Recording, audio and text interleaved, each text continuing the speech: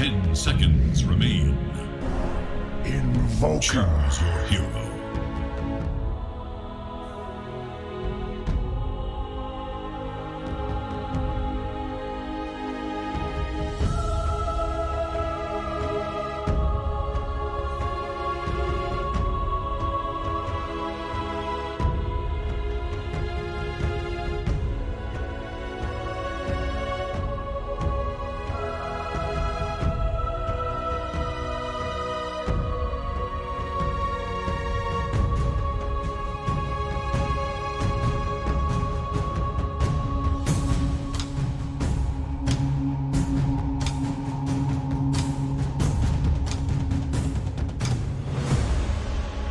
Seconds.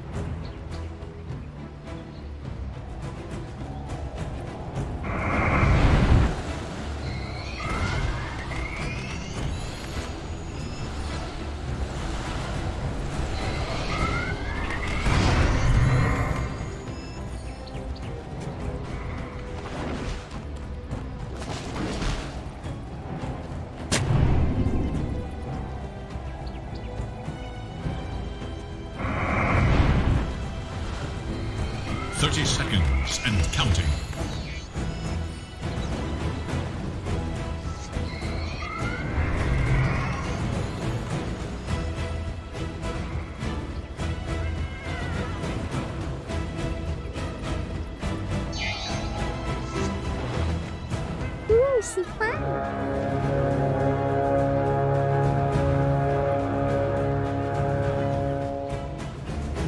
The match of matches starts now.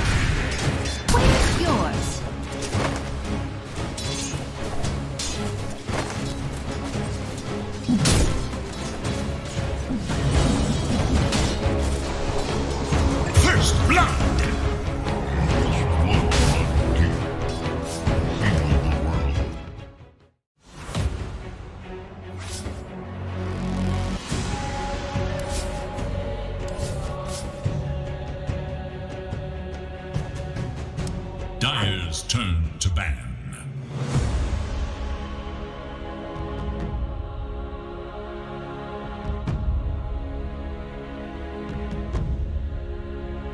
Radiant must choose. Dire's turn to pick. Lion.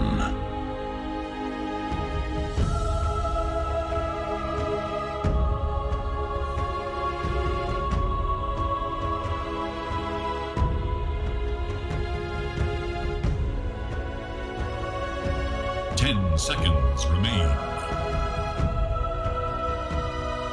5 seconds. Underway here. It's going to be Polaris taking on Galaxy Racer. And I'm excited. Ooh. Weaver. I'm more excited for this because I think this hero is very, very undervalued with the changes that he's been getting recently. We also should add that I believe Polaris are 5 and 5 when you've had their background on 4 and some. They're winning a lot of games when you've got that North Star background going on. So what's going on here? You're not favoring the boys on Galaxy Racer? Like what? I'll leave that as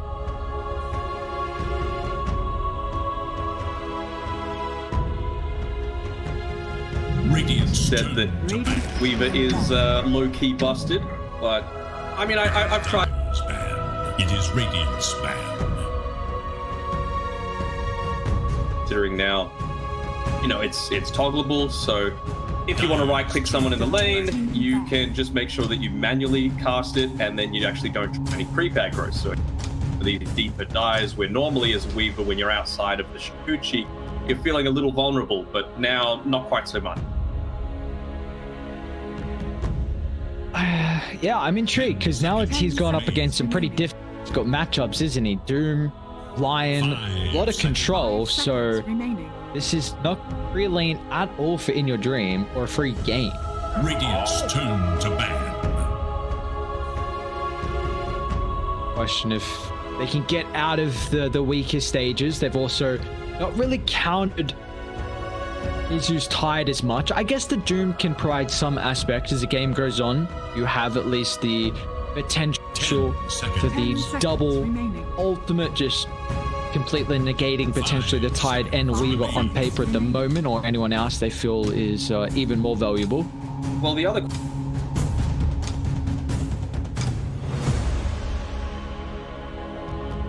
It is Dire's ban.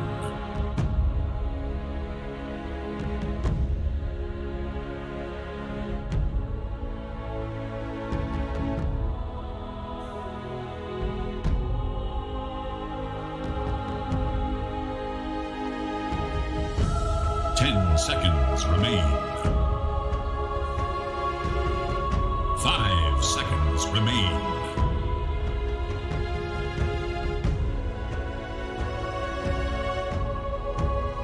you know, if you can get to that point, then it feels reasonably strong. It's just the early laning stage that I'm a little more worried about. Dire must choose. That can pressure him in the lane, because I feel like he also isn't the greatest laner. We talking Doom here? Yes. I think it's going to depend on what sort of creeps are available as well for him to devour. So, excuse me, if it's going to be a Nico Doom, then, you know, putting a Sentry Ward into the hard camp might go a long way, you know, prevent him from having that Satyr Tormentor HP regen, potentially prevent, you know, a Wildwing Ripper from spawning there as well, just for the extra armor. Doom's got a little bit of armor now, so it's not like super vulnerable in stage, but you know, every little bit can help. We've been seeing the Hill Troll Priest as well have such a great synergy together with the Doom. You know, the 2.5 mana regen, your attack swings are so slow that you can right click, heal yourself, and then have time to right click again. It's just maximizing the effectiveness. What do you feel like Galaxy Racer are going to look to pair the Weaver up with in regards to lane? Do they want like a melee to put him, just tank up a lot of abilities, maybe a stunner to find kills? Like, what would you prefer to be combined with the Weaver? I mean, it could be a position 4 Weaver is the other thing that I'm thinking as well, right? Because you've got the Swarm, which gives minus armor. If Tidehunter goes early points into the Gust, then that's even more minus armor. And you can look to punish in that way. Tiny coming. I mean, I view that as like a strong Jokam hero, but we've seen Alacrity played in recent times to pretty good effect. I mean, yes, it sucks if you get doomed, but you still have some pretty solid right-clicking potential once it gets to the 20-plus minute mark of the game. Yeah, Might even make him lean more towards the build that we saw from Mid One, right? Going to the Shadow Blade before a Blade Dagger, just to enable that, continuous source of damage coming through. Yeah, we saw Alacrity have some really solid performances on the time. I mean, into matchups where it didn't seem like it was too favorable at all. So we've got some flexibility. Polaris gonna opt to go into the Void Spirit. They take the Abaddon. So that was something that I was at least theory crafting in my head to play with the Weaver, just to put a body in front. I think it's good against the Lion and the Doom as well. So now Polaris have a strong laning support that can eat a lot of the abilities and gives them an opportunity to go for a little bit more greedier of a carry here for Natsumi. Do you still think this Weaver's a carry? Like, it can be, of course, but I don't know. There's something about it that just screams that this is a... I feel like it's going to be pos 4. Okay, so do you want them to pick their 5 here, guaranteed, so they keep that flex heading into the 24th? I would say so. It makes the most sense. So what's going to counter this out fairly well? Decent stuns. They've got... Magic damage. They got a little bit of magic damage and a little bit of deep pushes.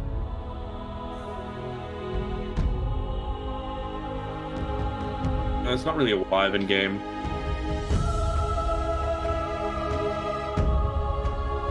It is Radiant's man. Templar Assassin. Yeah. Assassin.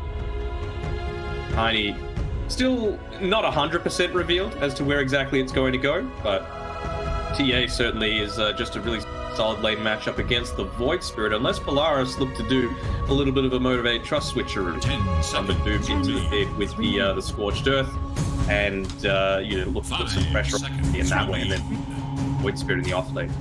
Don't you just free farm that lane though? I'm pretty sure you, I don't think a Doom's going to offset the TA. I don't think he's going to get bullied as much as the Void Spirit. Yeah. Well, they are now hefty physical. This could also be an In Your Dream TA safe lane. We still yet to see Southeast Asia really prioritize the TA in that role. I know South America liked it a lot, and we were seeing it a decent amount in Europe through the qualifiers, but there's a lot of flexibility. I mean, you could put the Tinies a 1, a 2, or a 4. TA can go 1 or 2. Weaver 1 or 4.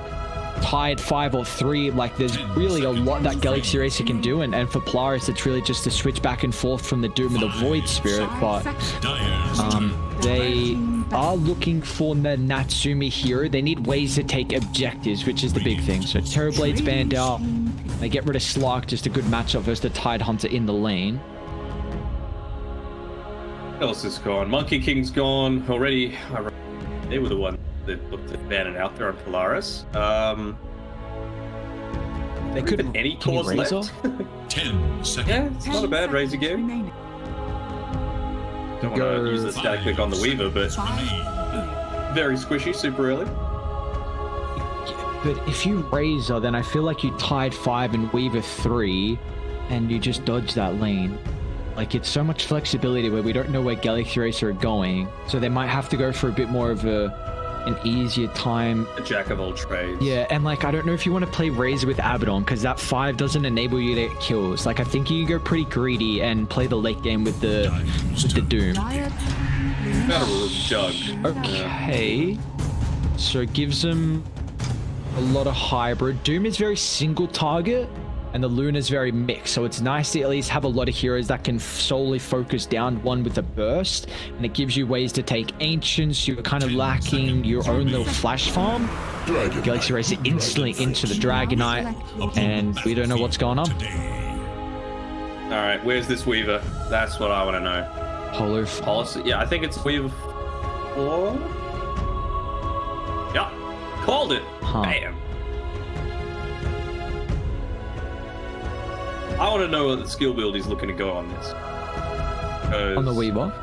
Yeah, because it's paired together with a Dragon Knight, right? So it's not like you're going to get some insane minus armor off against any target like Gush, for example. Overall, the minus armor is insane, right? Like, you've got Pulse and Tidehunter, you've got the Swarm on Weaver, you've got TA with Meld, and she's going to build into a Desolator as well. So towers are going to be very easy to take for Galaxy Racer as well as Roshan if they're able to win these team fights. And that really feels like that's what Alacrity is going to enable them to do. Again, he's been performing fantastically so far this tournament, and I could probably look to see it continue. No, he's against an advantageous matchup, I would say, against Mac, at least super early on before the level 6s come out and you're able to dodge out any kind of tower toss damage. You just go dissimulate. Yeah, but just 1 point. Actually, it'd not be too bad to max it out, actually, just to shove the wave out as much as possible. I don't think it's an Aether Remnant. Why do you not think it's Aether Remnant? It's just like to set up.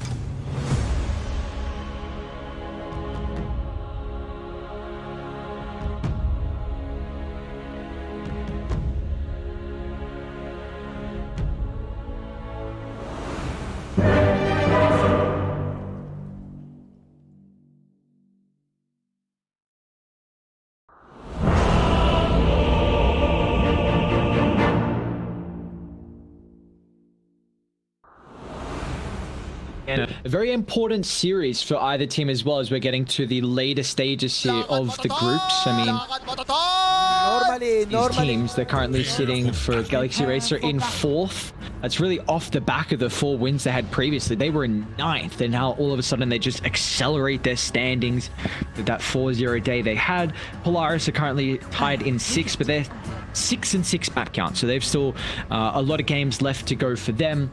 But these are 2 teams that are really feels like battling it out for kind of the last position to make it into the upper bracket.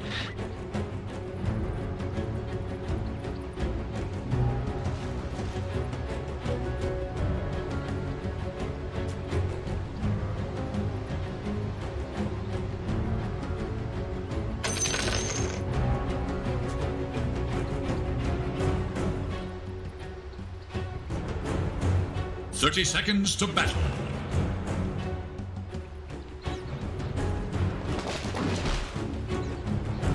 And okay, how you feeling about this one? I'm in general just excited because I feel like these are 2 high caliber teams, and Polaris is still coming into their own with this newly formed roster, and we get the a bit more of the experience and the chemistry with how long Galaxy Racer have been together. So did you feel like there's a lineup that's a little bit ahead after the draft, or are you feeling like it's a bit more even? Spirit lives in us all. Put any sort of words down for this one in particular, because we haven't seen the Weaver support. I mean, I feel like the build that he's going to look to go for is earn maybe Spirit Vessel into a Aghanim Scepter, provide a little bit of extra save for the rest of his team. So obviously you're going to have the Tidehunter for some kind of counter initiate, but if you're able to get a nice save onto the likes of, Tiny, who could be looking to make some pretty deep commitments, then it's going to be some decent value. It's just getting to that point. I think maybe just getting one of each skill point there for the laning stage. Geminate attack, I'm sure, to try and harass out without, exactly this, drawing the creep wave and getting hit a few times. So I'm keen to see how Jogan's able to pull out of this. Are we going to have a bit more of a... Screw it, Galaxy Racer. I'm going for the memes. What are the memes? Is it just the Weaver and the all minus armor? Okay. Well, I feel like there's going to be big issues with Radiant in regards to the armor. Like, Luna's okay because you're an agi hero, so your armor will stack up.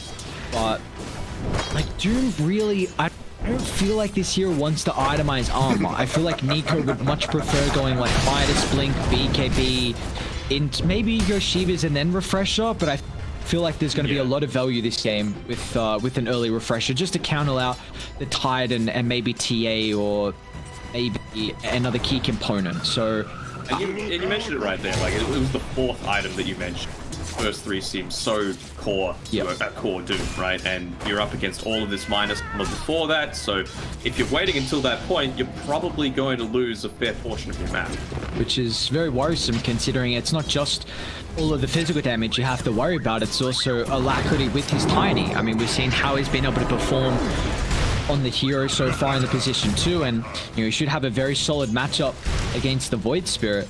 They are 2 heroes that can, of course, make up the plays across the map. Do you feel like there's one that will have an easier time this game? I'll probably say Hold that the thought. Tiny. Umi might give up first blood up top. Nico's going to try and swing on over to provide some assistance, but Polisson nonetheless will smash him down from afar, and he should still tick out. Most these stick charges are enough, and it looks like they are. He's got the salve available for himself, so he's going to be able to stick in the lane very easily. I mean, it feels like it's definitely going to be an easier game for the Hide Hunter to rotate on. They get a kill onto CML. He must have stacked up the bugs a decent amount. He went level 2 bugs, so the minus armor, I suppose. I think he's only got 3 armor on the Abaddon to start. Radiant's courier has been killed. That's a big courier to lose. What's he got?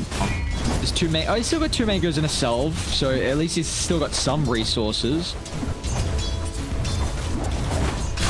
Alacrity making any kind of rotations through the Luna. She won't have... Like, she'll have decent armor, sure, but the HP pool certainly not going to be there. You'll have the Abaddon, of course, to be able to protect you, but then, you just compare. Top lane, Nico, back on In Your Dream. Scorcher should be enough to be able to tick through the refraction charges, but doesn't have the movement speed to stay on top of the Templar Assassin. It doesn't look like he does. And this gives ample time for Polosun to get some revenge as Boomy to overcompromise his position, and we're seeing this position 5 Tide Hunter is doing a very solid job in the laning. Go for a little bit of a pull here.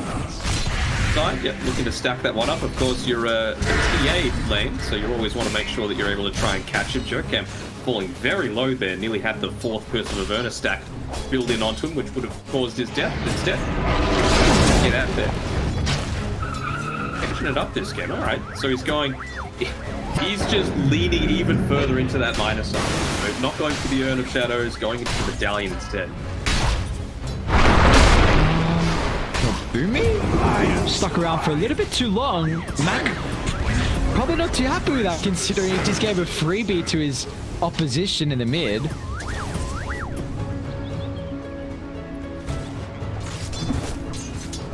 This is very early 4-kill advantage for Galaxy Racer, and a minor net worth lead as well. So we see still continuing to shine throughout the laning phase like we see so often on this team, and we'll see.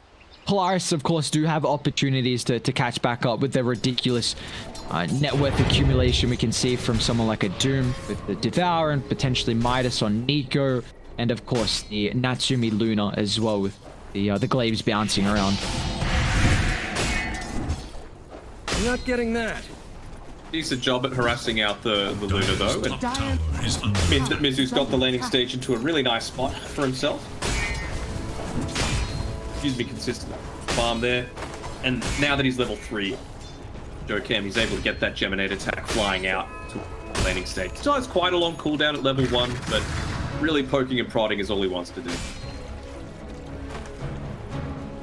Do you feel like Jokem will commit into the Solar Crest?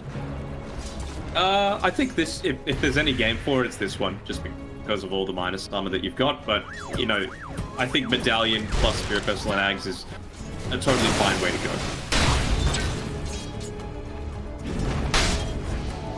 The contention though for the power runes at the moment, so much emphasis from either teams to try and help out their position 2s. Unfortunately, it's going to go neither way. Alacrity and Mac not getting too much love.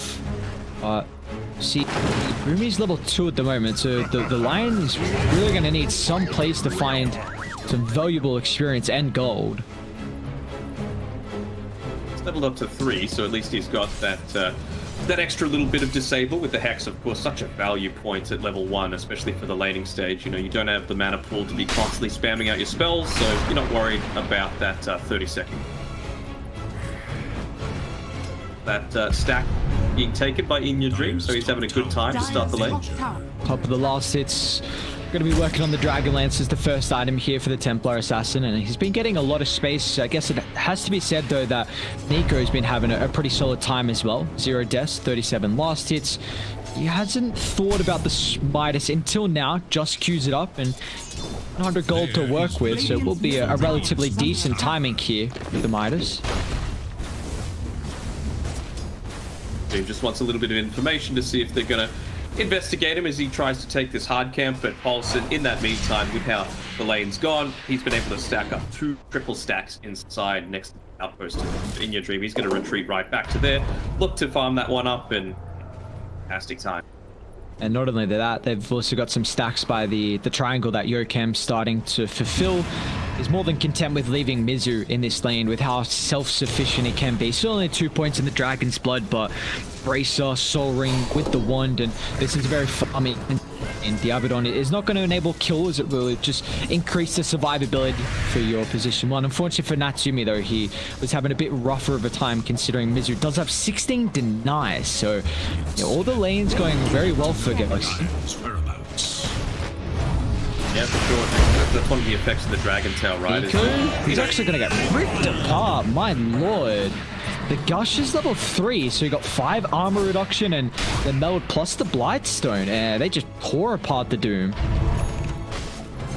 That's the great thing about the Tidehunter is, you know, depending on what role you want to play it in, you can flex it around so much. The Anchor Smash, of course, for the farming, Kraken Shell when you want to be a bit more of that beefy frontliner, and then, you know, the Gush to enable kills.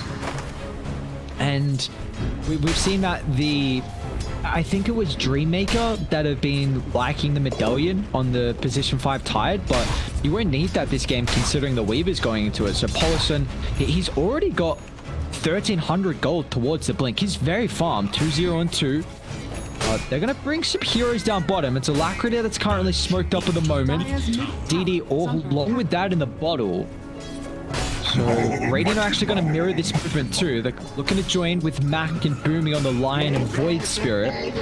Think forward behind the outpost here. Yokam might be the target. Alacrity's going to pop the smoke though. Tiny's pretty tanky. 1,600 max health. It's going to take them a while to burst it down.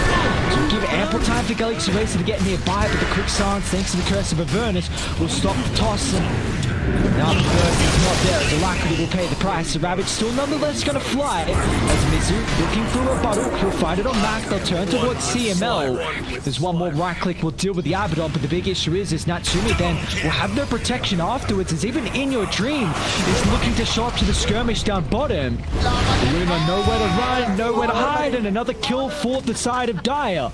This laning stage is starting to get out of control. Radiant's bottom tower is in danger. Well, back at TI9, this Tidehunter TA combination, it didn't work out so well because OG just decided to run at them, you know, constantly put them under pressure. You're very good if you're able to get a lot of farm on it. Galaxy Racer, of course, switching it up with the Tidehunter being in this position 5 role, but still, they've decided to counter it on a Polaris with, you know, let's farm into their farm and see what we're able to do with it. I don't know how effective it's going to be because this does feel a little bit... First Doom of the game dropped up top. It's just... Yeah, but I feel like you're okay with dropping that because they're not looking to fight, and it just gives him an influx of gold here. Like, I feel like Radiant are just really looking to farm as much as possible, and then maybe with Finger of Death and the Void Spirit, they can get some pickups across the map, but I think Galaxy Racer is so aware that you just 5-man right now. Why not? You've got the Dragon Knight with the... Just the voice of the Dragon. You've got 2 points, so not mega tanky, but still perfectly capable to take a couple of those situations. The tower, CML did a good job to pull They're actually going to show up here. Nico and Max straight on top of the Dragon Knight. There's the burst being revealed here from Boomy's level 6, but In Your Dream still looking for his own revenge as he'll chase through Mac. With some protection. One more right click, it's not enough as he can jaunt up to safety thanks to the Dissimulate. They lose the tower, nonetheless, getting a kill. Crossing the finger though, and I feel like this is really a time where Galaxy Racing can look punished as soon as DK is back online again. Not the longest downtime of the Elder Dragon form. He got through most of it there through the initial push and up the full medallion show cam, so he's sitting pretty. That solar crest for himself. And it feels like the Weaver can de-push out the dead lane very easily. You've got, what, 6-second cooldown on Sakuchi. Only 2 you need for the creep wave? Yeah. And we saw, like... What? In our time casting some Australian Dota, we saw Buzzkin position for Weaver. It worked at certain points, but like that's the sort of competition where the punishment probably isn't quite as there as it is in our Southeast Asia region.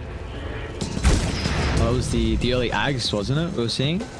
He would go like Maelstrom Ags so that he could be this like elusive split pusher, but you know, still able to convert into being that support role later in the game.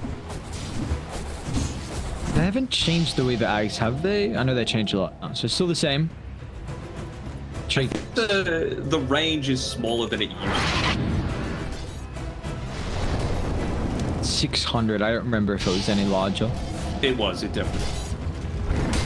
See, the game goes on. That could be really nice, in fact, versus the Doom, or even just if you can get off quickly before the Lion bursts with the Void Spirit combined, which I feel like is something Polaris are really going to look to take into a fight. You've got the capability for Nico to just shut out one hero completely, and then if the Lion and Void Spirit can combine together, then you can also just obliterate it. A lot of blinks though. This is the tiny blink now completed, along with Mizu's blink too, so they're going to look to try and reveal this. I wonder if they group up. Can they get an objective out of it? Looks like no one else is combined for bottom tower.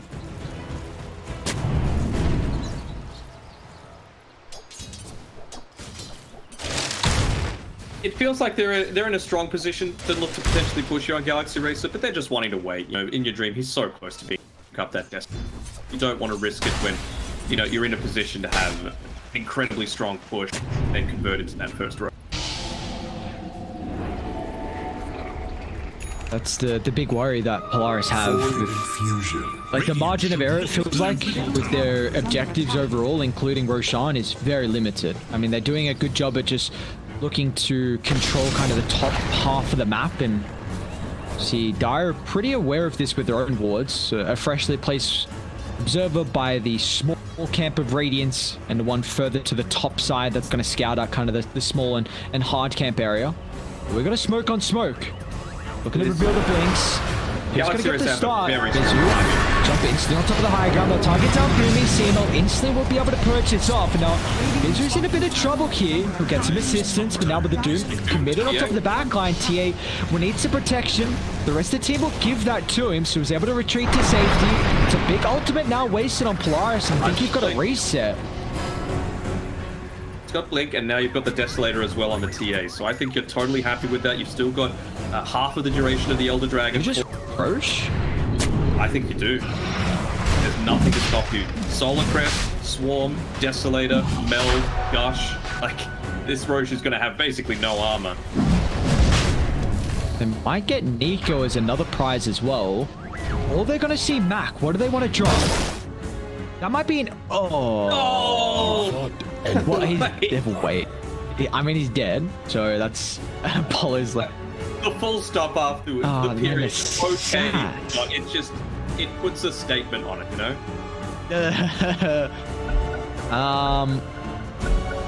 How much health is he? Oh, it's not gonna matter. It should all be gone by the time they converge. Dire's top tower. Well, good pause timing. A bit unfortunate. You hate to see it. That's also giving up Roche as well. So in your dream, now with the Aegis level 12. Great timing, that Desert coming out.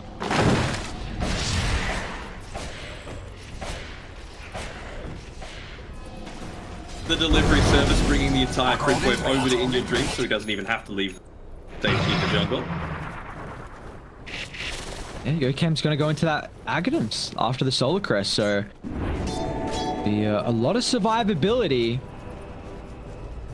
And It's still only a 2,000 gold deficit. And the Doom is, with this maxed out Devour and Midas, of course, keeping up in farm. It's top of the net worth, in fact. And it has to be said, I would believe this is Nico's best hero. I mean, we saw it literally just brought Execration to a major. And also with how he was able to play it through the TI qualifiers. Unfortunately, it wasn't enough, but he is definitely a beast on the hero. Dire's middle tower is under attack. The all Galaxy Racer really need to play around right now is, I don't even think you need Ravage, right? Like, yes, you are lacking a little bit in stuns to be able to lock down these slipperier heroes like the Void Spirit. The Dragon Knight, he's got the Blink Dagger, you know, freshly picked up. So I think you're still going to have some sort of way to pick off maybe some of the stragglers, the squishier heroes, and enable your team to fight quite heavily. Polaris, to their credit, they're playing around each other quite heavily. CML, obviously not wanting to be the one that gets picked off first, that borrowed time being put on to cooldown. And he just needs to be playing around the important heroes right now. Looking to jump Nico. Let the BKB toss back further away from the citizens, but it gives Nico an opportunity for the War Storm. He's still going to get ripped apart. He doesn't have the armor to take these engagements. And Mac doesn't get far enough distance. Polo still with the Ravage on cooldown, but it's not going to matter. Another toss back from Alacrity, playing the Tiny to a phenomenal level. That was just a big miscommunication. You had the Abaddon standing around the area. He was looking to D-ward. You had Mac doing other things. Yeah, D-warding a lot closer to the rest of the team. Complementing the position. The Abaddon there to be able to get off the Aquatic Shield to prevent the knockback. Going to give up a very early tier 2 tower middle as well. So will give a lot of map control. Dire's top tower is under attack. Alright. They want to go high ground. The Dragon Form. Yeah, 20 seconds. Why not? They've got Ravage at the ready. Ages for another 2 minutes as well.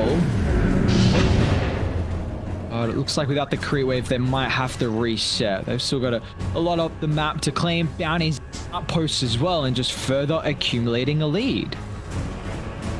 It's getting to the stage where Weaver might not even have Ag by the end of this game. It's been going that well for Galaxy Racer. The memes will always triumph, Lucky. I feel like I'm furthering my understanding of this. I think our time casting together, I think I've learned that the memes are too superior, and if you don't go with the memes, then what type of person truly are you?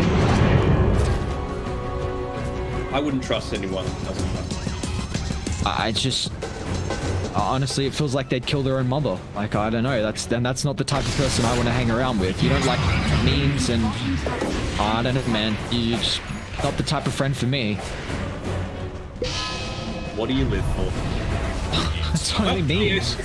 Pushing forward, exactly right. 3.5 minutes left on that cliff of fortification, so they can just leave in your dream there on the front lines. They smoke behind. Not going to be revealed because it's at night time and they don't have vision just there of where they were looking to make that smoke happen, but they're looking to try and get a quick pick off on Natsumi in the meantime. At least he's got CML around, but it's going to need to be some really quick fingers here on the Abaddon. They need their BKBs. Polaris have to get out. Sorry, CML, you're not gonna. Okay, well, he'll at least not be scouted. He'll make a work for it. Get a creep. Oh, get the last hit. Come on. Got it. 64 gold. That's a smoke sentry picked up. Very nice, very nice. Okay, yeah, Radiant really need their blinks. Nico's almost about 3k gold. The Luna, I believe, just completed hers. Yeah, Natsumi's got hers.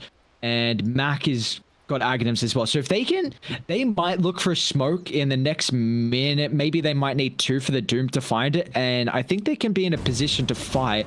The question is like, do you Doom a position 5 tied? I feel like Ravage just completely cuts the fight in half. Like, I think you've got the first duration of the fight before Ravage, and then afterwards, Galaxy Racer would just turn around and kill 2 heroes through that duration.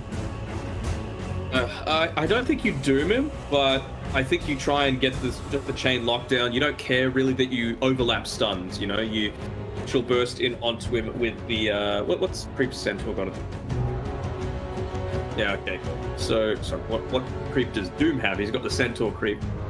You blink in, stomp, into the Earth Spike, into the Finger of Death, into the full Void Spirit combination. While saving the Doom. I guess they have... It's not buyback though. So he can just come back. I guess you have the Aghanim's, of course, on Mac, who could just play that role. The Void Spirit does have a lot of mobility to hunt the back line, so this is going to be now off the back of how the wards are set up in the area for the next team fight. And, of course, more importantly, his position as well. What about Dire? Are they close to any timings for this next fight that's about to break out? Blink Dagger, closing in soon for In Your Dream. He doesn't have the Aegis anymore, with it just being reclaimed. He's still a couple of components away from being able to pick up that Aghanim Scepter for himself, but he's closing in pretty damn fast, to be honest. And this is the other thing, right? The position for Weaver, we saw it at the Oz scene. It enables this, right? You can play on the scariest side of the map without too much of a care in the world, because, you know, if they're committing to kill you, they need to bring at least 2, maybe even 3 heroes to do it. And, you know, you create a ton of space for the rest of your team. If they don't commit to you, you get this farm and you essentially become a 4-4. And then, you know, there's even the chance that you get away because of how elusive you are. And it just offers up a lot of intel as well. Like, you can't make plays on Polaris if your bottom lane is shoved in like this. Like, it's going to be very obvious then, with no one showing on the map. So there should be at least enough farm for Nico to almost complete the BKB after the next wave. But it's also like Dire, In Your Dream still hasn't popped his 9-second BKB. I believe also Mizu just completed his BKB as well. So we're going to have a huge fight breakout with all these items that have been accumulated. 3 gold away from Weaver, pos 4 Ags. Excited, are you excited? I'm very excited. Polo's not what you want though. Instantly blinking away. So they know that someone's smoked up, and so they're going to look to reset that from their positioning, and this is a big timing wasted for Radiant. We do have another smoke on CML. I don't believe... Oh, actually. In Your Dream's underneath the ward. Nico, instant jumping. Oh no, he got the BKB off before. So Dire trying to TP in. This is too far for Polaris. No, they're going to be cautious. They've overstepped the mark, and they'll be penalized for it. What a timing of the BKB. Polo's going to jump in as well. The damage, is the physical enough? Natsumi, he's outie, but CML won't be successful. Radiant's courier has been killed. Going to continue the push forward. Yeah, just slightly off the mark there with the Centaur Stomp meant that the BKB was able to be popped by the TA, preventing a lot of the damage from coming through, and I'm in your debt. You know, not everyone has the Scorched Earth, not everyone has the pump that Nico does on this Doom right now. This is... An Ags alert on our Weaver. Okay, so... I'm very worried they don't kill any key components in the next team fight. Because now you're going to have Aegis, which is in fact respawning in 30. Like you said, Weaver, Aghanims, who... What's the cooldown? It's like 20 seconds. Very cool. So you have to prioritize birth one hero, but if Yokam is positioned perfectly, which it definitely can't be with the movement speed in Sakuchi, I'm very worried for Polaris on how they're going to commit abilities and get nothing out of it. I think he can even, maybe not this game, he could probably afford to go a bit greedier, but in your typical game when you're playing this position for Weaver, I think he can go a Blink Dagger, just because the range was reduced by a significant enough amount that I feel like you still need to be able to gap close while not putting yourself in a really dangerous position. They're looking to try and contest, but Roche it's about to fall. His positioning as well. Pops the smoke. Perfect. They know they're coming. In Your Dreams out of the pit. They're making sure they don't group up at the moment. Mizu looking to jump straight on top of Natsumi. Is they able to get the Eclipse off, but the damage it's minimal at best thanks to all the BKB. It's a loser Alacrity. The buyback instant looking to rejoin the fight, but the H's on the deck. Mizu's He's able to claim it. Still Natsumi. He's doing so much work in a tight vicinity with the blades bouncing back and forth. But now with the BKB expiring, the Luna just cannot stand her ground. But still, all at the back of the lineup. As Galaxy Race overwhelm Polaris inside the Roche pit. They'll make it a 5-man wipe and snag the Ages on top of that. Continue pushing on forward with Mizu. Part of all those kills, all that assist gold coming through, and he's nearly finished his own Agate himself. Big Black Dragon coming through, starting to rip through the base. They don't even have the glitch to be able to defend against this. I mean, if TA's alive, it's, you know, fully GG territory. But at least there's not the Desolator to have to deal with. It's a lot, though. Radiant's middle barracks are under attack. Radiant's middle Gonna be a big advantage now. It's unfortunate you don't give the Ages to In Your Dream or even Alacrity, but you're happy with the fact that you got it. Who knows what could have happened if you gave that away. Your chem is going blink. Okay, very good call. Great. They're still coming outside the base. They got Doom available, so we didn't. Maybe that was a big reason why they couldn't take that team fight with the ultimate, and also Polison's positioning, like you were saying, to pop the smoke. And you know, this position, this feels like it's done everything for Galaxy Racer. Secured their safe lane, multiple team fight, huge ravages to turn it around, just popping smokes, and you know the counter initiation as well. It's been on perfect. They are setting up for Natsumi. Nice scan.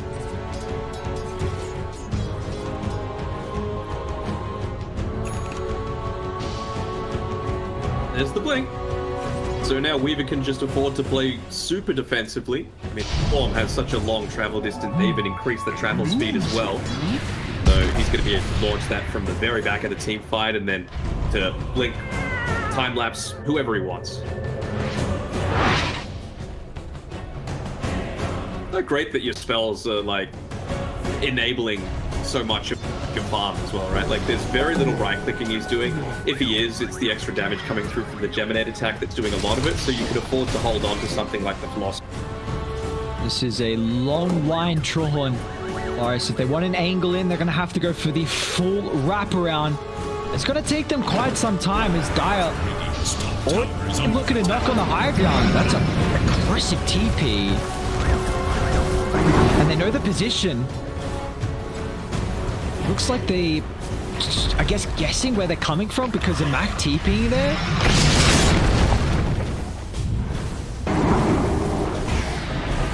I mean, you can just siege for free. 25% magic community. top tower has fallen. And if he's the only one showing, you don't want to top Doom on him. Like that's not the target you're looking to burst, especially with Weaver not being shown. I like the idea of the wraparound. They're clearly, you know, thinking this through, but I mean, it just feels like the game's gotten to the stage where it doesn't matter what you do. You know, Galaxy Racer, they've been able to put this draft together that I don't want to say beatable, but you know, you haven't countered it by aggression. It seems like it's gone. Luna get to that stage where she can somehow bring them back? Like, does she have a game where if she's really farmed, she might be able to do so? I think it's going to be rough. Oh, even forcing the BKB to be popped. That's the sort of thing that a position 5 Tide Hunter is able to bait out of you. Well, now I don't think she can. It was, you know, like a 2% chance previously. 10 chances. What does Dota Plus think? 98. Yep. Bang on. And so he's got 40 seconds on the Ages. He's got 1 second on the cooldown of his Golden Drag. Comes the siege, and the answer doesn't seem to be there. Again, you don't want to drop the Doom on the target. So Nico needs an angle, but I believe they're just giving it off. They're watching this happen. And then if anyone shows to try and, you know, push out another lane, they're just going to get heavier on Galaxy Racer. Try to force reactions, Alacrity. There we go. Jump in, but all the AoE damage just means Doom is obliterated. Polisson is going to have to try and reset his position. Max actually looking to go in, but Nico doesn't find a target. Galaxy Race are so aware these key components just too far in the backline to make sure they don't get jumped. On at least, but that's level 20 now. Picked up mid. They're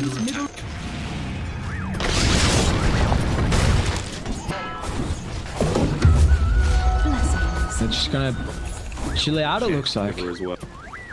All these extra neutral items just to make this game that much easier. I mean, in your dream, he literally, during that entire siege, was just sitting in meld along the tree line, just doing nothing, just watching the show.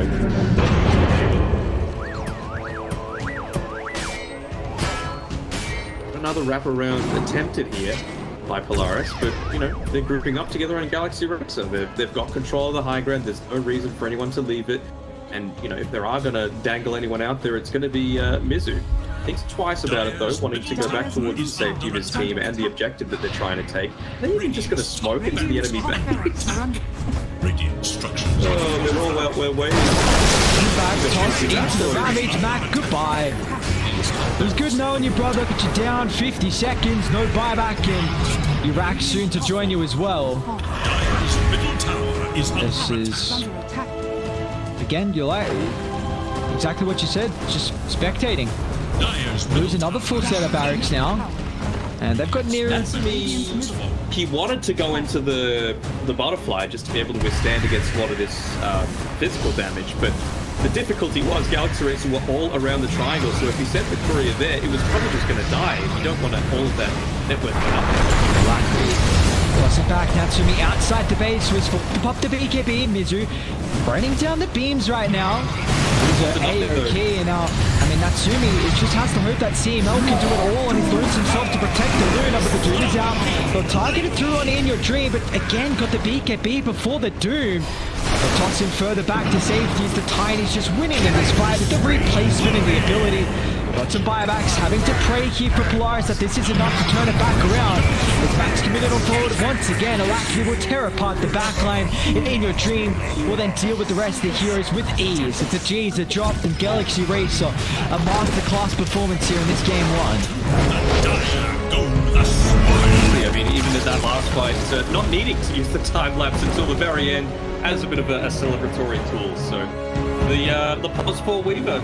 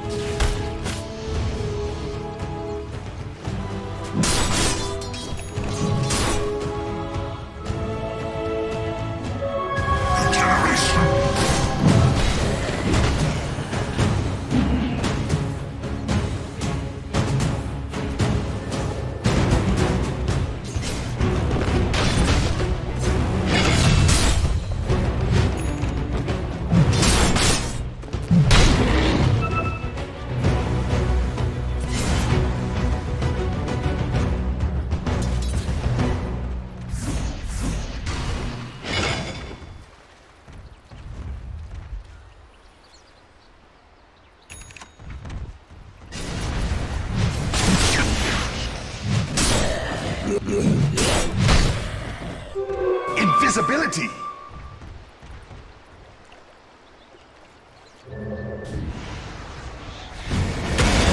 Killing spree.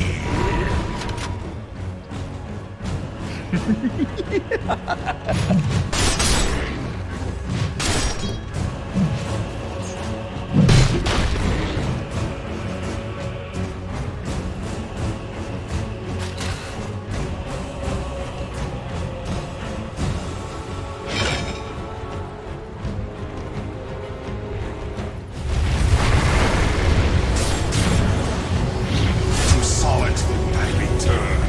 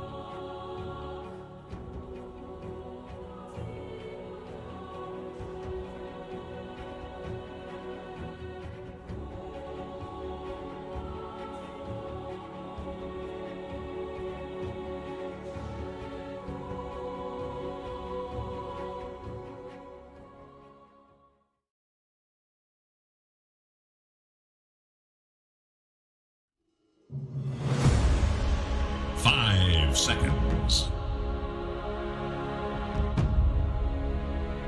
Radiant's turn to ban. It is Dire's ban.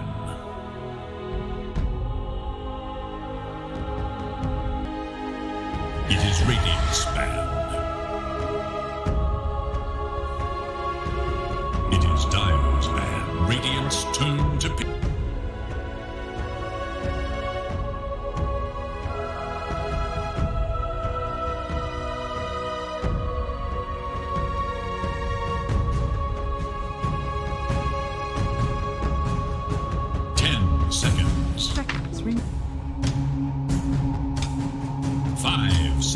I was hoping we were gonna see it.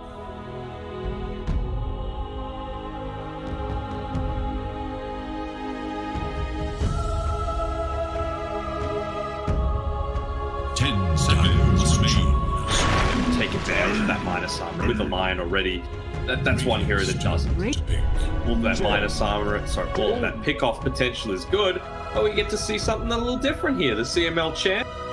So that's a little bit of a treat.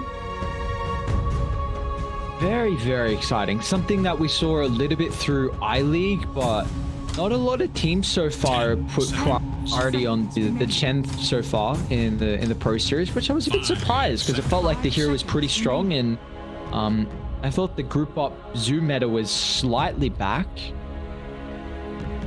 They could have potentially been waiting for a draft where their opponent picked a support first that's much more likely to be, you know, with the lion being picked up, you can't go in AAA, so the Dire's turn to ban. Radiant's turn to ban. Dire's turn to ban.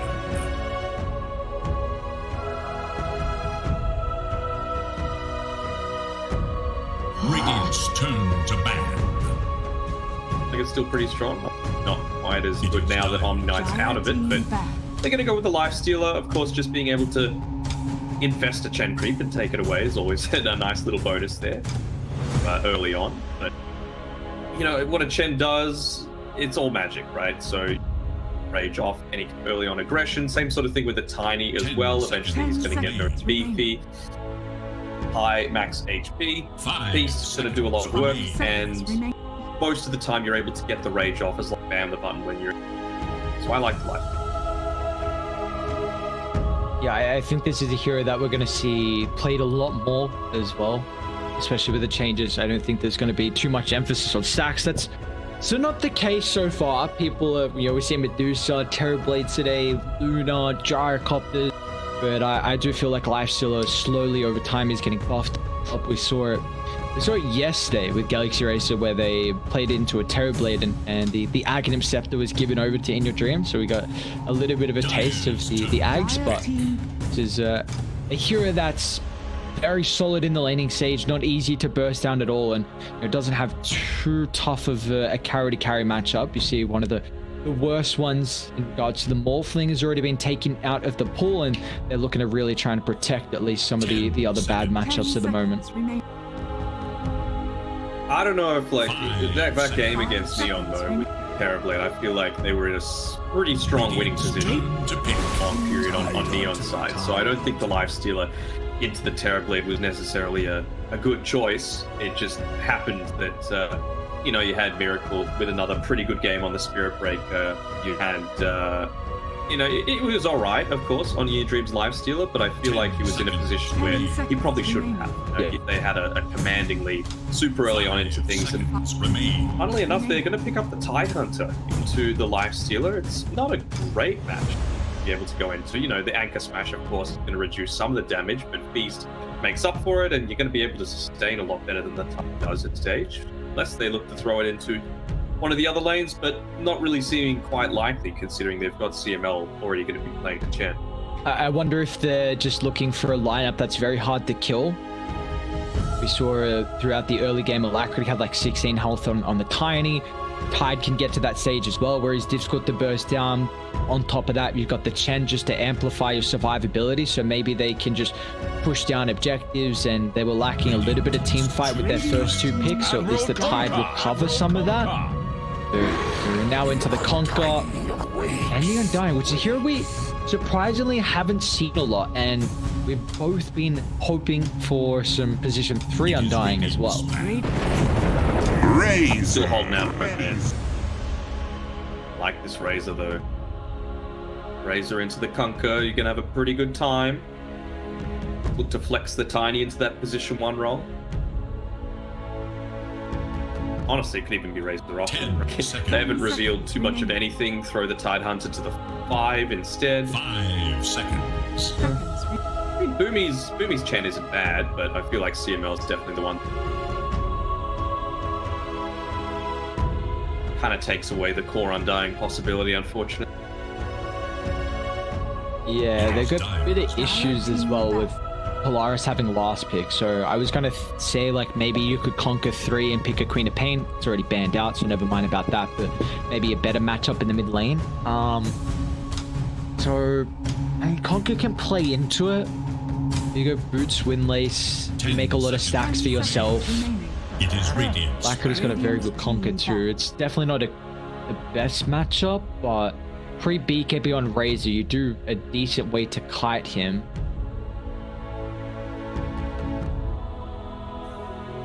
One of those heroes, though, right? As soon as you've got that Eye of the Storm, even just one, but definitely. 10 seconds. Dire's turn to ban.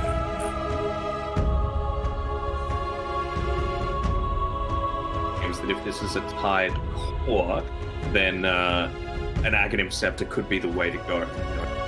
Combo together so well with everything that you've got. Chen creeps through, you're just going to be able to rip through. We're looking for position 3 on Galaxy Racer. They need a way to start. Wonder if they go for a team fight hero too. They're actually banning out Storm and Coddle, so seeing if there's some flexibility options, just covering all their tracks here in Polaris to make sure the Razor will get that Conquer matchup. I don't want to see a Mars come through here. On Galaxy? Just something that's, well, yeah, just to be able to spear away the Razor. Okay. It doesn't matter who he goes. Once he has BKB, of course, it's a bit of shoot, but not too bad. I've just not been too much of a fan of the Mars we've been seeing lately. Like, I think that hero got nerfed pretty heavily. And maybe it's just, you know, Dreammaker a little bit biased with how they've been playing it as a 5 and it hasn't been looking as solid. We still haven't, potentially as a 3 could be a little bit different, but even like FBZ hasn't had the greatest games as we saw earlier on it. It was like the hero is definitely on the weaker list of the position 3s at the moment. But then one can start fights and create space against a Razor. That's really what I'm thinking about here.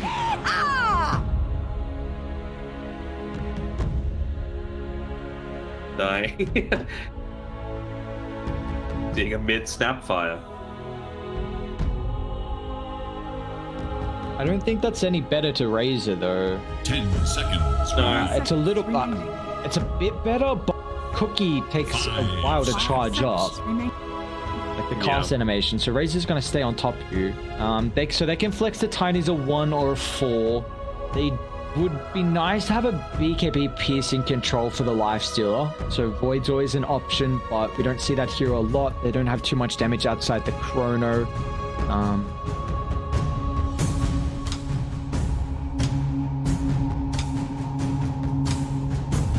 Well, I still feel like you could just run this Razor as a 1, Tiny 2, Tide 3, like a Wyvern 4. You've got a lot of physical damage to do. That BKB piercing disable as well. Is Monkey in the pool?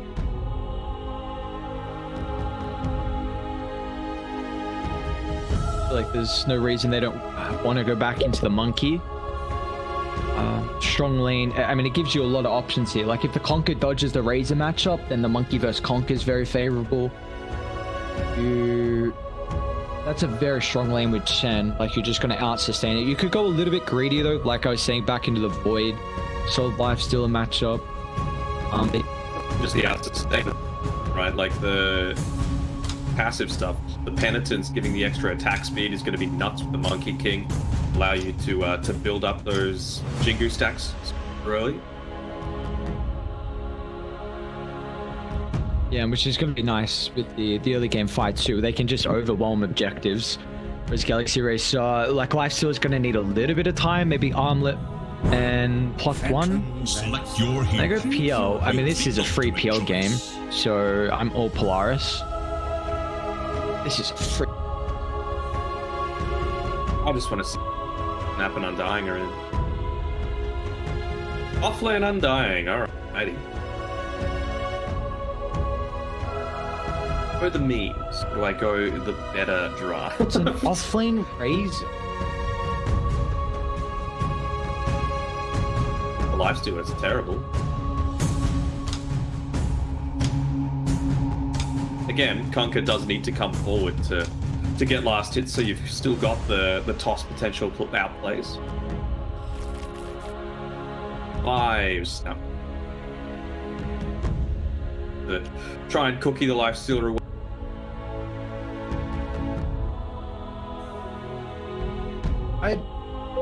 I really don't think the Razor going 2 or 3 changes my mind on this draft. I think PL is ultra free this game. Lifesteal is probably forced to go Maelstrom. He's not going to have too good of a time. Conker's matchup is a lot better now. Okay, so Galaxy Racer have to go Radiance on Conker. Lifesteal needs some Maelstrom. And I'm really intrigued to see on what Aghanims can now do on Undying, because maybe that...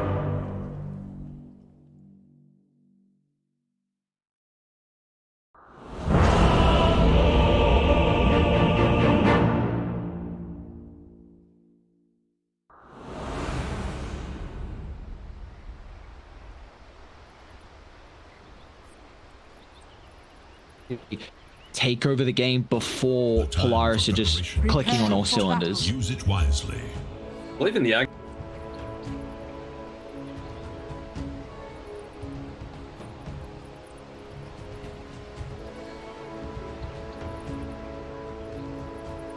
that be Mizu. Like, Normally. and Undying is one of those heroes that you just want to essentially exist in the middle of a team fight, and I feel like there's not too many better heroes for it, you know? Try and contest him and kill him, he can just turn around onto you. They've got a lot of heroes that need to face, so DK is going to get off some good value. The Golem as well can start to ramp things up. Are you in agreement with me that you feel just like this PL pick is going It's to be... really good. Yeah. But I wouldn't be being true to myself Just 30 if I didn't seconds. pick for the memes. Galaxy Racer, let's go. The memes being the Undying position 3, like we've been wanting. Yes. Now, also, will we see the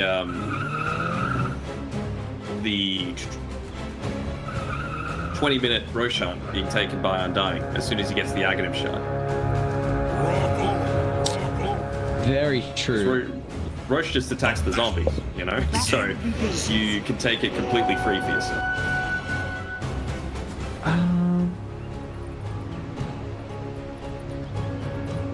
Oh, do you feel like Mizu's gonna have a good lane against PL Chen? Like, can they... It doesn't seem like they have a lot of kill threat. That just seems to be like a survivable lane and get as much last hits as you can. I feel like it turns into a kill lane at level 3 and 5, just when you're getting those little bit of spikes for the decay. Of course, it deals double damage to creeps, so if Chen, starts to build up a little bit of an army, it does have the potential to be pushed through somewhat quickly. Of course, now that he's built up a few of these decay stacks as well, he's going to be able to outlast hit quite easily, at least, prevent any of the range creeps from being divided. They block the small camp and the hard camp by the outpost. I think that's medium by the outpost here. So they're keeping at least their own hard camp available for pull. So CML is going to be pretty happy with that. I mean, early on, it's going to be a little bit more difficult, right? You can only take the hill troll, not the big boy. Chen it's max level 3 that you can do at level 1. You're going to need to be up until level 7, or going on a bit of a roaming mission to try and find a more effective level 3 thing. Yoga Frost Mage might not be too bad for the laning stage, but it's a long way away from the lane. We're seeing Yokam is already having big issues though. Like, you don't deal with any enchanted creeps easily at all. Like Enchantress is quite often one of the best supports to deal with him, and that also puts Chen into the same role as well. It's just this one range creep they got at the start is doing so much to dwindle them down. But we'll take a look at the middle lane here for Alacrity and Max. So we've seen this matchup recently, and it was actually Alacrity playing the Tiny into the Conquer, and he was able to get a very early solo kill with that toss back under the tower. We'll see if Mac will have the same contention. How to exactly test against it. Lively now. Your admiral is on board. Okay, just lots of little plays. I mean, I'm keen to see a lot more of the mid Tiny at TI as well. Great players that are able to play it to a high standard. Again, it's one of those exciting heroes that you feel like just outline game the enemy team. Feels like all the position 2s they got a big ego, and when you can play a hero that has a lot of outplay potential, you know, it's crowd sees you toss someone back under a tower or toss back into a stun or the save as well from the Doom last game. Like you just boost the ego a little bit, and I feel like position 2s they love that.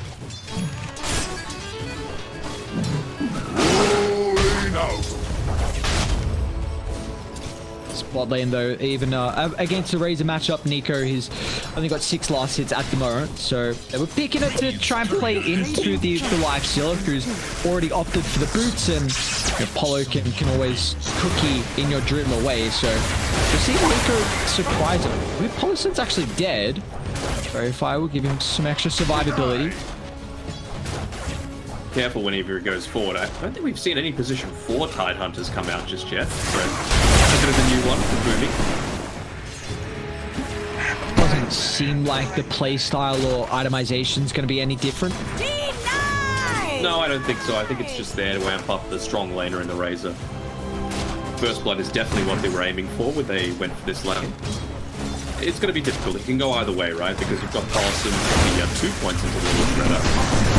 Be careful though. They're actually going to turn and fight. Can they get first blood? Previously they cannot. There's Nico at the extra level and the static length, securing a big kill to pick up in your Dream. So looking to hunt down Boomy, but this Tide is very survivable, even with no points in it. Anchor, so in the Kraken Shell, and in your Dream nonetheless, will still be able to chase him down and get solo experience for that. Still, that's exactly what giving the first blood over to Nico, now allowing him to scale against the Lifesteal, of course, in lane, but every single call right now on Galaxy Racer is somewhat countered by Ray.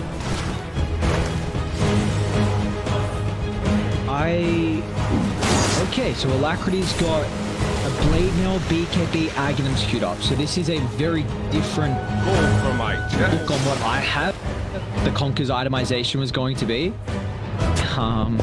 I mean, my mindset towards Blade Mail is if you Step lively now. Your admiral is on board. ignore him completely, you know, and that can kind of be a little bit difficult when you've got a Conquer who's very strong in these early game brawls, but I feel like it's still going to at least progress you through to the mid game and not really provide him too much in terms of scaling. I'm intrigued if he sticks with this. Alacrity's an incredible 2-player. I was highlighting at the end of game 1 that I think he's been playing almost every game for Galaxy Racer at such an incredible level. But I think we're gonna have the name of these fights are gonna be super drawn out. Like Lifestealer, Undying, they don't burst heroes down, especially with cores. A PL doesn't either. Once drawn out fights, like Chen's super survivable, so you don't care about these longer drawn out fights. We'll see. And Nico after safety, and you were saying like you pop Blade Mail, you're completely avoided. It's not like they have a ton of unavoidable damage, like the Tiny a little bit, the Eye of the Storm as well. It's a factor, but just run away. You're naturally much faster as a Razor compared to the likes of a Conquer. So maybe he feels like. Oh my god. I'm actually going to try and TP down the Conquer.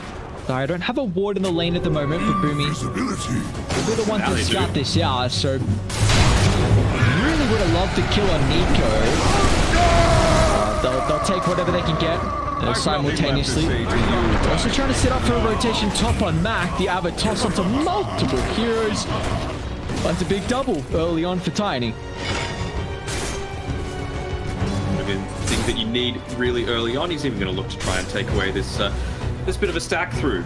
CML is doing a fantastic job, just being an absolute pain. The laning stage, getting a lot of these small creeps. Yes, they've done a good job to block up the main camps there, but just with that Vul assassin, especially with an Undying who wants to rely on the Soul Rip for a little bit of that sustain, becomes a whole lot less effective. Actually, if it's still sticking around, he's got enough mana for one combo. See how much damage they've got between. Oh, Jesus Christ! Just fell on What's your Let's health see where the go? penitence. Just disappeared. Alacrity's gonna try and combo down Boomy. Doesn't have enough damage in the tank as well, so Boat on cooldown for about 80, which does take away a bit of your kill threat.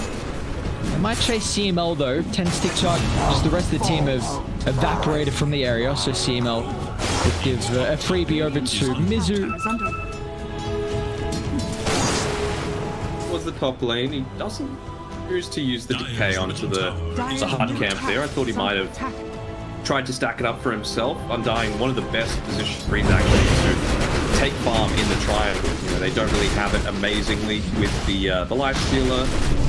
Kafka's all right at it, but you just drop down that tombstone and your zombies start to make pretty quick work of all the ancient. Very heavy spell to drop though, just for farming potential. Weighing up that risk versus.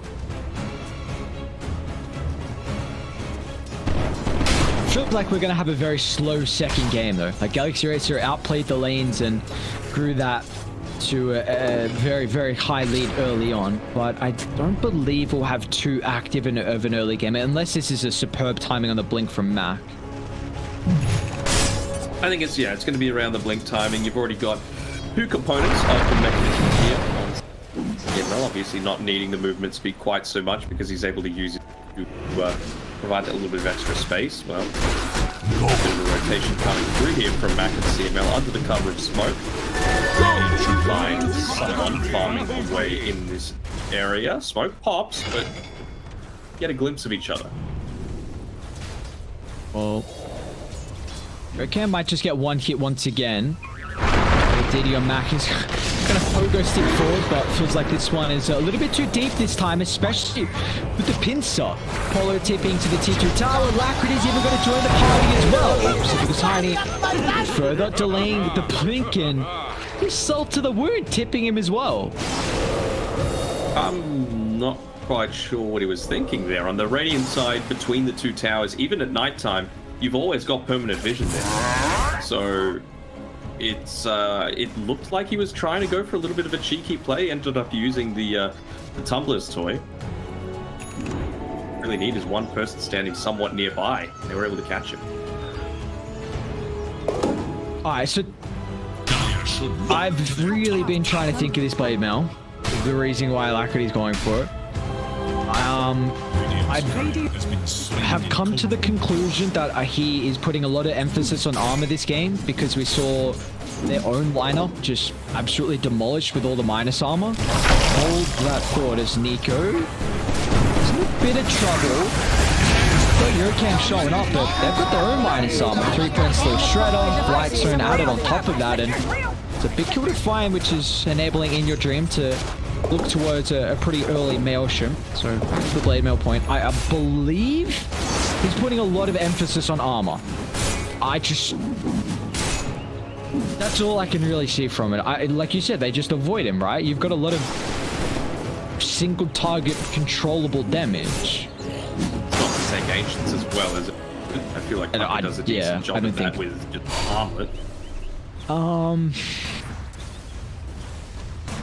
My only thought is the Razor, right? Like, the Eye of the Storm gets it onto you, you try and X marks him and pull him back to you so that you're dealing just as much damage.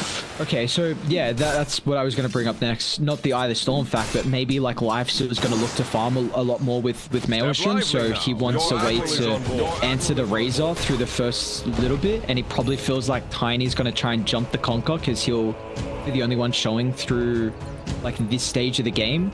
So with Blade Mail, that'll increase survivability. Even though if he gets comboed down, he'll pop Blade Mail afterwards, and maybe they cannot collapses. Popping onto each other, Jocam, CML, they're the ones that are causing it to happen. Apollo's actually still got to move forward. How about that one? Okay. He just didn't realize that Alacrity had backed all the way back up to the base as he TP here. Did he get interrupted actually? Yeah, He just cancelled. Radiant structures are fortified. Dire should look to their top tower. Bot tower safe. Max tipping top. In your dream. Oh, nice combination. Look at the damage on Mizu. Infest will give him some extra health to play with. I don't think he's going to get too many extra decays off afterwards, but the rest of Radiant will swing on over. They're looking to take the huge fight here with the Ravage, holding them back still. The priority is to bring down the Undying. They haven't done so just yet. Mizu, the survivability is not enough. They've over-committed here to kill him off, and it's going to be costly. As they'll lose the Phantom Lance, and Max is going to join for as well. As Galaxy Racer show up huge, they're making sure no hero dies without the price. And Nico also to be trained down as In Your Dream will pick up a double. Nicely done there by Paulson. Perfect positioning in the fog of war, making sure he's able to lay down the Lord of his Kisses and get a...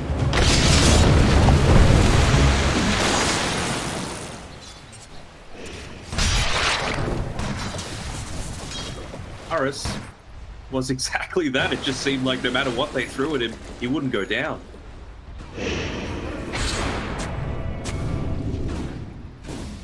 How...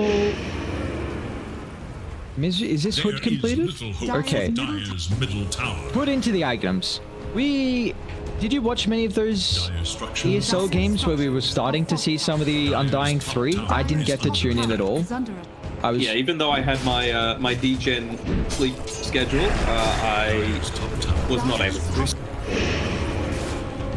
Yeah, I was just intrigued to see if there was the straight Aghanims rush, or if the hood was still something it favored, which I don't hate. Like, you're gonna... I think the ramp up is so hard if you're trying to go straight Ags rush, right? Utility in the super early game to make the payoff work. Like, it does seem at the moment they're going to be off the back of a tiny burst, and even when PL shows up, it's very magical because the diffuser blade. So it's going to become a lot easier for him soon, though, right? He's level 9. He's almost reached level 10 with that really important level 10 talent plus 55 decay damage. Again, remembering that the damage gets doubled for creeps, so you're almost enabled to immediately one-hit a creep wave. I wonder, once he goes into the Aghanim Scepter, I wonder if he might try and go like a Pirate's Eye. A little bit of an extra deal coming through. How the hell that happened? I just smoked from Galaxy Racer. He tried to dodge the X combo, but Alacrity waited for the yours and then dropped the Torrent Boat. So this is a lot of space. Where's PL looking like? He's third in net worth. Where is Phantom? There it is. Got the Fusel. So Fusel and Yasha and Natsumi. And they That's a big deal in particular for Mizu to be able to fight into, right? Like, I feel like at the very start of these team fights, PL just needs to close in on him and prevent him from trying to stack days. So, wait him getting off Tombstone, the Flash Golem, that's a huge detail. Probably not going to be the case. Dying could have the time to pop both of those abilities, but you don't want to see him getting off more than, let's say, 2 decays in a team. It feels like it will be very difficult if the game goes on. We've got a couple of binks picked up, however. One on Yocam, so one on Boomy.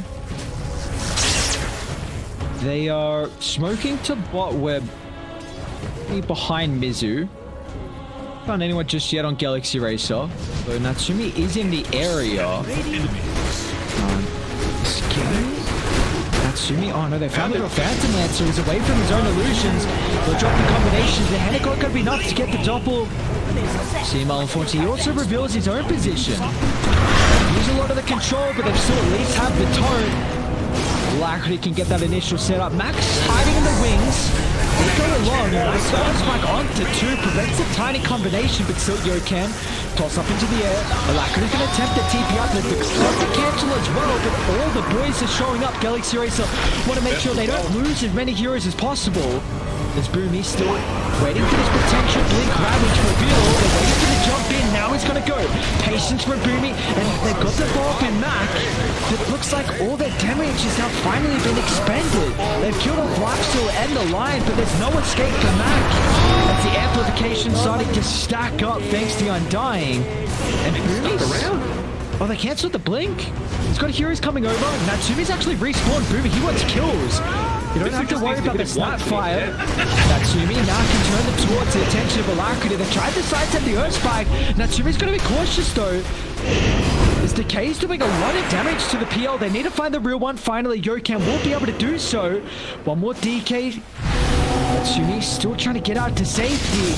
Mitsu doesn't have too much meta to play with the Earth Spike. One more timing needs the meta. Silvering still on cooldown, but the right clicks will be enough. Insane gameplay coming out there from Jokev, just multiple times hitting these clutch Earth Spikes onto multiple heroes, catching out the PL, and well, it's looking like a pretty PL game, but not if you're dying a couple of times in a row. My first reward. Very big the fact that, like you said, 2 deaths in a row there for Natsumi, and Radiant just accumulating a bit further of a lead. They're up to 3,000 right now. Your dream is... He was showing some patience on Boomy with the Blink Ravage there. I think it was a little too patient. He's able to Blink Ravage before the Razor goes down. I think that's a completely different team fight. You know, you're able to get the next use of the static link onto Mizu. You don't end up falling on PL the first time, and you might even be able to get the turnaround kill. But instead, Step lively now. they've picked up some neutral items, really value one in the bullwhip for the Undying, who still has a few issues of being able to get in onto targets. Really nice Solar Crest timing out there from the position 5 Snapfire that's just going to be prioritized onto Mizu there. He's the one that they're basing their team fight around, and you know it, he's only 600 gold away from his Aghanim. Feels like Radiant, I'm worried for this next set of team fights. We've seen how survivable the side of Galaxy Racer are. Like Alacrity, BKB, Blade Mel, 2300 health. Lifesteal, what's he up to right now? 1800, but of course the effective health he'll get. Mizu brought down top though, so as soon as I was about to speak about how survivable the Undying has been, he does get picked off from Mac and Boomy, so a big kill to kind of relieve some of the pressure that's been building up. But they're actually still sticking by. They've got Ravage. In your dream, they're not going to be able to get at least the Ravage before the raid, but it will give them the opportunity to cut down Yokan. He was a big X factor through the previous fight, but now with the rest of Polaris looking to show up as well, making a 5-man whack. Toss up into the air. 2 heroes remaining for Galaxy Racer. I don't know if Alacrity can get away with the TP not available, so a very preemptive use of the BKB. The puck under its feet. Oh, stuck in. At least they'll get some distance away in your dream. Still gonna look to turn. Maybe the Lifesteal can do it. They're trying to soak him dry with the damage. Nico, is it gonna be enough? Now he's got nothing in the tank. Just tickling Mac, and back they go. As Polaris don't even lose anyone. A little unlucky there that he wasn't getting the Maelstrom procs, even while he was trying to commit through the static link. So I feel like In Your Dream is doing really well. You know, he's playing around the rest of his team, making sure that he's got the infest. He never seems to use it for his own safety. It's always to enable his teammates to survive. But unfortunately, he just wasn't there in time. I can understand why Mid so close to picking up that Aghanim Scepter. So just wanted that little bit of extra farm. Ends up costing his team a whole lot more though. Well, this is huge for Polaris because I was very worried about the fresh items that Galaxy Racer were going to have through the mid-game team fights, but it's given time for Natsumi. Sunjin Yasha now complete for him, and he is almost equal with the Conker's net worth and is actually about to topple that. But I feel like Radiant, they want to hit back straight away. Smoke on full. With a couple items now to reveal.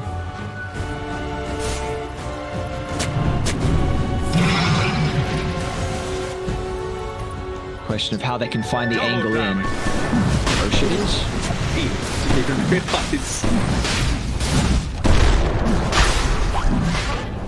This is Spotted it out though with the mud golem being sent through from Chen. I don't have Ravage. Counter it though. Ravage, yeah, still down for another 25 seconds. And with a decent amount of minus armor, I think Galaxy Racer should be able to snatch it for themselves. I like the way the Paulson used the little shredder around it as well. He tries to maximize the time that the little shredder debuff is on Roche. He hits it like 4 times, waits a couple of seconds, then hits it a 5th, then waits, hits it a 6th. Just so that you're always going to have some kind of minus armor potential.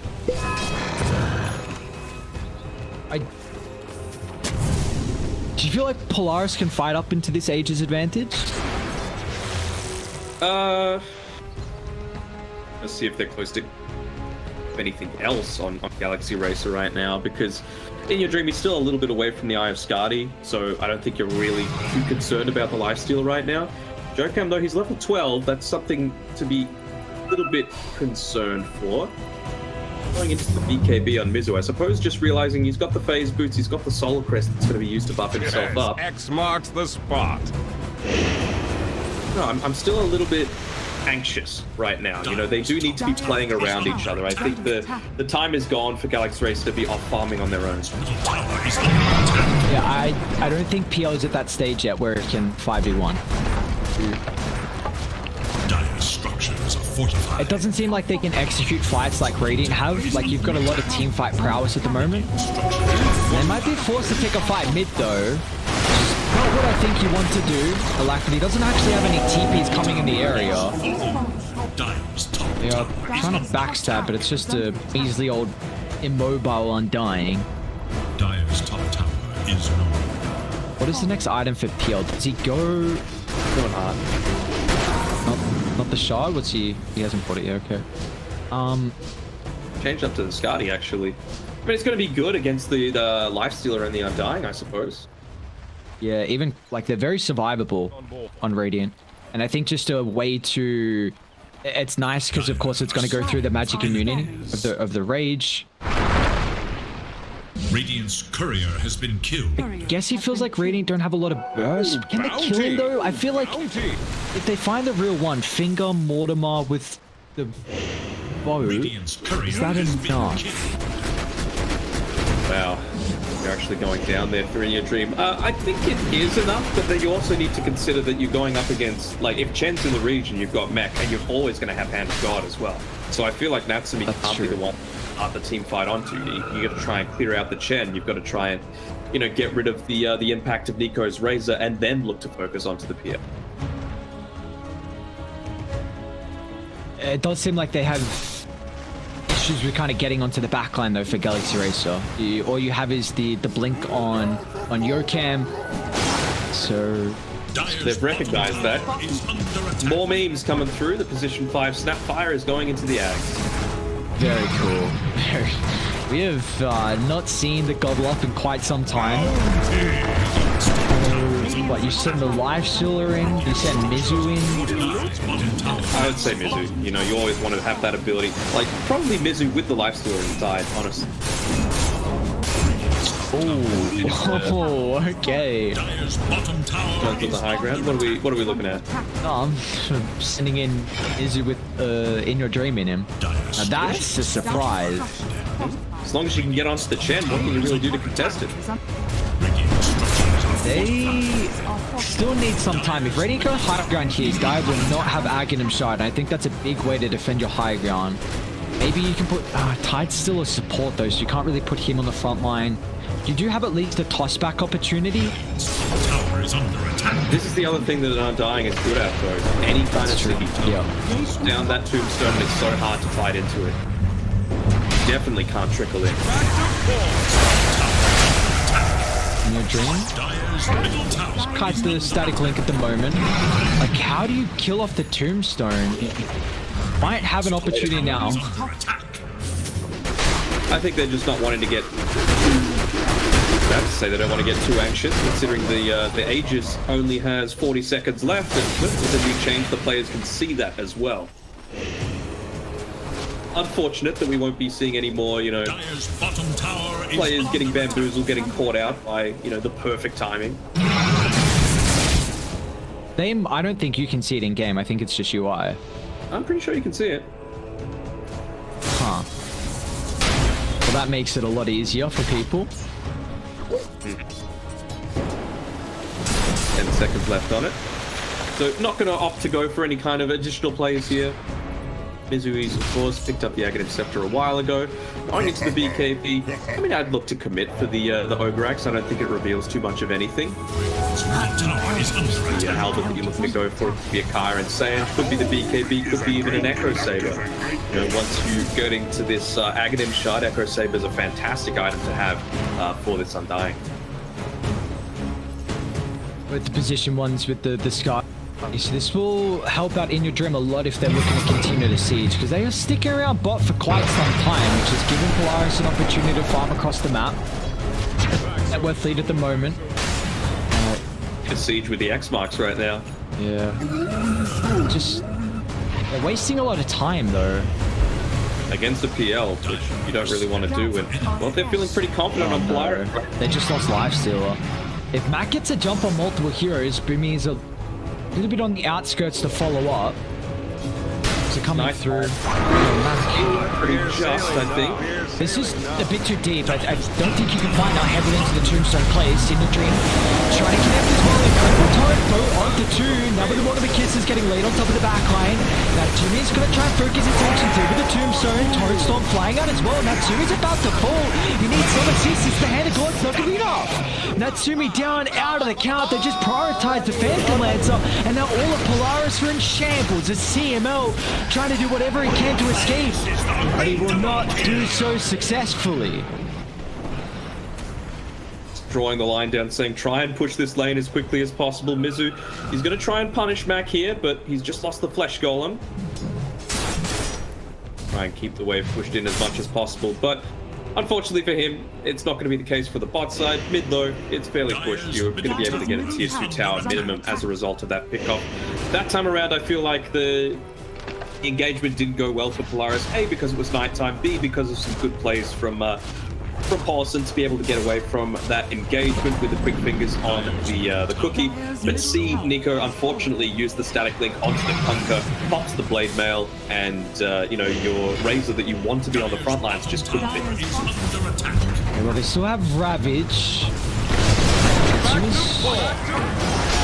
We're gonna have at least the PL up very shortly as well, but Max committed in. This is a lot of trouble here. They've been pushing back with the tidal wave, but at least Mac has the BKB, but look at Alacrity go to work. This Kunker. Stole 3 health away from a Snapfire, I believe. So again, that's 2 times now for Nico, unfortunately, that he wasn't able to get maximum value out of the core tenet of his hero. And Alacrity with all this AoE damage, he's going Shivas now. He didn't go the torrent damage or the stun knockup. Of course, as a position 2, we still see often the damage and strength prioritized, but would not be surprised if we see the 80+. And he is very close to 20. And I mean, Tidal Wave will just give you an extra 250 damage. So it's just all about the AoE factor to try and deal with the Phantom Lancer as best as possible. Gonna have to deal with their base pretty shortly. It's continuing to pushing. You've got CML to somewhat deal with it for now. Again, Galaxy Racer, I like this. They're just constantly playing around each other, not wanting to get caught off in any sort of sticky situation. Only now does In Your Dream put the TP away, and it forces a complete retreat from the rest of the hero. Mizu is going into that Aghanim Shard next. Around the 850 gold away, and Roche is going to respawn in 2 minutes. That could be the one with the Ag Shard itself, so that could be a big bonus for him. Max actually jumped in. He's not an easy person to bring down. He's going to make the attempt as well. It's a beautiful Ravage clipping multiple heroes in the back line, and Mizu's gone. A big pickup to be able to find. Nico's also draining down in your dreams. The life source not going to have too much damage in engagement. This could be the fight for Lawrence to turn it all back around. They brought down 2 successfully. They're going to look to turn for Alacrity as well. Now he's got a bunch of health to go through thanks to the bonus infest. They've got to think twice if they want to stick. They forced out a lot on the initial lives. It's going to cost Nico now as in your dream back in the midst of it all. There's a pushback CML. They don't have the stun nor the damage to cancel the TP, so CML will make it. It was still static linked, so he was being drained while infested inside of Alacrity, so that 171 damage reduction meant that he wasn't able to get the cleanup kill onto CML there. He was in a little bit of two minds as to whether he wanted to pop all of his cooldowns. You know, he opted for the Soul Rip instead to get the initial heal before popping the Flesh Golem, that additional strength bonus. So Flesh Golem a lot faster. Spell cast speed time, I suppose you can call it. There's no wind up to it, whereas you do need to clap your hands together for the Soul Rip to happen.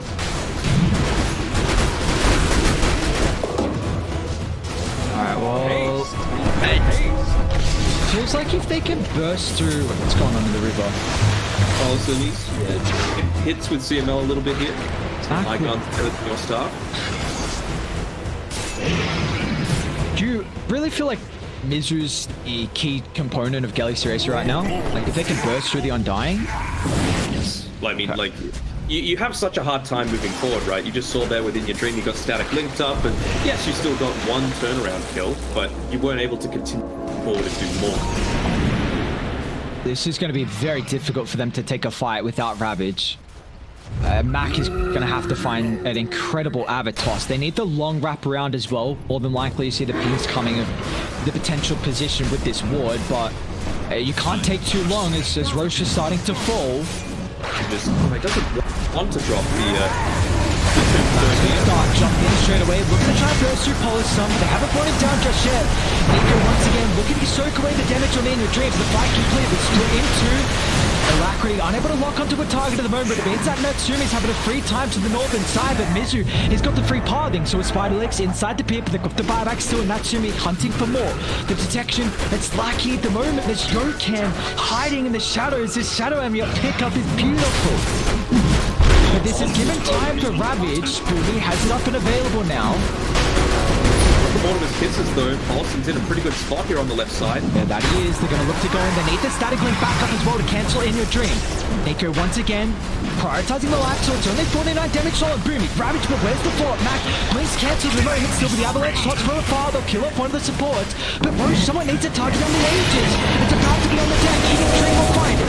So the extra life going over towards the live so, but now it could be the Phantom Lancer show. Natsumi has to play the wings of the fight. You've got to rely on the illusions to divert to the metal. They'll kill off the Undying. They're turning for Alacrity next as well. It's all up to the live stealer.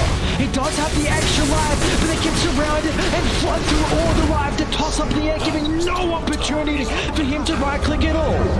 Round 2 ready to rock and roll, but Polaris, they're more than happy to deal with it. Unfortunately, they will not have a way to go through the BKB and TP out. But what a fight in the mouth of the pit. It did cause quite a heavy... As soon as those Mortimer's Kisses started to rain down, immediate blink over there by Boomy to try and interrupt it. Ended up catching out Jokam as well, and a little bit of a stroke of luck. But what that meant was there wasn't the control around the Roche pit. So In Your Dream, able to secure the Aegis for himself. He even ended up taking the Aghanim shard as well, giving it over to himself. So he's got the open wounds available for him. And, extra damage that you're able to deal against the likes of a Tiny or a Tide Hunter is going to be pretty effective this early on. Just saying to Mizu, screw you, buddy. I know you've been waiting for this Aghanim shard for quite a while, but you're going to have to spend your own money on it. That's a huge swing as well, and do you reckon this new net worth graph is a little bit hard to read? For someone like me that's colorblind, yes. Knowing what is associated with what. I assume the bluish one is experience, the darkest one is win probability? No. I mean, No, that's net worth, right? It depends. Where's the line, and I'll tell you. If it's all the way at the bottom, that's net worth. Okay, that's expected, because win probability, I can see the writing in the top left, so it's around the middle mark. Yeah, for anyone unaware, I mean, I'm pretty sure you just said it, but Port Dana, unable to see colors. The double up. BKB. They've got no hand of God as well, so Max just getting chunked down. Fires gobbles. No, I didn't even know that graph's crazy. Alright, well, that's no buyback. You got Ravage at the ready. Whoever needs to get back and start spamming illusions. We saw previously was very important the fact that Galaxy Race had minimal mana for the fight. Saw a very similar thing happen last game. You know, just stick one hero on the front lines that's very hard to kill. Have Paulson there or whoever it is that's got the Solar Crest. And just put it on. Oh, nice torrent, Boomy. Four stack is too close for comfort. Tombstone's about to tick. Dire's middle tower has fallen. Looks like they're content with that tier 3 tower and they're going to look to reset now.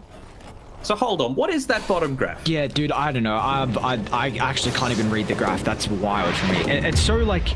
Dire are scanning for enemies. Yeah, no, I don't know.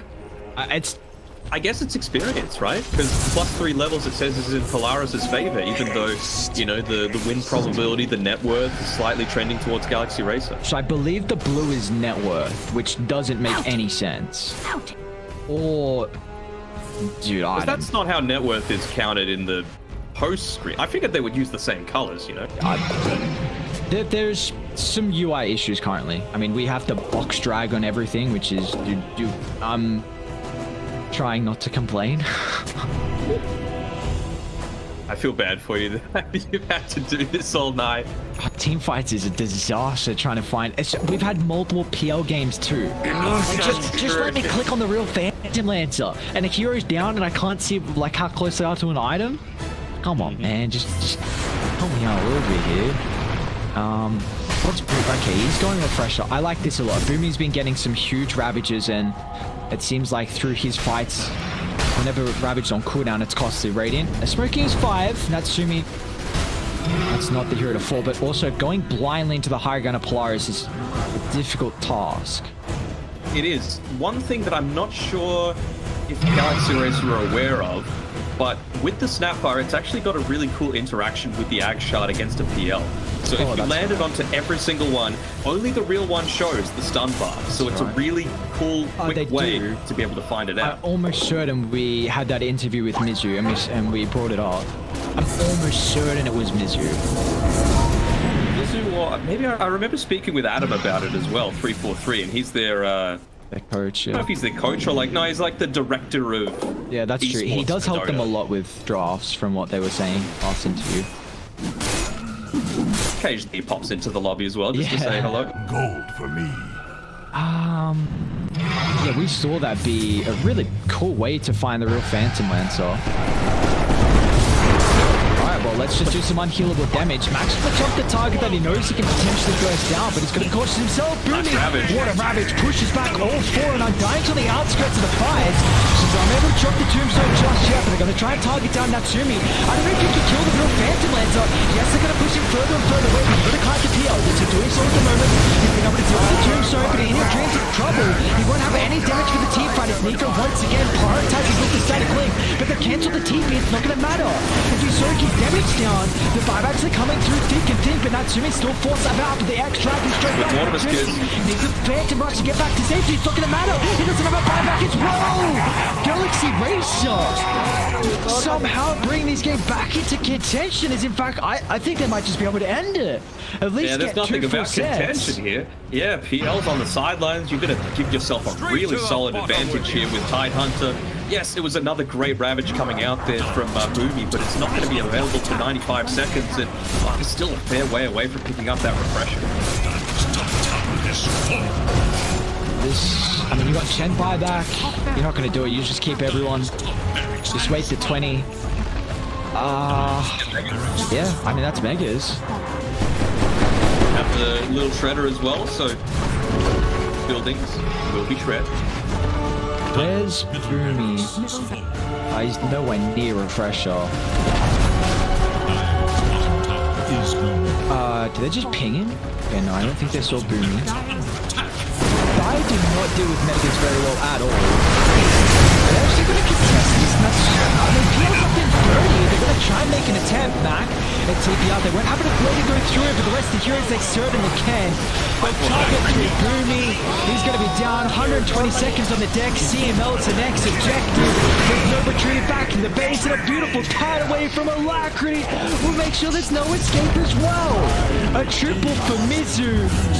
As 3 cease to exist, and now the tier 4s are under siege. All the Hivex coming through. They've still got the glyph if they want to look to pop it. Lost one tier 4 tower. I feel like having the extra damage coming through on those tier 4s. Oh no, they need Nico. He's got to zap away the damage here. Maggie Gems attempting the backline, but he hasn't got the BKB. There's no space as well being provided. Natsumi just bidding to Mizu, but they don't have the detection. At least he has a buyback, but Natsumi starts with cautious figure. Zap down, he's gone. And that should be all she wrote as Galaxy Racer. What a series! Taking it 2-0 over Polaris. Oh, the tips! Dude, salt in the wound. Just tipping more for on Nico. Oh!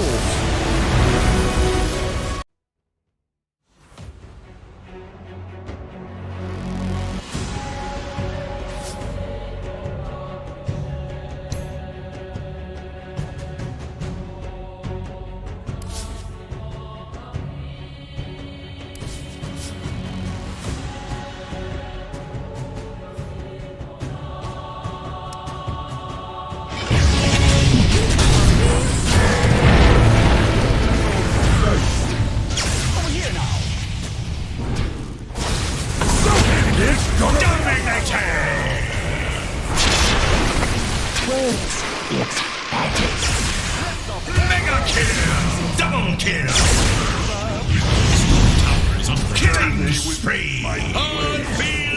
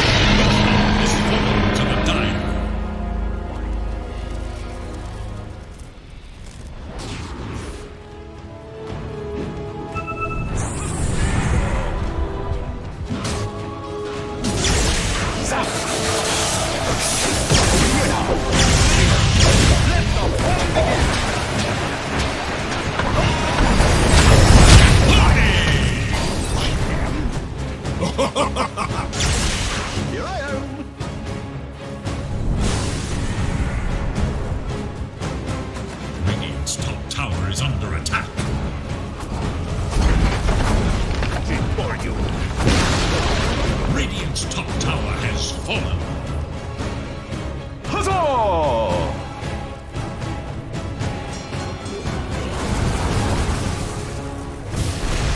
I'm over here! Radiant's top tower is under attack.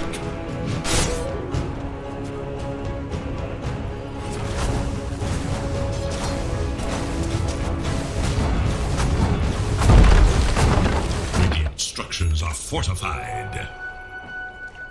The Dire scan, on the hunt for Radiant forces.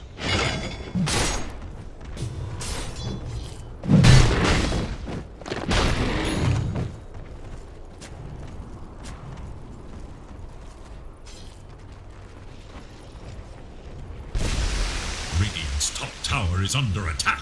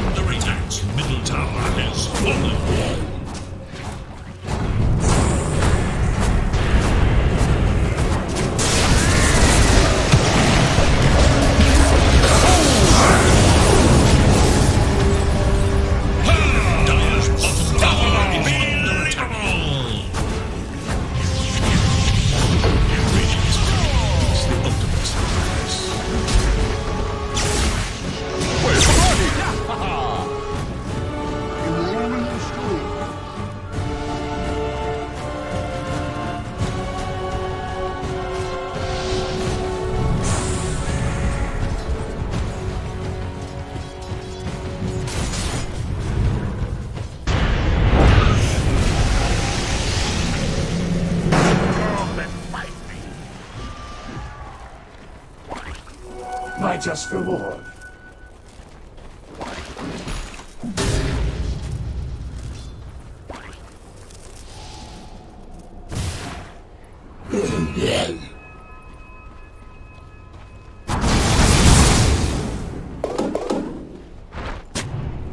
My Over here now!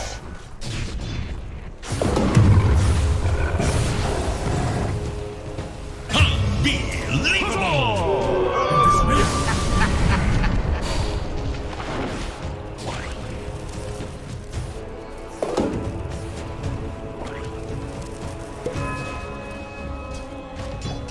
easiest money of my life.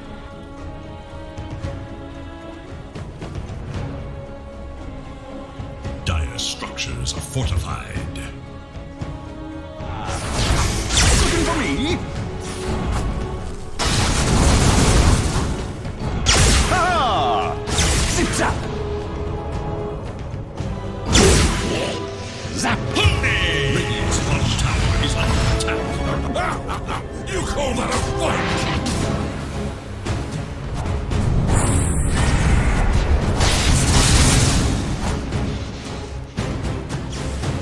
Radiant's bottom tower is under attack.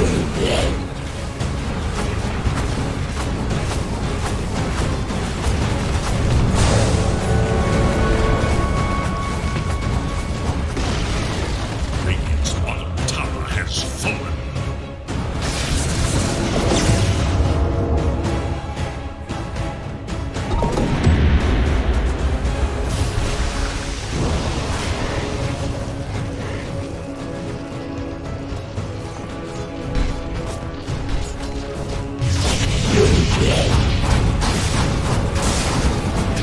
Mega kill!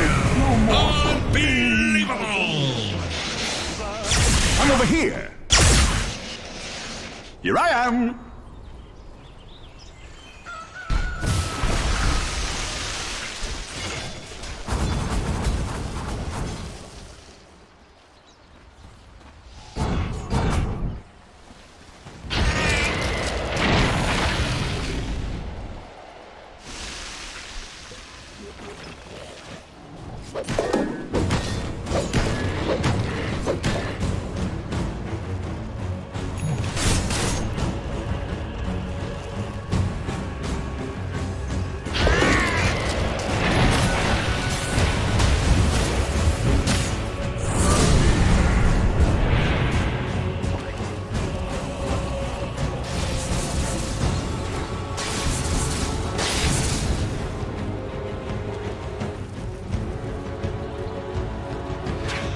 Dire are scanning for enemies.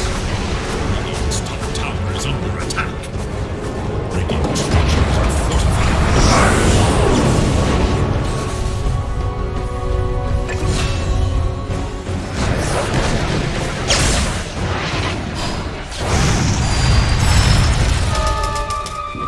Huzzah! Looking for me?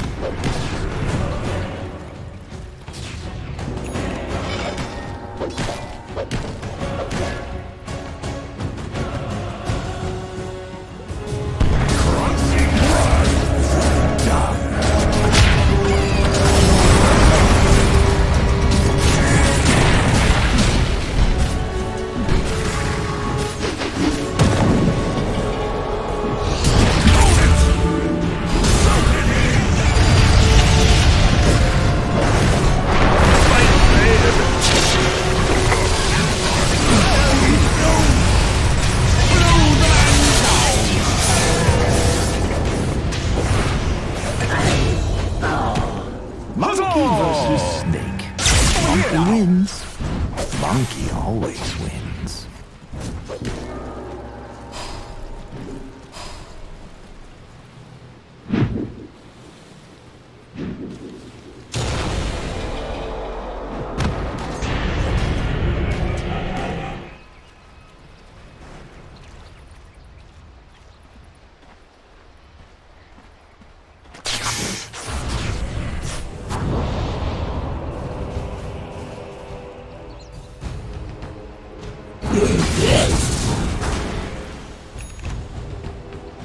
Dire's top tower is under attack.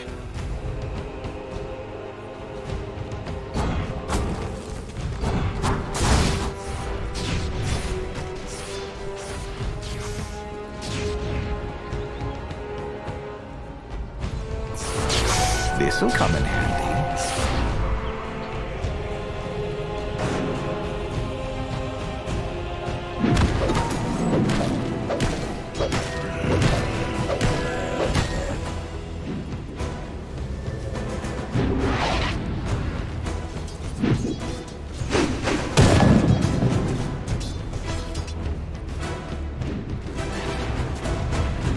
Dire's top tower is under attack.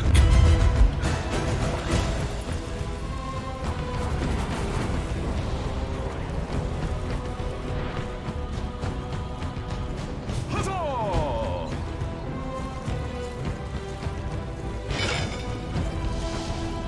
The Radiant scan, eager to know Dire's whereabouts.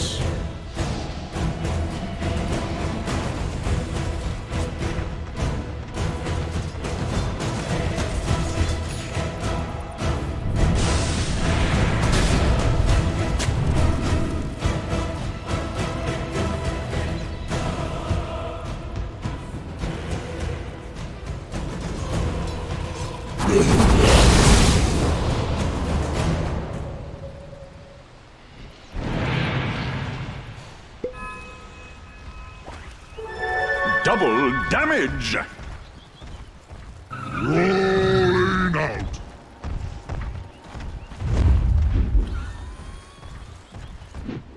Dire are scanning for enemies. Huzzah!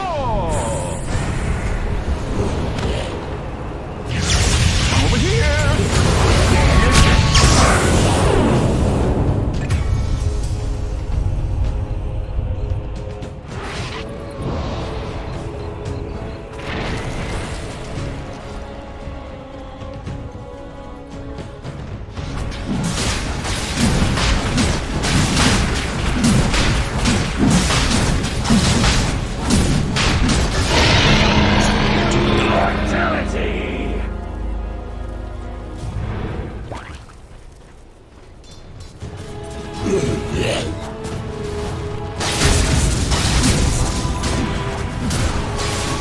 Radiant's top tower is under attack.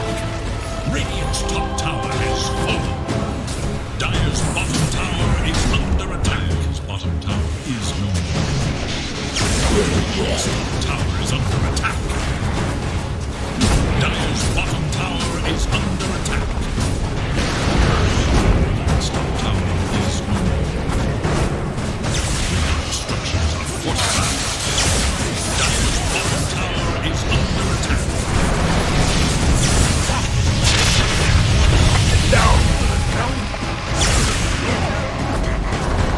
Radiant's top barracks has fallen. Even the dead can be reborn.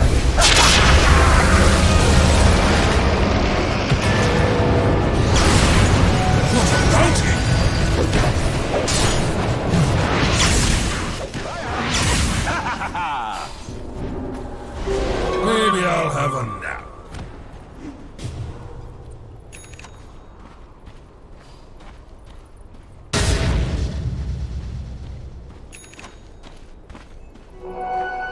Is under attack.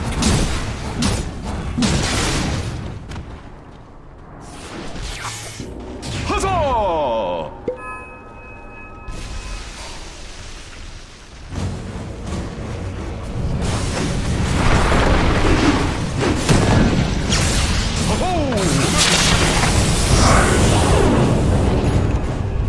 Radiant's courier has been killed. Each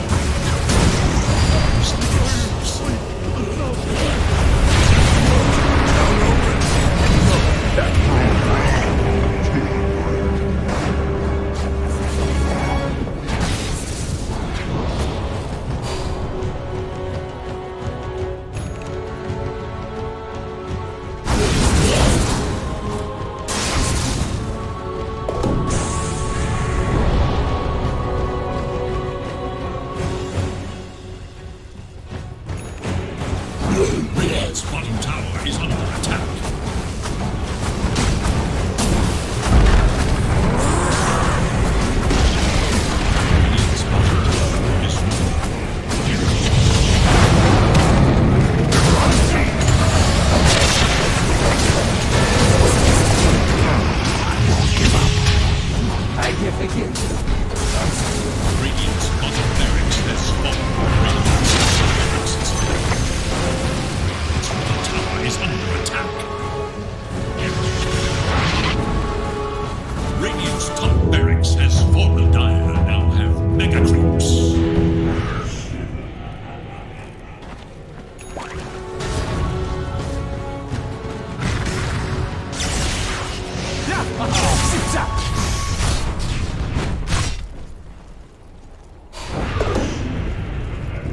Huzzah! A rolling stone. What a bounty!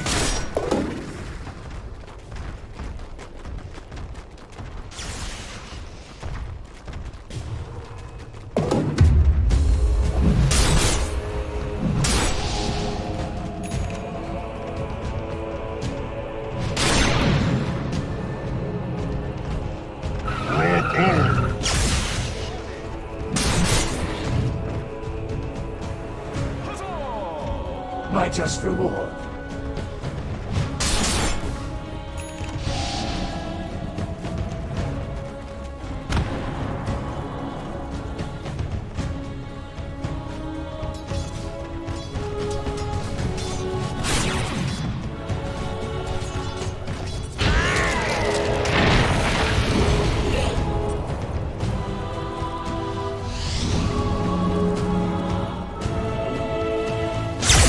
Zap! Over here now! Touche!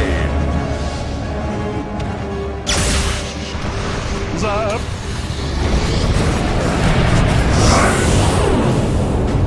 Killing spree!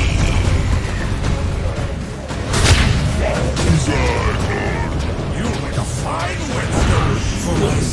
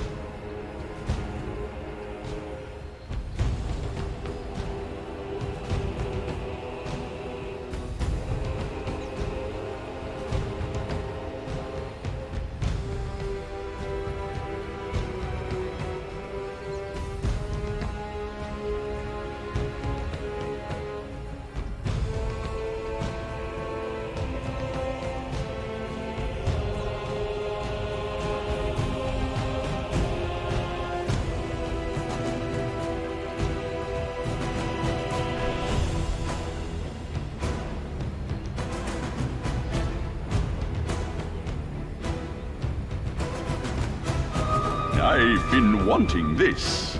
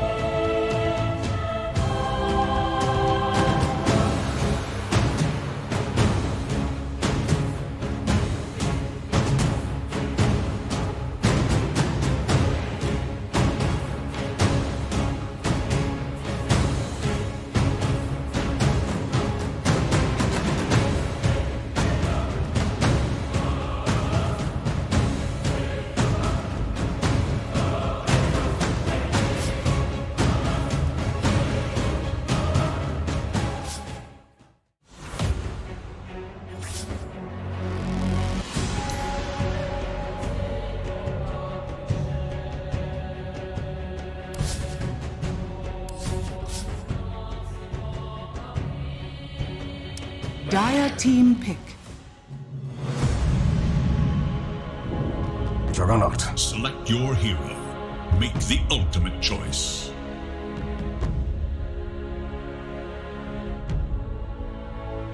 Bloodseeker 2. Huh. Alright, I do give it to Hustler, the Spirit Breaker, that's good. Well, this was also the hero he performed best on. Would you that? Yeah. I'd say so too, right? It was just game 1 where we saw with his introduction where he looked very good. I mean, you don't really have much kill threat against a Juggernaut, right? I mean, I suppose the Blade Fury has a long cooldown. I think it's 46 seconds at level 1. So in between, of course, you're going to have the magic missile into the Blood Right to put a decent amount of harass onto the Juggernaut. We are going to see the Jianuel Lion coming through.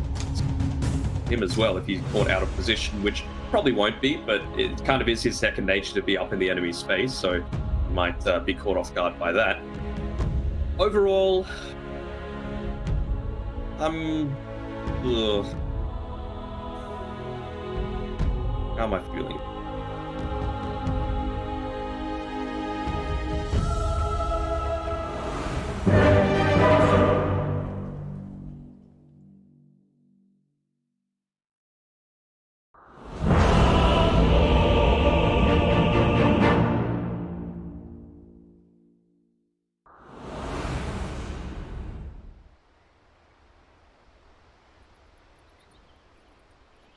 Prepare for a lesson.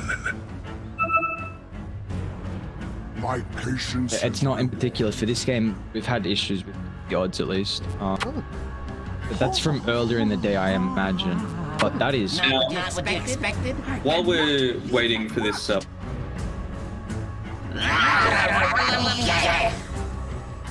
flash of inspiration. Well done.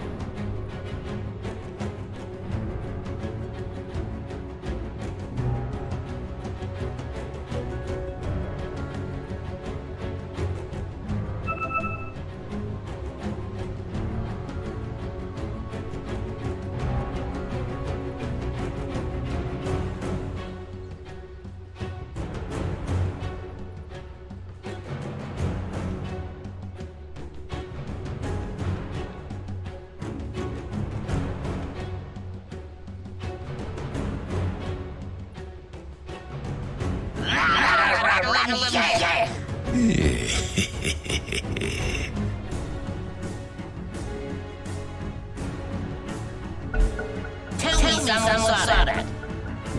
I don't think it's going to cut it for Neon. Not at all. Not with how their performance has been so far, but I mean, what more could you want, man? You got a Makoto Storm Spirit in a game where it looks like a hell of a Storm Spirit game, and that's giving me a bit of worry here. So I'm gonna go Neon. I feel like Makoto can just take over. Like, he's also been performing very well for Neon, but unfortunately just unable to convert it into victories. And I feel like this is a game where they might finally be able to.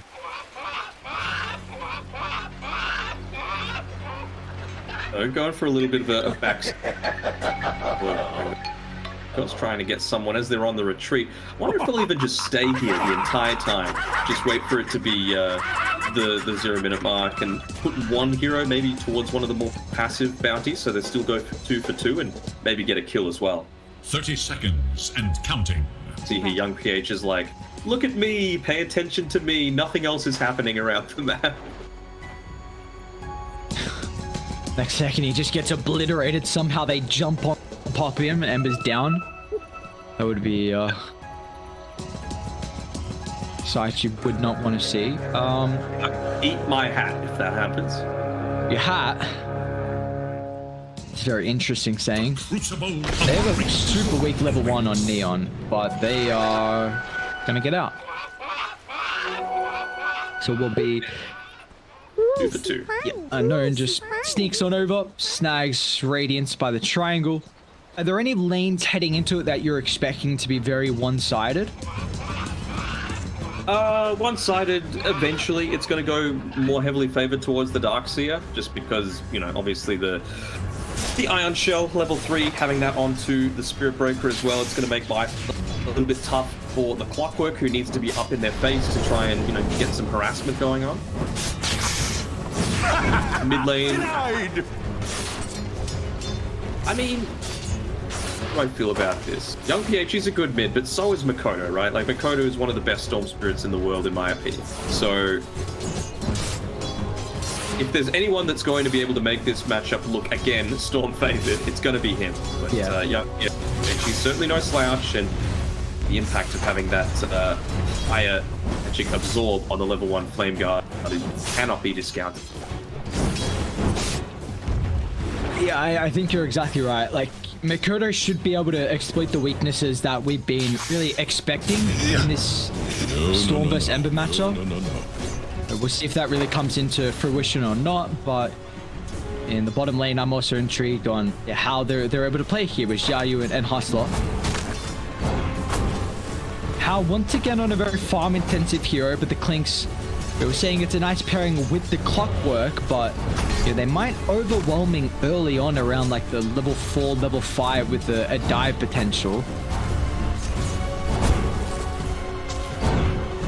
Like it could even be sooner. You know, they've certainly got the tools for it with their heroes just intensive with their skills, not needing any items super early on just to be able to deal with a lot of that harassment coming. Both camps being blocked up on the bottom side. Xiaoyu, Hustler, I think they're totally happy with this. Actually walks into them. A little bit keen, but I suppose Xiaoyu's running a little bit low on mana right now, although he's had a null talisman with it out, so he's going to have some of the passive regen coming out, as well as the spell amp bonus coming through for the Iron Shell. Still though, it's only at level 2 that he's going to look to try and get really aggressive. It does look like both the safe lanes at the moment getting a decent amount of farm. As Unknown up top, he's got 12 last hits compared to the 8 at the moment for the Vengeful Spirit. So Radiant is going to be very passive. Like the Venge eats the Aghanims. Clinks is just going to be farming around the triangle. And I feel like this is all reliant on the Ember and the Clockwork once he hits level 6 to make a lot of the plays here for Yangon. Yeah, for sure. I mean, the Bloodseeker's there to essentially... I mean, they might even look to make a plays if they're trying to target the Juggernaut, for example, right? It's going to be around the initiation on the Bloodseeker with the Rupture. And you might think, oh, he's just going to be able to spin TP away, but that's why you need to be saving that for... How the hell does that happen? For the... How does that happen? Oh, no. Dodano's fault. You said the hook shot for the spin TP is essentially what I'm trying to say here. So I don't think you can look to use any initiate for that, because outside of the Vengeful Spirit that wants to be sitting back a little bit more passively and farming, you're not going to get the true value out of any sort of aggressive initiation onto the Jug unless you've got that BKB piercing to save. Lane's not going to get much easier now for Hal. You've got double null, and Xiaoyu has already got the Aghanims queued up as well, so we did see this item nerfed a little bit. It's not enough to make it, you know, take it away from being strong. It's what, 25 health reduction? That's pretty insignificant in the big scheme of things. It's really the extra charge on it, just being able to buff up multiple heroes, that's the big strength of it for mine. Rolling a bit at the moment down bottom, Hustler. Blocked in the cogs. And outputting a 30 damage, but who's actually bringing down who first? It looks like Hustler will be the one to find it. At least Hal gets some solo experience and 191 gold to boot. Xiaoyu nearly griefed Hustler there by body blocking him as he had a Clockwork with level 2 Battery Assault looking to follow him down. Again, it's going to be so hard for the Spirit Breaker, who, again, he doesn't even need to use the TP to get back to the lane. He's also been able to finish up a Spirit Vessel nice and early. So yeah, just charging his way down to the lane, free to make any kind of defensive rotation through to the side lanes if need be. Searing chains. Does look like Makoto is just snowballing this matchup. 40-11. I have to imagine it's a lot of jungle creeps. He does have about a 400 net worth advantage, but he's looking to utilize the level 6. Unfortunately, it just doesn't lock onto young PH at the moment. Bottom lane, still action. Continuing as Xiaoyu will be chased out from Lun. Simultaneously, Hustler is going to dive deep under the tower. He's got the damage over time thanks to the Iron Shell, and actually going to look to man fight as well. Yeah, I don't think you mind that trade. Obviously, Darkseer going down is a pretty significant deal. You know, he needs to be continuously farming, just having that Iron Shell out there, but it's much bigger of a deal for the Clinks to die, and Makoto just showing again his lane dominance, transitioning into something like to go for a kill, although missing the chains. Makoto just the safety.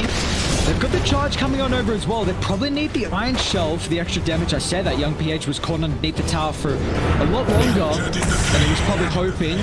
At least the stick charge is providing some escape avenue. You're gonna be forced to tick out. Oh, multiple bounties. 10 health. He's out to safety. Getting away a little unfortunate there. If he went down, that would have been a disaster because that was a guaranteed kill onto Makoto if he landed the Searing Chains. Unfortunately, just clicking onto the creeps instead as they make an aggressive move onto Zorain on this top side. He's just stalking them right now. Freshly picked up haste, and he can gap close on Genuel. That was Waiting here, they're trying to get a kill onto the Clinks in response, and this is a Clinks in the laning stage, so he doesn't have any points into the Skeleton Wall. Kodo is having a very good start, top of the net worth. Soul Ring Tread's about to be completed. You also see Unknown having a incredible time as well, and he has his Battle Fury also queued up, so you're back into the high emphasis of looking to just flash farm at the best he possibly can. PH is doing his best to try and bully Makoto, but he's got way too many resources to play with that I think it's going to matter too much. We've got another charge in onto Hao, just keeping the pressure up consistently. Xiaoyu, he will be a little bit short on being able to land onto Hustler though. Rainbow TPs, Hao's gonna get out. It's actually Hustler. I don't think you mind. This is a ton of space created for the other lanes as well, just continuing to allow Makoto to have a safe time farming, and now Unknown knows that he can just safely transition back to the jungle and have a free time. We're actually forced to drop wall just to deter the clockwork, so there's a big ulti that they may have needed just to have the extra damage to clean off the Hao Clinks. I think it's not that impactful super early on. Honestly, we see Darkseer has not even looked to go into the wall replica this early on, obviously just wanting to prioritize a little bit more of that utility for the gank potential. This has already got level 6, my god. Another TP down. Look at the space they're creating. Unfortunately, this time they weren't escaping all 5 heroes. Is anyone have TP available? Radiant's middle tower is Just the Clinks is about to have it up. But that is so much time. I mean, Makoto's just taking away the mid wave. Top is free farming on Unknown. Power of the Spirit Breaker. Pull the enemy to different sides of the map. And see now there doesn't even need to be in this core role. Well, I wonder if he's going to go for a cheeky play just to try and swipe back the bounty rune. Decide against it to move back towards the mid lane. Say that. Around a little bit. Dire should look to their bottom Play towards the top side of the map with the siege creep as the TPs start to come in. Hao has to be careful about showing himself too much. Still all grouped up though. All these heroes in the one space means that experience graph is going to heavily be favoring OB Neon, even though the gold graph is relatively stable. It is nice at least with how Radiant have set up a lot of their wards. Just around the river, where the split breaker. Yeah, so the charge in onto the Bloodseeker is going to net them almost certainly a kill. I don't know about this TP, my man. Sure, you might be able to say I can create space too, but you got to stay farming. Yeah, he's finding a couple opponents already towards the Ags. He's actually just brown boots into it, so he's got the Blade and Ogre, but with Unknown TPing down bottom, this should be an early tower to find. This is a nice thing about the Juggernaut, that you can poop up in a lot more earlier fights just to offer some prowess here and help take the objectives, where we see the Clinks can't really do that. Yeah, you're so much squishier as the Clinks, but as soon as you commit to something, if they look to make a rotation and all of the supports aren't right there to protect you, you just so vulnerable. And of course, much more self-sustainable. They're going to look to try and defend top as well and in fact get their own kill. They've got the vision on how Makoto even holding dust as well. They need the TPs once again, but they're not going to be fast enough as he's out down from the back line. Makoto might be in a bit of trouble, but the stun lock is still not showing at the moment as he can zip off to dodge the blood riot. You know, the stun starting to fly chains last second. He's still ruptured up as well, so just has to stand his ground and man fight. They need to offer some blockade for the Storm Spirit, but the inevitable does finally occur. Hustler still even looking to go forward for more with one more bash. Just get the kill. Ember's completely out of mana. I think Hustler's fine. This is why Lion's not the Zhao sort of hero. Well, actually, good use of the mana drain there to make sure that he can't continue to move on forward. Yeah, it was actually a really nice hook through from Lun there, making sure he was able to land onto the true target in the Storm Spirit and go through two heroes on the way, so even getting them stunned up.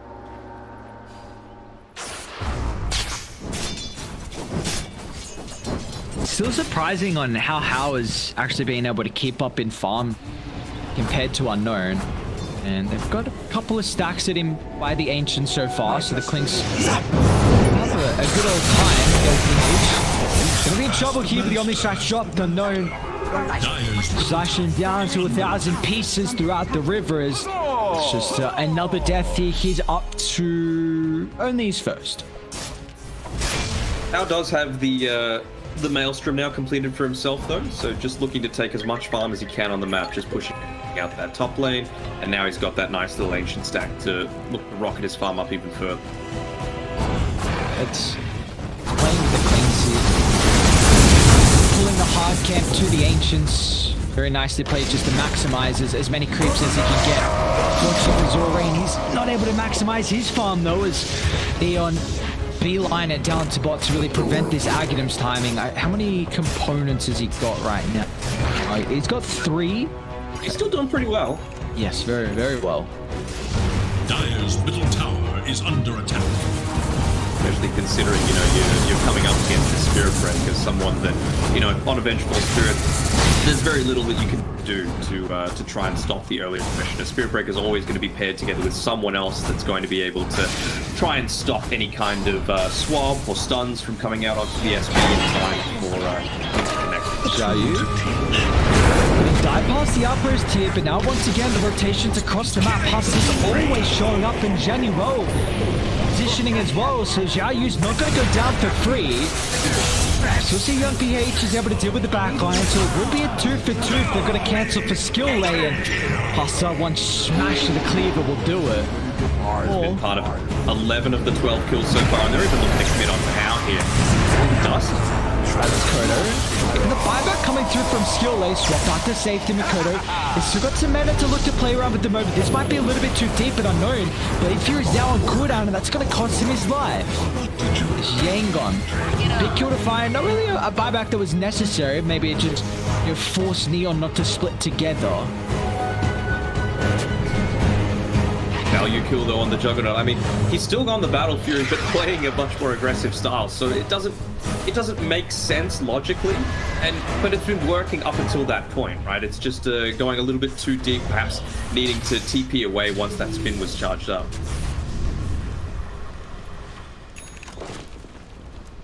Young PH has done a very good job too. He is more farm than Makoto. I wonder if this is off the back of Storm not really prioritizing a lot of his. He's also got 104 lost hits, so I wonder why Makoto's fallen so far behind. Dire's top tower is in danger. He has been rotating around a lot. It hasn't always resulted in a kill, and a lot of his time has been spent running away from a few of the engagements that Yangon were trying to make onto them. Now though, got the Aghanim set up, they're feeling so much more confident in being able to push. still does feel like, you know, who do you rally behind to actually do the tower damage? Though obviously you've got the Clinks who has the capability for it, but you've got multiple ways to lock you down right now on Neon's side. Neon also... like Makoto. If Makoto reveals bot or mid, they'll feel a little bit more confident to try and make a play happen, just because he's going to at least have to expend his GP, and it's going to be a little bit more obvious. They've got some okay burst potential if they get that initial lockdown with Hal. Hustler. Just shadow amuleted here. Behind the tower. Everyone's none the wiser. Looks like they will give this one up, however. Here on the... Definitely weren't wanting to. You see how long they were trying to stick in the area. How many times they've brought their forces to defend it, commanded them to the top side. They might have to do it once again as Radiant. They're underneath an observer. Nice sidestep from Jiayu, so instantly they ping it out. They should know that Hustler's here as well. They saw him walk forward and place the ion shell onto someone. He's still been able to stand here completely still like a statue. Can't move a muscle. Dire's middle tower is under attack. And this is... I mean, Hal is just free farming, but I know that Leeds has the Battle Fury completed, so he's working towards his next item, the Sanjin Yasha. But Radiant feels super strong to transition this into another objective. Did you want to see Neon try and defend? I feel like you have to for the tier 1 mid. I think you can now. Makoto was just really realizing, okay, I'm falling behind a little bit in farm. So it's not going to be fast enough with it already dropping fairly low. Radiant's bottom tower. Minnesota being able to get some of these new neutral items could give them that little bit of a power spike that they need. I feel like they're respecting the power that the Vengeful Spirit has now that she's picked up the Aghanim Scepter. I do like the fact that Venge has gone into the cloak as well. Doesn't even need to build into anything beyond that. Just the casual value coming out of it. Doesn't want to convert it into something that might have an active opponent just yet. It's just a lot of the damage. Target of the smoke. They're going to swap him back for the bleed effect. And you see the synergy showing. Hustler's going to be the next target. Bit difficult to kill off here thanks to the Bordeaux. That's level 3, so... They're happy with getting the kill at least, but he did find the Aghanims before he died. Here I am!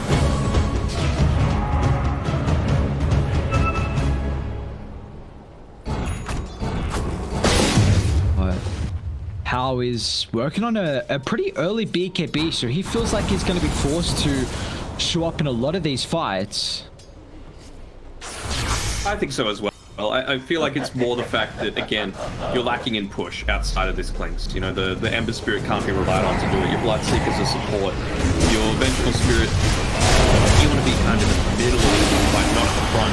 So they're coming over to try and play around with the illusion after the death. MPH got the DD. They're going to swap out Jiayu as well. The controls still continue to lack. Neon just don't feel safe to take these fights, and then Makoto hasn't shown up. Unknown's just teetering on the edge of the fight, and it's been all Yangon the past couple of minutes. Makoto just completely ignoring any kind of help that his team might need. He's obviously prioritizing wanting to go into that Bloodstone super early on. He's got the Kaya component. You're going to keep losing objectives and losing your important heroes right now. Yes, you've been able to finish up the Aghanim Scepter on the Darkseer, but I feel like a big part of the Spirit Breaker's effectiveness in this role is going to be having that Shadow Blade to be able to create a bit more chaos on the map. My just reward. It's Radiant. What level do they have in Wave of Terror? It is maxed out. They are targeting Sorain. A lot of forces being commanded down bot. And this time Radiant, they're still coming on over. Mass TPs at the outpost, Hustler. Again, it's gonna... Have they got detection? Okay, yeah. Sentry job, Hustler. So this time we won't be able to hide out of the Shadow Amulet. But they do go for a 1-for-1. Little play by Makoto there. It might not seem like much, but he made sure that he was showing in the lane just to allow Unknown to get that extra creep wave on the bottom side. He knew all of Yangon Galacticos were hanging around their outpost, so by creating a little bit of a distraction, creates more farm for the Juggernaut and also keeps this creep wave pushing into the tower. On the hunt for Radiant. Looks like it's continuing to be a lot of farm though for the Clinks. Like, yes, both position 1 seem to be getting exactly what they want out of the map, but Clinks is going to have big BKB timing here, where I'd like to see Yangon make a play across the map now. If they can get an objective, then they can definitely lead it into Roche, especially with their vision control around the top outpost as well. The real difference that I'm seeing is that it's just like, yes, Clinks can spend a lot of time farming, but it feels like he's much quicker to be able to join team fights just through the use of the skeleton walk. Go towards this bottom side, has to be a little bit careful if they did opt to try and make an aggressive move with Jiao having finished up the Blink Dagger. Might be trying to go for a smoke here with Darkseer, Spirit Breaker, and Jiao Nuel, but it's going to be underneath an Observer Ward, so that should have been pinged out.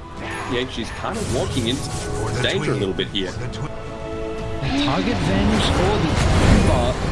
Looks like they're going to go for both. It gives the opportunity for Young PH to pop a very early BKB. It doesn't have too much mana to play with in the tank with at the moment, so it's going to be cautious of the rotations, but they're still coming through thick and thin for Radiant.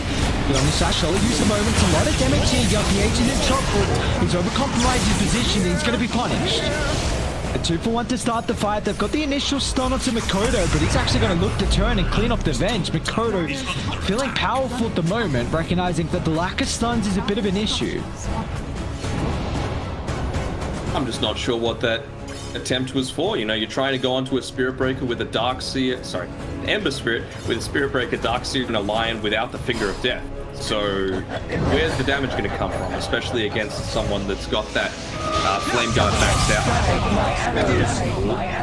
Odo really got gone on there. He's going to avoid the silence just in time with the healing ward, keeping him somewhat healthy. You see a lot of H come at him. Oh, nice play from Zorain, but still hostile. Swing it over into the middle of the fight. Makoto's now going to be able to target down the Bloodseeker as well. So beautiful execution as Neon will kick back up. Now who do they want to target next? The Illusion Fable gives Zorain space. They're back on top of the clockwork on the higher ground, which means Hal does have some space to help a young PH to lock in the Spirit Breaker. But nonetheless, it is a 3-for-1 in Neon. A team fight they were very much needing to bring themselves back into this. I mean, it seemed like a good swap, but it just put him right into the middle of all of the carnage that was happening there. And, you know, that's the big problem that Juggernaut's having right now, is just finding someone to lock in onto. So the fact that Unknown was able to be part of that team fight and a significant factor was pretty telling for Neon to be able to get the better part of that trade. And I was really hoping that Yangon, they're actually going to keep fighting here, Unknown. Yeah. I was really hoping that the BKB timing would be huge from Yangon, where they get a kill, lead into Roche. But now these past couple of kills that they've given up themselves is offering for the next item soon to be completed. And we see 18 Bloodstone charges for Makoto. How close is Unknown to... He's going Basher next. I don't hate it. You know, you're against a Clockwork, Lynx, Ember Spirit, all these heroes that rely a little bit on their maneuverability. Do you feel like he needs control though? Like, I wouldn't hate the Skadi versus the Clinks at all, and it gives him survivability so he can kind of stand his ground versus the Rupture. I wouldn't either, but I wonder how much the decision is impacted by, you know, what we've seen happen in previous games, where, you know, he went for a Skadi when realistically they probably needed some more damage, so maybe just tilting a little bit too far the other way. It's the one on the front line. He's already in perfect position to be able to swap in the nick of time, which we will do so for the back into the Antler. Perfect setup for the Nether Strike as well, just in the time of the range. The young PH is still actually looking to go deep on the back line, simultaneously Unknown. He's ruptured up. He's going to try and play around with the Iron Slash, which will secure the kill, but they're going to be cautious because the Bloodlight finds the silence. So locking the Storms through the 2-for-2. It was a very messy fight from either team. felt like without the Storm Spirit, like they had some good chain lockdown onto the Ember, and definitely have another kill. Without the Storm Spirit, you don't have the damage to take out this Ember, and it feels like now twice that they've attempted to go for that. Eventually, Makoto zips in and tries to join, but great use of the hook shot, Rod of Atos, Blood Right to make sure you're able to lock him down and kill him in return. But they had the initiation, they comboed everything together fairly well. The Hex, the Earth Spike, the Charge, the Nether Strike, the Vacuum, but the damage just isn't there, even though the control is. It seems like you need either the Spirit Breaker or the Storm to go on the Venge. Like there's been a couple of fights where that swap has just been fast enough to enable the Ember to get the BKB. So, and not just the BKB, but also the follow-up coming beyond that, right? Yeah. It's still having that minus damage component to it. I believe 40% now that he's level 2. So 3 seconds is quite a long time in such a hectic team fight like this. also just delete some of the Bloodstone charges that Makoto wanted to accumulate here. He was getting a difficult Storm to deal with, but now they've killed him the once, they can definitely start to make this a trend before the BKB. Gotta be pretty perfect though with their stun lock.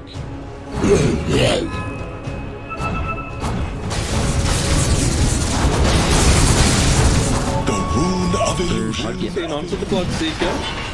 Stuff going through Young PH. Actually, they've got the vision for the hook shot to land.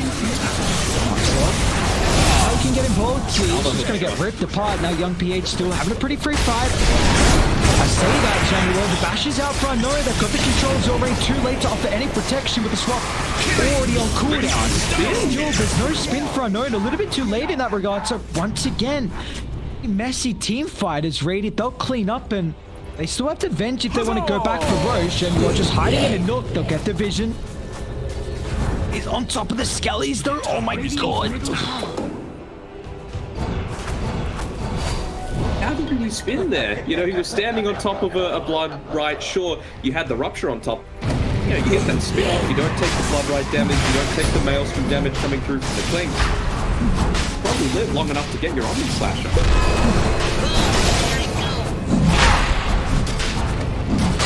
Now you're price to pay, so Rain has to be a little careful though. Obviously dying for him isn't the worst. Is he trying to die? oh, I might just Makoto's like, huh? I just got 2 kills, what's going on? They're not gonna get the ages, do they still want to fight? I mean, they don't have Unknown right now, which is a lot of damage, and now Xiao Yu swap back into the midst of it all. So a timed, untimed, however you want to call it for Makoto, he gets 2 kills, but not the age is the granddaddy prize, and Januel is also going to get a consolation here. Zhangon will make it a triple for Hal. I mean, the double kill is a nice little bonus for him, and it gives him the gold bounty that he needs to be able to pick up the BKB. So many times now, counter initiation, but he also dies to the follow-up coming immediately afterwards. Well, BKB is certainly going to do a lot for his survivability. He's under attack. He'll look to try and push out this bottom lane, wait for the next wave to come on through so we can clear 2 waves in the time of 1, and then look to join up with the rest of the team when they respawn. Side, but him saying, you know what, Hustler, I don't need you down here, buddy. Radiant's bottom tower is under attack. We still have an even game at the moment in regards to how the graphs are looking, but look at the levels though. Like Makoto level 23, Klink's level 23. No one else really remotely there. Unknown, I suppose, a little bit, but it's a big drop off after that. yeah, I mean, if we went the Blade Fury DPS on Unknown, Is under attack. Dire's top they're gonna try and start the fight at the ages on Klinks. I mean, you have to get to a rain. Yeah, you're gonna charge on Klinks, but now instantly Blood, along with the Venge, is gonna offer some protection. What a vacuum! Omni slash combination of ridiculous synergy from Nina will cut down 3. You still have to go into the ages advantage, but it looks like it's not gonna matter, as how they're just trying to mount Sun retreat. Young PH as well needs to scramble away. Makoto, Arcane Rune to boot. How long do they want to stick around? Huzzah! Ha! Looking for Off me? entirely. Looking for me? That is the one wombo we haven't really seen so far from Neon. My blood runs quick. The Aegis as well. It's a nice little bonus to prevent them from drawn forward. Still have yet to give up this top tier 2 tower, realizing the importance of it around having control towards Roche. You don't always want to have that 6-second TP coming through if you've got the outpost, but tier 2 tower just as good. Flare. I don't know if Dai can contest it again. Tower is under attack. All on cooldown, so they're gonna have to give this one up. Dire's top tower. Powers just skyrocketed his farm. Satanic next item. He's got a 5,000 net worth lead over the Storm, and he is an item plus ahead of his counterpart. They are not going to give them an opportunity though to have these cooldowns back up, as Yangon looking to smoke and connect to the bottom side. Scan perfect on unknown. Now they don't know if it's a Juggernaut, but they're going to look for a long wraparound. See how they look to start the fight as Januel will pop the smoke. So this is definitely not the worst target to lose. It's everyone out there can think they do.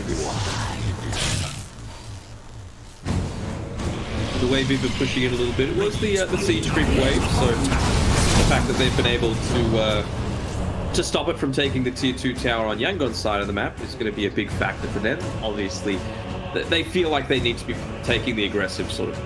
Their lineup is much more oriented around kills, with the Juggernaut being the superior sieger in my eyes compared to the Clicks. If you're able to get those kills as a result of map control, that's going to put you in a really good spot.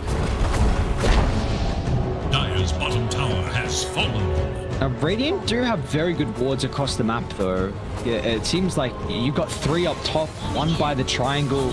Dire got 1 by bottom outpost and 1 up top by the lane. So Radiant's top tower is under I attack. have to see. Radiant structures. Neon do have very solid initiation in their team fight, like we saw previously, but that needs to be enabled by your vision game, and at the moment it's a bit lacking. It is. The other thing that I'm quite concerned about is how Radiant's top tower is how under little attack. Hustler is farmed. You know, he's going to charge through onto this Vengeful Spirit again. I'm not sure if he has the follow-up, although maybe now that Lon missed that shot there. Coming behind. They're going to come in. On the slash solely used on how do they have the damage to go through the clicks at the moment? Venge isn't offering any assistance, but as soon as the Satanics popped, Unknown needs to retreat to safety. He's getting poked down slowly. They'll turn with the bash, needs a secondary one, it's not going to find it. A 2 for 1, a buyback for Genuel. That's going to be a dieback. It's a very key component. You need as many stuns as you can get right now. Huzzah! Look to snipe the courier. Why not? Someone lays blame. Value Sentry Ward, Observe Ward combination there, catching Hustler's Spirit Breaker as it looked to charge down towards the bottom side, just giving that extra couple of seconds for the team to set up around that and have an advantageous team fight. Right, like they got the backstep off as well because they knew where the rest of the team was. I'm a little surprised that the Kodo didn't look to join in onto the Spirit Breaker and help burst down the key targets there. I mean, we just saw how little a Juggernaut's able to do. That for me is the key factor of this team fight. If you get Rupture onto the Juggernaut, what does he do? You know, he can't chase around an Ember Spirit. You can't chase around a Vengeful Spirit. Clinks can just run away from you. And Clockwork, like you've got a ton of mobility in your own right, as well as area deny with your cock. So it's cool to see that Clink's still late game is absolutely stupid. That's always fun. Yeah, 4,600 health, very cool. Yeah. And extra Dark Pact health and damage. On the fly next, I don't know about Clinks. that. Yeah. He needs it. Like, maybe just avoiding the bashes, honestly, for the evasion component might be the factor. If he's got diets from Vac into pull into Omni Slash. Sure. But I don't know. This is just like a prime example of why Juggernaut is not a good hero. Scanning for enemies. They've got capability for Wombo. It needs to be perfect for Neon at the moment. 5,000 feels a lot higher. Telling you, well, you're not playing a melee hero. You can't be positioned like that, unfortunately. So, still a key component nonetheless. It's died 9 times. It feels like more to me. Yeah. Getting picked off towards the start of a constant team fights, and the diebacks coming through. It's certainly not the best performance that we've seen from him. The beautiful thing is, he's on a hero that can make plays, so he can definitely, you know, one team fight where all of a sudden we're like, Jenny, well, what the hell just happened? You switch accounts or something for that one last fight?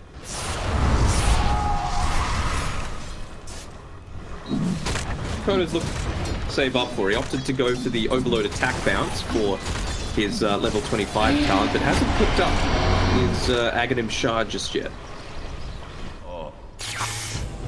Like, that's going to be pretty damn significant for a lot of the damage output, which, again, I feel like is a little bit lacking towards the start, especially if you're trying to 100 and 0 to someone, most notably the Vengeful Spirit. What's the cooldown of it? Stupendous! I want to say... I don't know why, I just want to say 12 seconds. I might be wrong. Huzzah! Well, in a tight vicinity area like Roche, a perfect spot to take a fight, but they were not aware of it at all. Again, Radiant's Vision reigning supreme. They get the Aegis on Clinks. I believe they gave the Ag shot to Young PH, unless he had that previously. I don't think so. No one else has got one. It's 30 seconds, by the way. I just checked. Okay. Not a mid-play. Full tips. Thank you very much.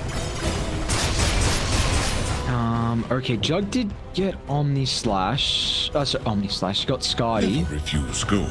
So we were wanting that earlier, but now it feels like it's like now we need damage.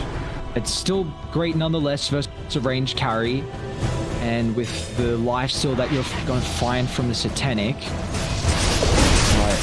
All the way back to base. Like,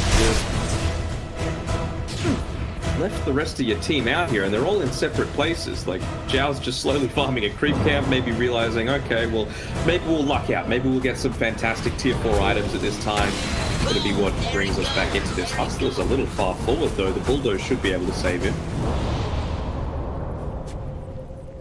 Trying to see the game as much as possible, it seems, on Hustler.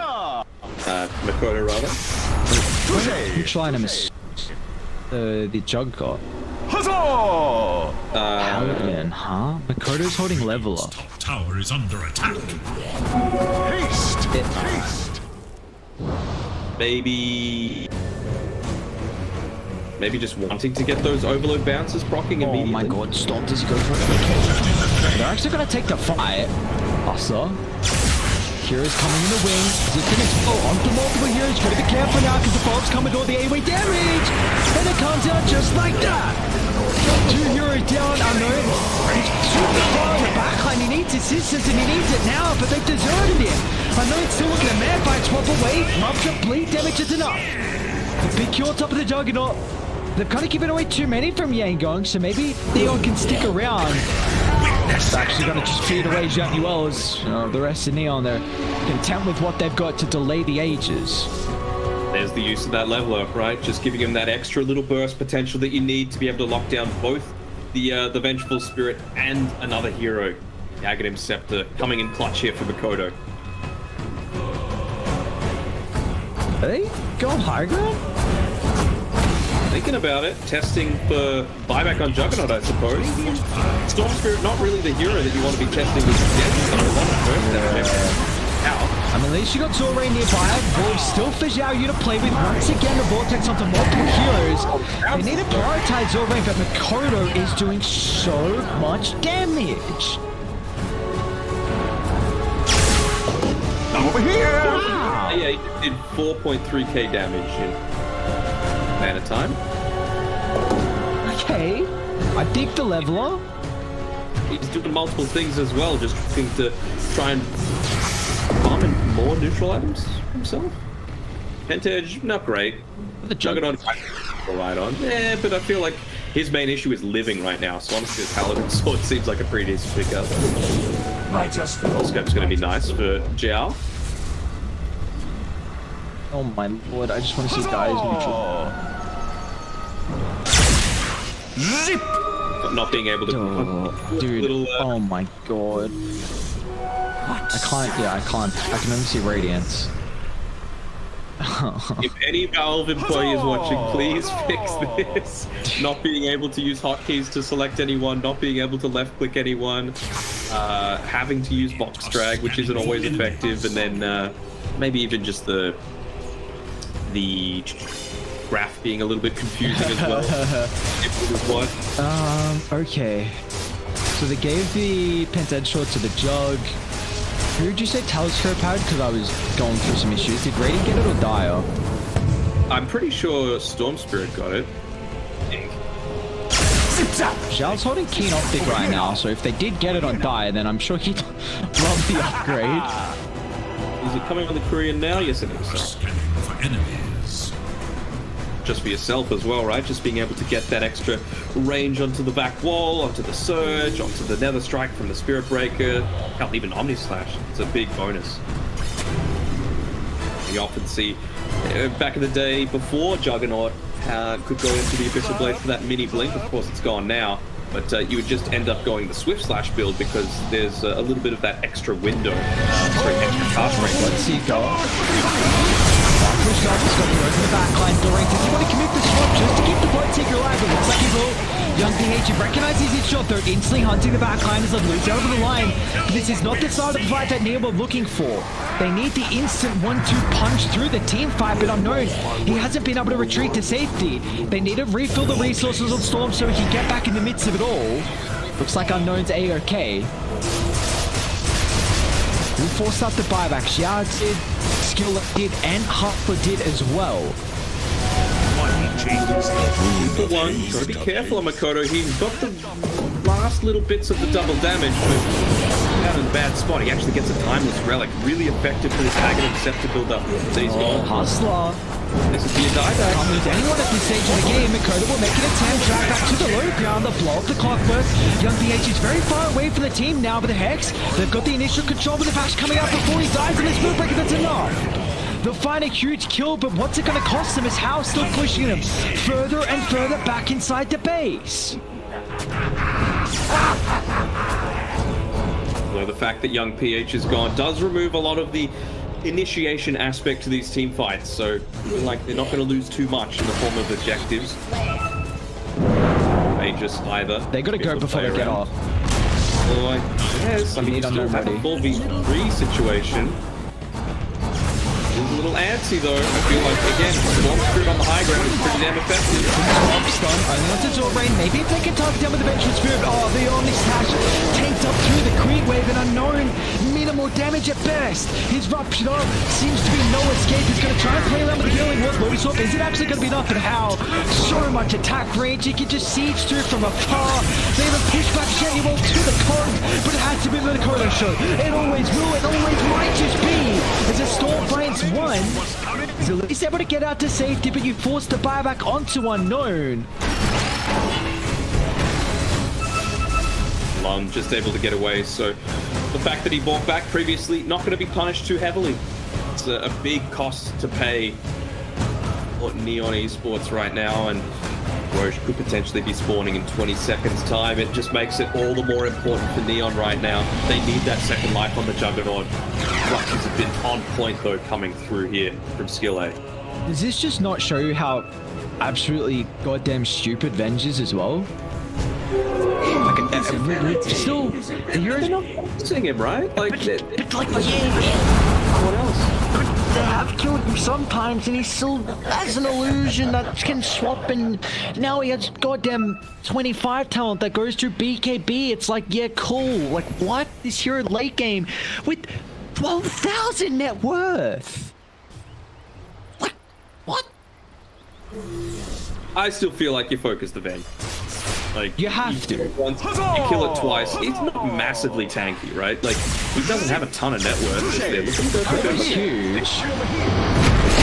rain. He's illusion. 20 seconds left. Passes in trouble. You can't feed away any kills. Makoto jumped in, but he doesn't have the resources. Once again, the mana completely expended. Makoto's in trouble! And he's down. Yangon, 100-second window now where they can end this game. And Xiaoyu's not going to get multiple heroes finger and death as well. How's in trouble? Oh my god! Young pick plates now. Maybe he can play around with the remnants. Bash last second, he's out. Oh my! Oh, Xiaoyu's the savior for the team. Maybe just giving them that little bit of extra window of time. It's pretty quick Roche respawn. 20 seconds left on the timer.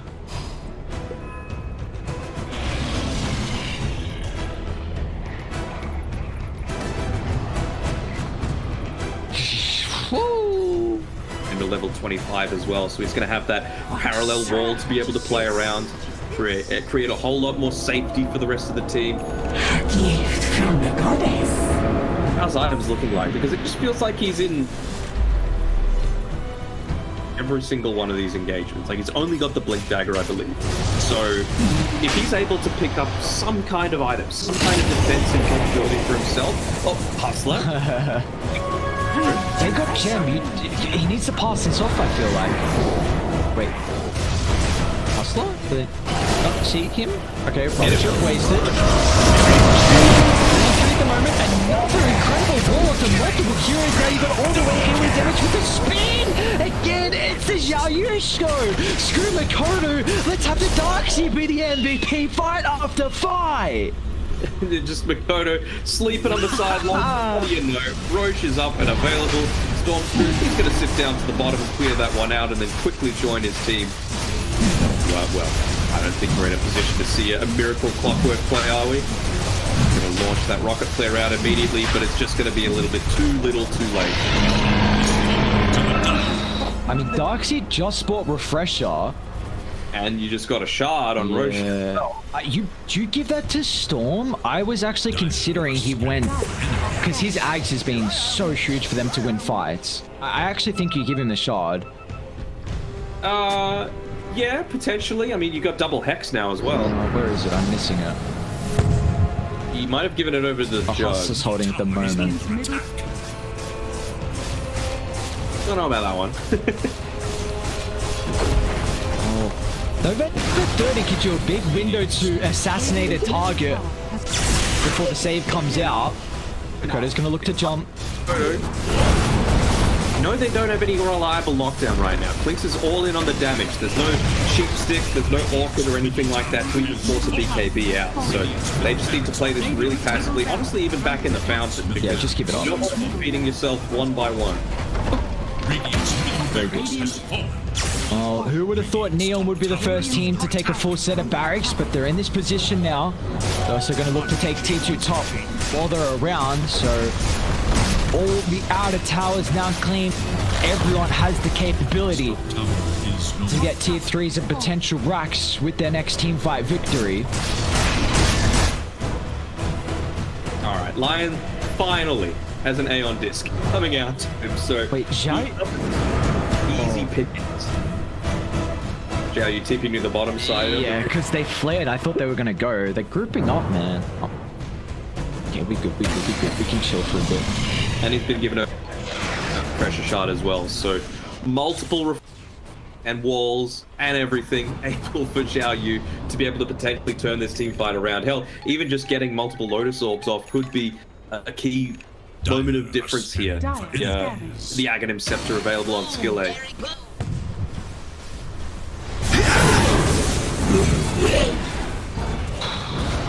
I mean, yeah, how close to levels are we? So 30 on Clinks is soon. It's about to be 29 and a half. Jug, 28. What has he picked up recently? MKB, I think? Let me try box dragging him. Yes. Smoke as well. We're looking for a wraparound here. Where's the gem sitting? Is it just on Spirit Breaker? Yeah, Hustler. Yep. Find someone as they go forward to clear the creep wave, but very disciplined play coming out from Yangon Galacticos. If you don't have information, don't make plays. This is... Now it's Neon's turn to control the map. It's felt like they've been playing on their side for a majority of the game, but now they've got the vision advantage with the help of the gem. And we've seen what happen in these team fights when you clump up, and our vision is just going to enable that much easier.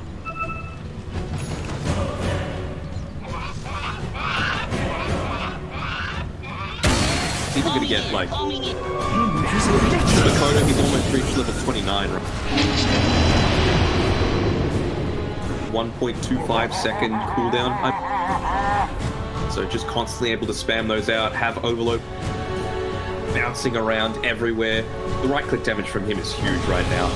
With the increase from the Timeless Relic, he's got a Hex, he's got a ton of intellect just from being level 29 as well as his items. And every single map is so important for these two teams. With the minimal they have left, both of them have 4 games to potentially secure a place in the playoffs. Currently, Neon are in 9th position and Yangon are in 8th. So again, they need to win as many maps as possible to give themselves some hope. You don't want to put it, you don't want to put your fate in other people's hands. And right now, well, Neon, with how they've been able to formulate a comeback into this game, and all of a sudden they're the ones with the momentum, they're the ones with the lead, they're the ones controlling the tempo and the map. But now it's time for Yangon to come outside. They're smoking up as 5, looking for an angle, looking for anyone they can jump.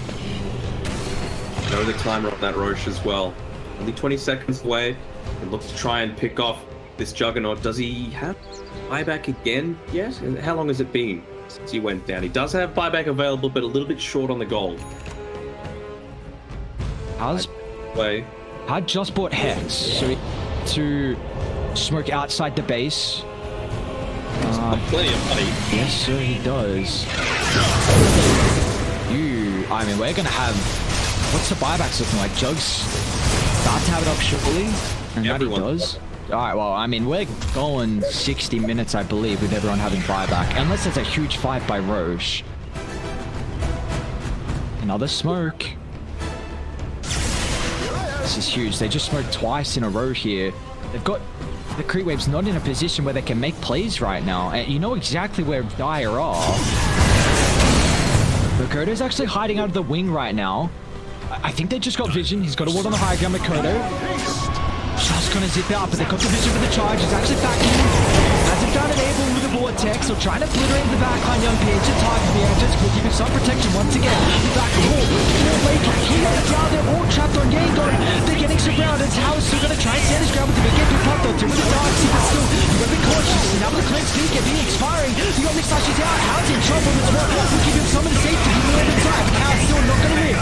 They'll be able to bring him down successfully. Mass buybacks coming to the fray. Oh, what were you saying with those buybacks? Half of them used in that single team fight. 5 there. I think they might be trying to bait a bit of an aggressive move out here from Neon Esports, feeling confident that they might have finally been able to take hold of this game. First buyback used. To reconsider Unknown. He does not know what to do. Are we going to keep moving forward? Are we going to try and believe that the Ember Spirit doesn't have buyback available for himself? They back up. Have we used Refresher Shard? I don't see it. I guess so. There were a lot of walls. Yeah, it was the orb that he used it. So I'm not sure when they used it previously. Alright, well, let's go buyback check real quick. Jug, Ember, Bloodseeker, that's all. Okay, so Makoto actually, what did you just buy? Because Lincoln. Alright. Bring it over to Unknown here. Having a lot of faith in the Juggernaut. Means Makoto's only 5 slotted though. Zorain? I feel like you gotta play really far in the backline here. You cannot give Neon an opportunity with Ember down for 20. He doesn't want to force the buyback, but he might have to now. Makoto trying to poke and prod. One's actually gonna look to jump in, but instant protection coming through. Makoto will dodge the A-toss, but the initial hex is down, but once again, Makoto! Yeah, you to safety. Makoto is down without a buyback. John PH is going to force his own. They'll look to heavily penalize Neon, condemning their own position, but they're going to be cautious because I know DD's pumped as well, but now he himself has compromised his own position. And Blaze here, but he's got no answer. You have to hope he has a buyback, and he does. But Neon have just given a huge opportunity for Yangon to walk it down, and Genuel, he's going to get caught out as well. The Straggler's punished. I feel like you can make that play on Mikoto if you've got buyback, but he just like made a super deep dive. I'm not sure what the purpose of that was. You know, previously when he's tried to go a little bit deep, it's to pop the buyback, to pop the BKBs, to use the Aeon disc to put it on a really long cooldown. But that time around, it just felt like he was standing around there for no purpose. Dire's middle barracks Hear me out. under attack. Xiao Yusho. Yeah? Dire's structures I feel like you need some damage to be able to back up the back wall. Radiant's Blinks isn't one of the best at, you know, being able to kill his entire team with just the wall of replica illusion. It's a really long Roche respawn as well. They need a Korean. Need somewhere to scout. They got the rocket flare. is under attack. Dire's top tower is The Storm respawning soon. They're actually going to go now. One board shot. They don't have Storm for another 10 seconds. Hustlers outside the base here. He doesn't have a buyback as well, so taking a fight before the Storm. Got Gem. Boom! There it Radiant's goes. bottom tower is under I'm not sure what that's about. You gotta fight with your Storm. It's like the best core to fight around inside your own base. And giving up your own life when you don't have buyback and Jug fall back for you is... I don't know, man. You use Wall It's too. really close to level 30 as well. Like, he's got Refresher, yes, but Wall's up in 30. I think they have to give up top. has fallen. Dire's top barracks has fallen. Is how... Is he going tier 4s? Oh, I mean, they're going to force your hand here. Dire's middle tower is under attack. You've got Kodo line- really wants that level 30 just for the extra remnants coming out there onto the map, but the top lane was pushed in, the bottom lane was pushed in. It was only a couple of creeps, so for a little bit of a desperation play there. Is this Should 4? be able to clean this up. This is 4. For enemies. Oh man, you take a fight in this close proximity, it could be life and death for Yangon. You have to be goddamn perfect with your formation across this area. Let's remember that. Ember The Aeon just disc. ran it in instantly. Actually, doesn't even proc the Aeon That's a disc. lot of mana force too. Roshi's up in 10, so Mikoto, he has to go back to base. I don't think they can contest this now. Can they even take that? Of course, haven't scouted it yet. Oh, they gotta stay in. Okay. It's got the gem. They haven't scouted the fact that they've got this observer ward up on the radiant side of the river, though. Pretty big deal. Man, they have Lon has 4 it. ruptures now. Refresher orb picked up by the Bloodseeker. Oh, what'd I miss? Caught out the Darkseid. That's a huge target. Xiaoyu's been such an X-Factor in the fight. They're gonna find Prioritizing to bring him down. Can they do so? Somehow the wall. But he still will at least fall. No buyback as well. Meanwhile, unknown rupture. They're just completely kiting the Joe. Needs some protection coming through. Mikoto, does he want to be with himself? Bringing on board with the South. It's enough. Rose has plenty of damage on kill the place. No buyback available. Somehow unknown was able to have a fight even throughout the rupture. They're going to try and target down skill lane. Young PH haven't been controlled as well, but now unknown as a free fight. He'll jump on board. Bashes up the Bloodseeker. Makoto's going to look to clean up as well with Luna. No buybacks available. Dire's The base is getting sieged a little bit here. Hustler has to play tower defense, but Just been it. You know, the only hero in the game right now that has buyback is the Storm Spirit, and Kodo, he's got a fairly healthy amount of mana. Young PH got... No, he doesn't have buyback either. Okay, he's going to have to clear up... Only Storm. Oh, okay, Radiant have Glyph. He's gonna... Is he gonna go bot next? He's gonna have to push through mid in the next 5 seconds, or they're gonna get there too fast. Oh my Too slow. god. Full 30 Juggernaut with Aghanim Scepter first you picked up, plus the Aegis. Spirit. Onto the cheese in the backpack. How crazy I am about cores that do that because you're probably going to go down without. Wait, That's too fast. he's cutting waves here on Young PA. The Doing bot's his getting best. pushed in. They have to wait until the bottom lane's pushed into his cliff. Well. Nope. Oh, they still got range creeps too. They'll take it up in 20. See Young PH. I mean, it's a tough task for such a young man. 24 down, second of full. Bloodseeker 10. I think they know they've got it. Commit your life. I think they know they've got it, Neon. There's no defense. Don't just chain lock him down, and Neon should be able to take it down. Put pressure as well. The control's there. The throat's cut, and a 60-minute victory. During that.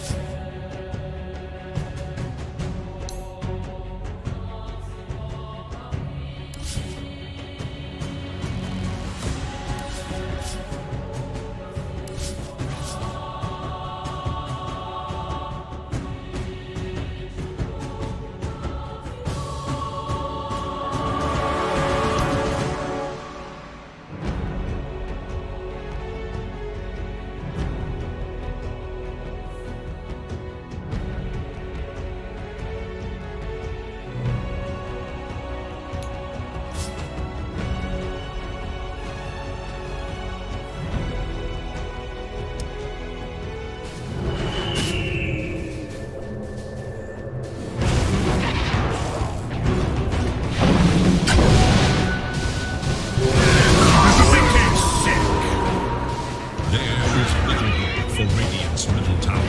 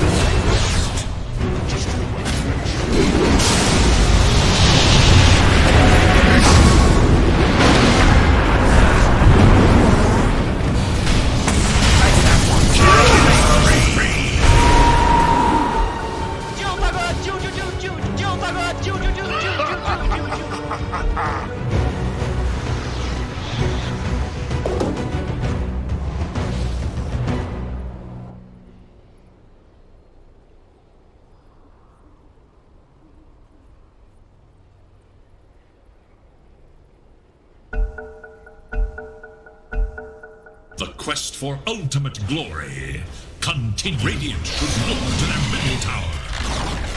Radiant's middle tower is no more. Radiant's middle tower is under attack.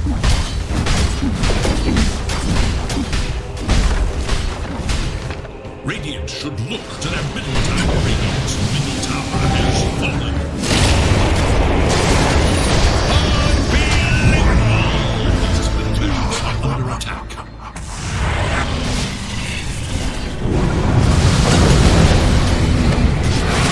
Killing spree! Double kill!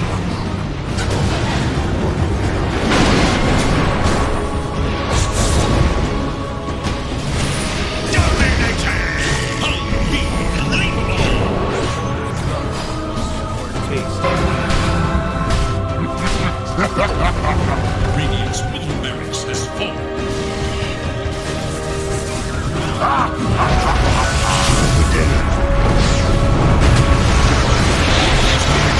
Under attack.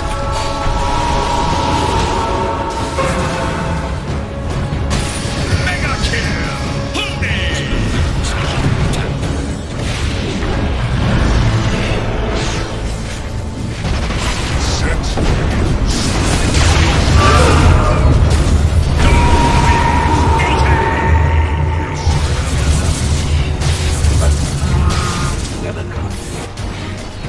Radiant's middle barracks are under attack. Radiant's middle barracks has fallen.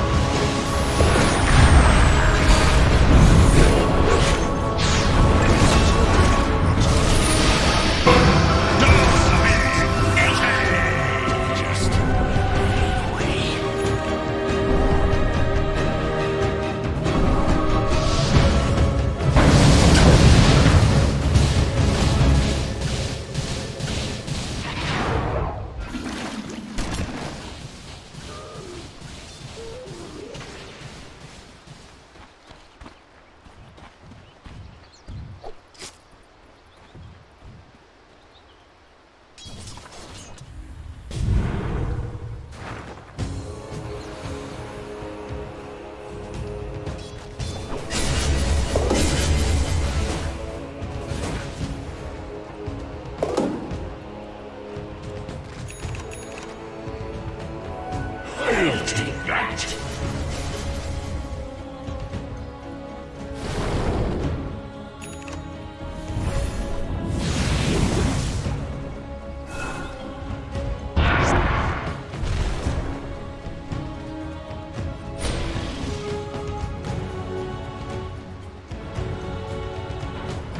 Dire's bottom tower is under attack.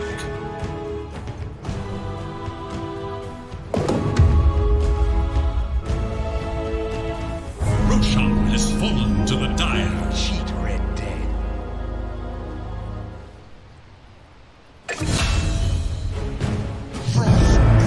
Dire's bottom tower has fallen. Look away.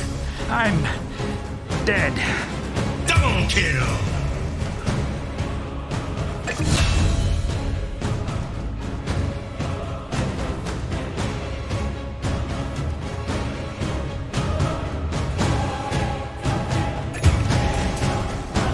Illusion!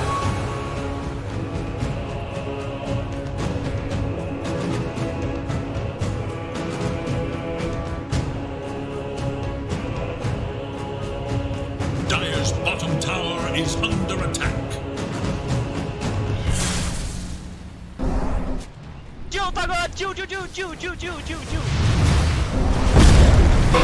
Dire structures are fortified.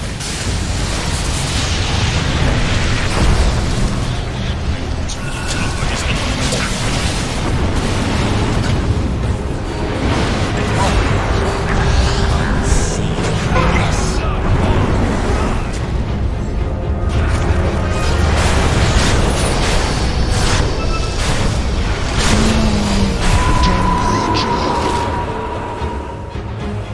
Killing spree!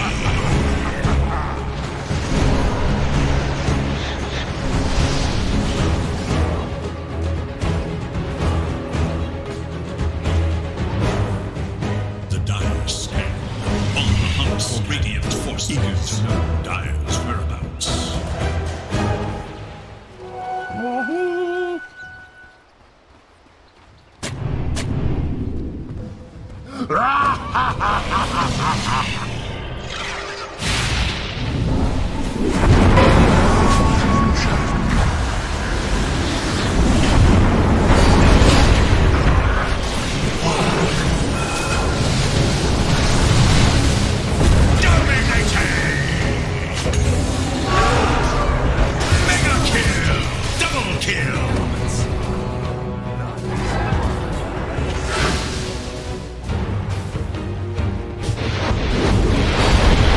Tower is under attack.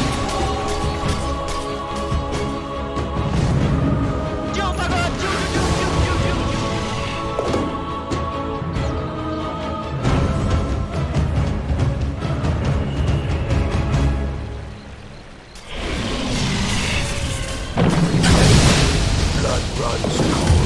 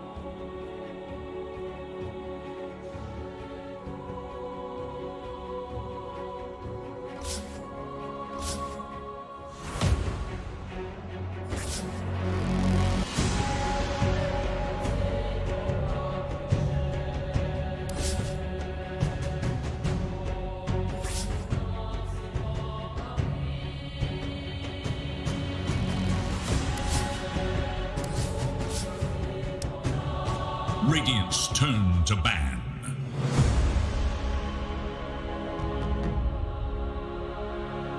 It is Dire's ban.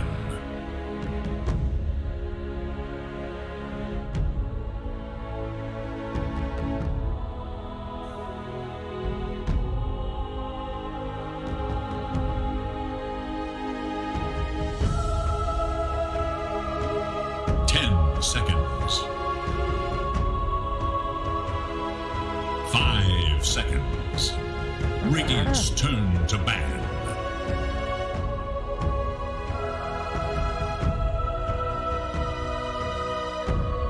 Dire's turn to ban. Radiant must choose.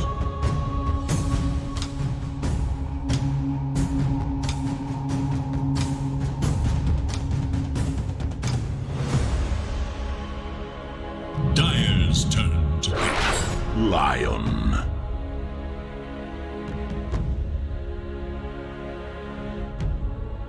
In the back pocket for now.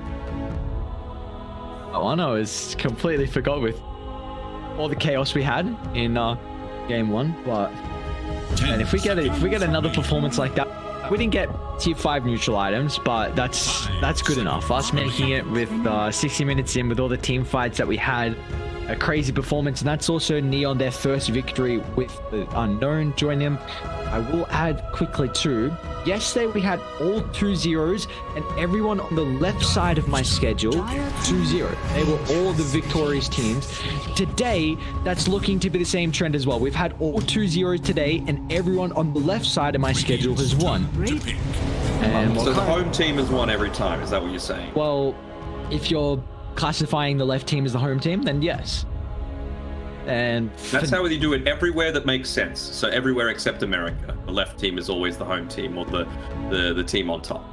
Well, for Neon, they're currently on the left team, and game 1's looking that the trend might continue. Yangon, they really want to put a stamp to that, because if they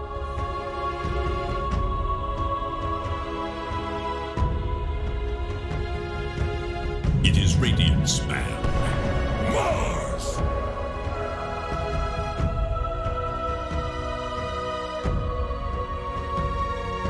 RS teams that are probably, you know, lingering around the same area of the table.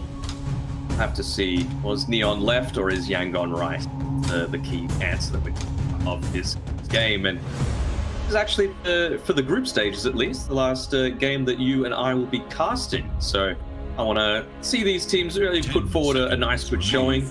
Show us why we should, and the fans should also be feeling a bit more confident with them as we go into those last two stages. We're of course going to be back for playoffs though, but for group stages, this is going to be it.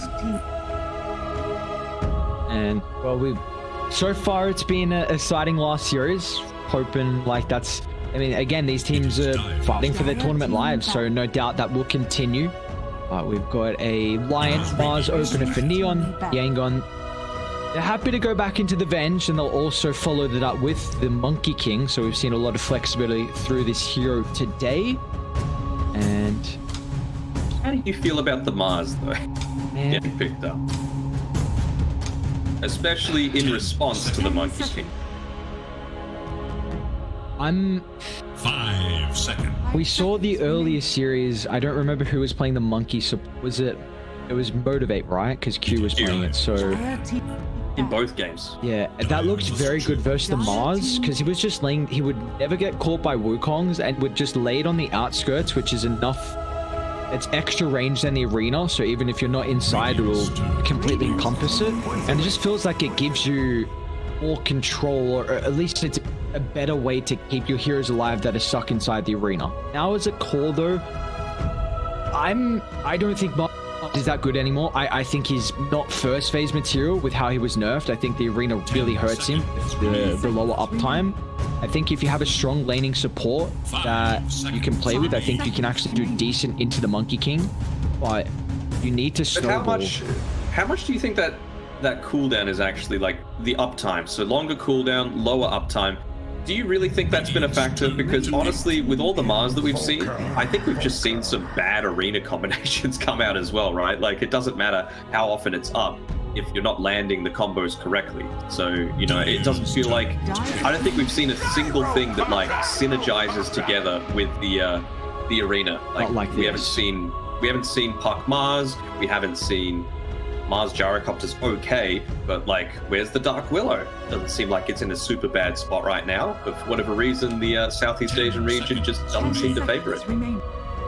Yeah, not like this with how Ian have gone Invoker Gyrocopter in their second phase, so a lot of synergy, which I really like that they've gone back into, considering how it was a messy game one, but there were still fights where they executed at least the messiness to a better level than Yangon. So they're showing that they have, you know, some capability still to take these fights.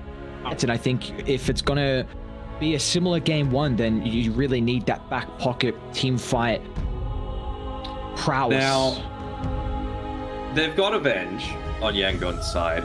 They do. But are we setting up for a position 5 faceless for Zhao? He was one of the first in the world to do it back over a year ago. It's pretty good to have on the front lines against with a gyrocopter. The time dilation's good, being able to get through the refraction charges. Pango's another one of those heroes that likes to cast a lot of his abilities in quick succession. And then you've even got the late game combinations together with the Invoker Cataclysms. Yes, I think it looks very good this game.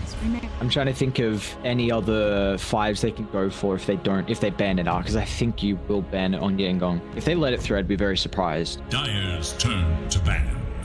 I hope they don't. And they banned Void. Hang on, what? If they're gonna pick sorry, they banned Lifestealer. If they're gonna pick a faceless Void, I'm very surprised they banned Lifestealer. Radiant's turn to ban. Maybe it's really carry matchup, but still you've got Chrono. That's still one of the big counters to him. Anyway, continue. No. I mean, the only downside to that is that Chrono and Arena of Blood are basically like direct anti-synergy with each other. You know, the spaces almost perfectly overlap that, you know, people aren't able to get huge impact around. The Void jumps the front line and Mars jumps the Venge, and just like at least I do think you can still play that, and actually could be very solid to prevent the Venge from maybe just getting in range for the swap.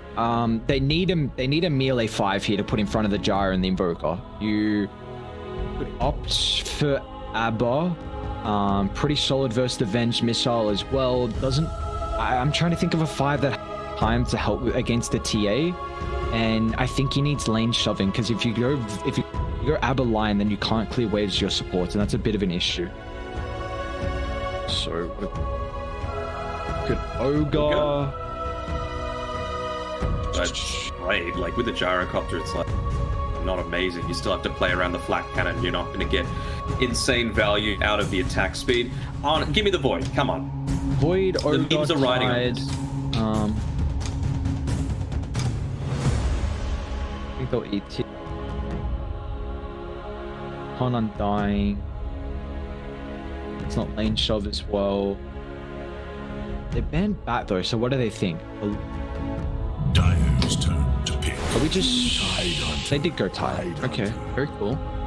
So now Yangon are looking for their 4?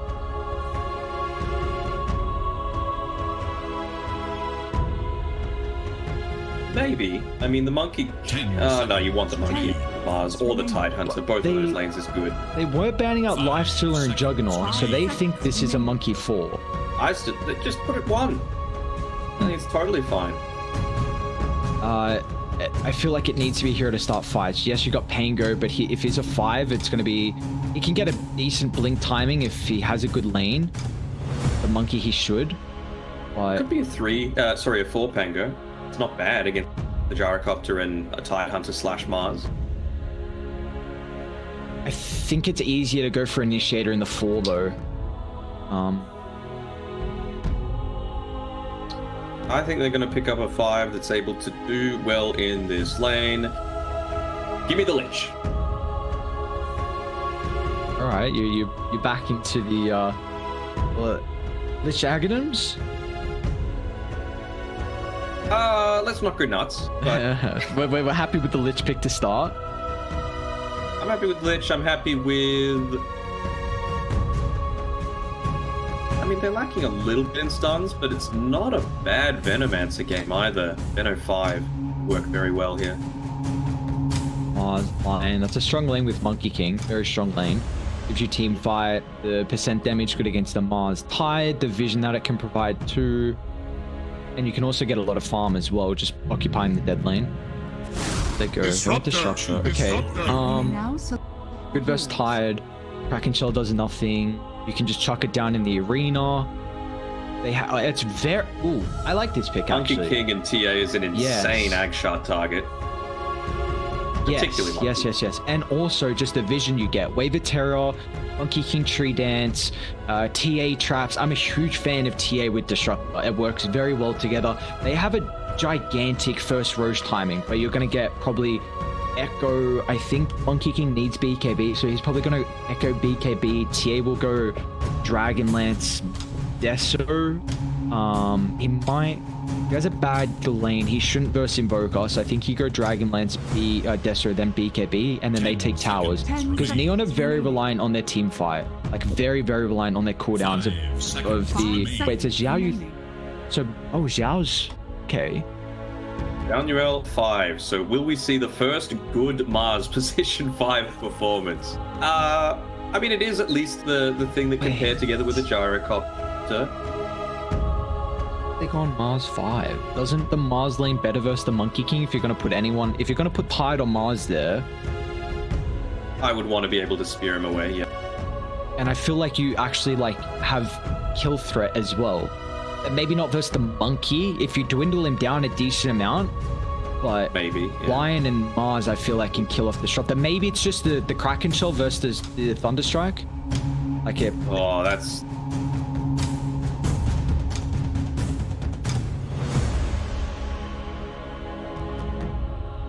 So it seems like they want a little bit more priority on Tide.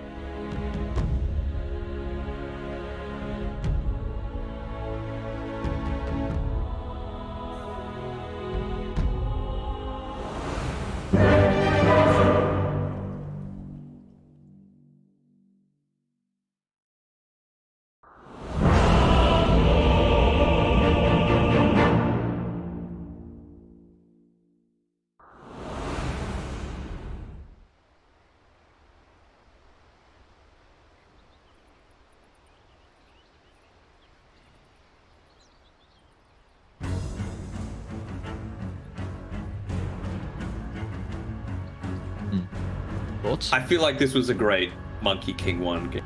And I think it was a very good Pango 4. So We'll let the what is his purpose this game? I'm trying to think. We'll let the draft screen straight out for a bit as well, because we do have a couple pauses, so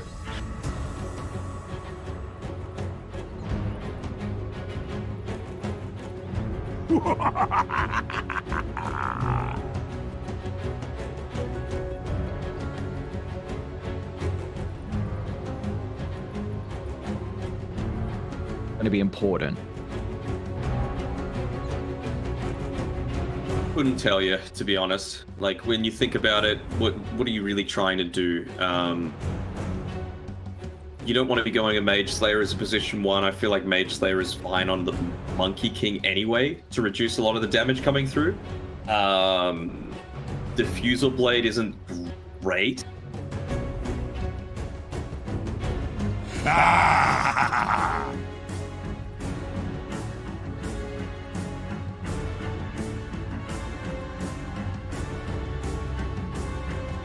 But it felt like just such a free Monkey King.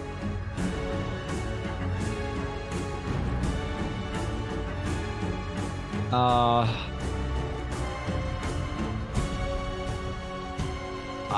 you convinced? I'm not convinced. I'm not convinced, man. I don't know why they just gave up a free lane counter to the Tide. And even just like the Maelstrom, right? It's not like... But, what are you... What are you shoving out here? But like they were banning carries too. They were banning carries like they were believing this monkey was going to be a support. And they just got blindsided with the disruptor last pick. I'm so intrigued on. So with that being said, who are you tipping? I was a huge fan of Yangon draft. Like this huge fans maybe. I saw the avenue for them to take this game at like 25 minutes in. Especially with that disruptor. I'm just gonna go off the back that Yangon, I believe, is still gonna try and run over this game with.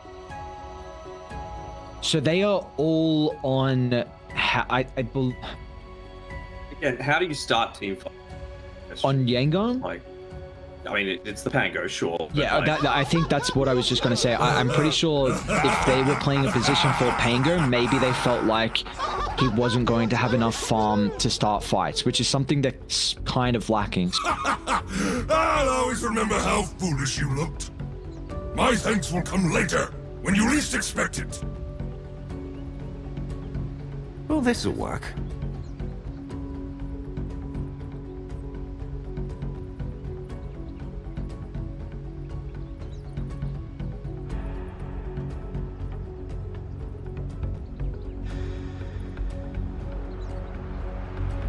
Kodo Invoker, which is a threat in itself. If he has a solid time and can go Midas, then and get an Aghanim's, you've got Ravage, Arena, and that's just a one click done. You've lost the fight with the Cataclysm. So I'm off the back that Pango, because again, Echo Saber, you're not going to go. Maybe he goes Maelstrom just to get his next item faster. Yeah.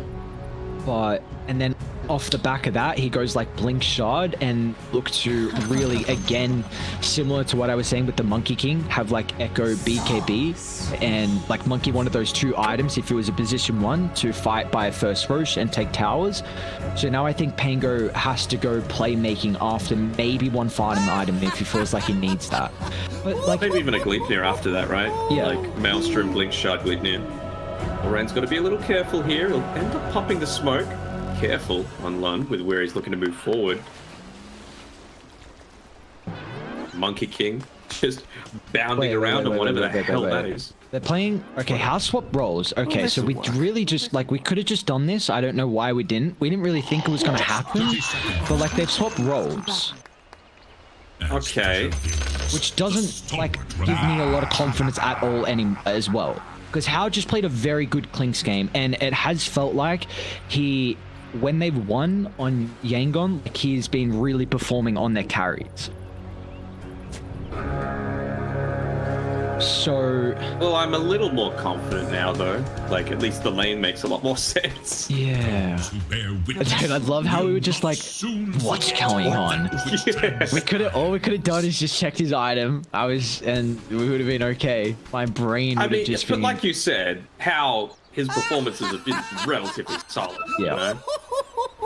Oh, he.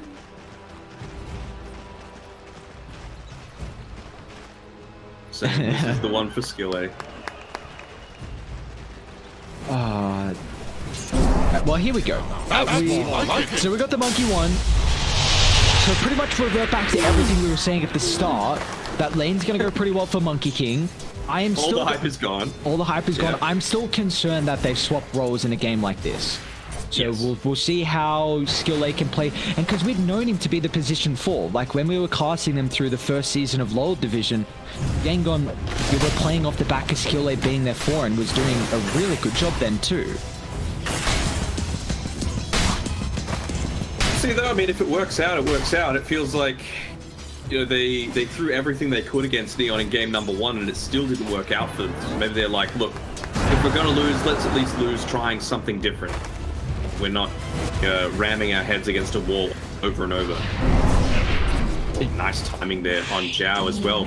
With the use of the God's Rebuke, good counter to the Pango means that the shield crash doesn't actually go up if you hit it while he's midair. Okay, so thoughts on if they just lose the lanes and lose a couple of fights and are like 3k gold behind, they're going to be super tilted and just won't have it way back in. Like, I feel like they're playing off tilt right now. I cannot think of another reason why they would swap the roles.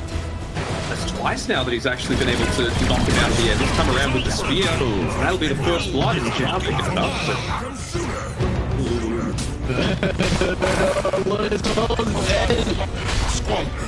Skill I wouldn't have died. Not like this. Oh no. And Invoker is somehow doing well mid as well. A disruptor. Let's go, young PH. Let's see how your TA is gonna fare. The action continues. Anyway, we'll mix the sphere and power back to the lane, and we'll help secure their first kill. Something at least. That time around, the reason it happened was they could finally land the shield crash onto something. Tao is just so vulnerable in the laning stage. Have to be a little bit careful here onto Unknown with the minus armor onto him. But not quite having the mana on how to be able to follow up with the swashbuckler.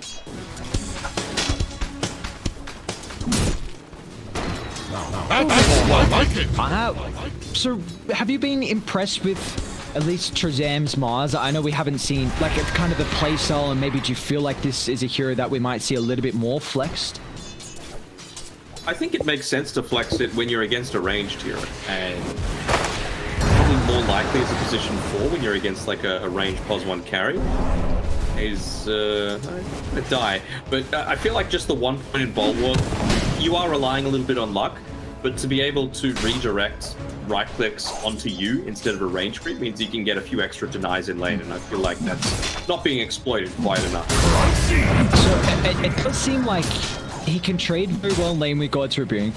He's got a spear, a pushback as well, which I think we see a lot of the value in, say, CIS with Spirit on Collapse. Like, he's just a monster on that hero, and we've seen, of course, through Mars, through his iteration, how he can perform like on a high ground defense where he just jumps in, pushes back the sieger, and you just blow him up from there. But maybe with the change to arena being flat means that you like him a little bit more on the non-core, because yeah, he does still have a solid lane. He does, and maybe you could start to treat him kind of like we've seen with the POS 5 Tides, right? Like you're like a warlock, you know, you're based around your big ultimates here to provide assistance as well as soak up damage for some of these ranged cores like the gyrocopters. Lane Hudson's getting gone on a little bit here. Skill A should be able to get the catch. I say that, but haven't found the strike available just yet. Are you still bodying them at the moment? Missed the mischief there. be able to turn around and use the balance. I'm sure he's hoping to try and hit multiple targets here. The Monkey King's gratitude is worth more than gold. Oh, is Hustler gonna do it? Close. He wouldn't do it to him. Try and get some value out of that balance. Yeah, eventually uses it into the laning stage. Sorry, into the creep wave.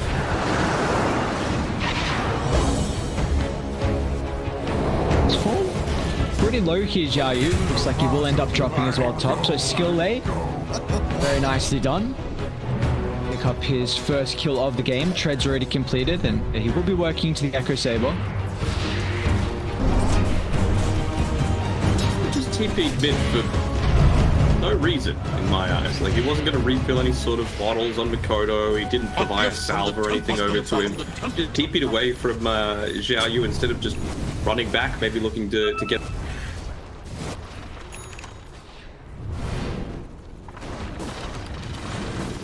Zoran's already switched up as well a little bit from his previous build, which speaking about him, a bit of trouble right now. Nice use of the magic missile target, but Januel still would get on the side. Now that they found that extra stun lock, there is no escape, even though he's gone for a little bit more tanky of a build with the treads. Will be too late to assist. Going into the one that's getting chased out at the moment. Xiaoyu looking to continue the body kill. Now Skillet's going to be cautious as well. He's going 2-on-1. Turn back with the boundless. A lot of one charges, but it will be fine. You're talking about going into the treads instead of just brown boot tags? Yeah. The difference there? Yep. I suppose just realizing that you are up against a fairly strong lane in the Gyrocopter and Mars combination. Seen a couple of times now the homing missile land onto targets, and then that just very easily sets up for a spear. Giving real importance to making sure that the creep wave is continued to push down towards your tower. Okay, sorry. Nice head up TP. And once again, just TP down bottom. They get full damage out of the cooldown, and this is another kill to tally up. It's his second death of the game, and this is not looking to be a fast Aghanim timing at all. Eager to know Dire's response. They do at least have very, very strong mid and safe lane. Skill lay on top. TA also on top of his counterpart. Back with a few kills on Xiaoyu that shouldn't have happened. He hasn't even opted to put a single point into the Kraken shell. A little surprising, to be honest. Just to assist with the trading with the Monkey King, but decision is costing him a little bit on the net worth front. Would you like to see Mikoto start making moves? He's got gloves, haze completed. Do you feel like he's just going to go for a very passive game? He's starting to make his way up towards the top side. He should just be looking to run into a disruptor there. Very easy support kill. Looking to give a little bit of that farming experience over to Jim, the mid lane, realizing how important it is for the Mars to start to build up a little bit of his T5 potential. Particularly against a TA who's so quick to be pushing out these lanes.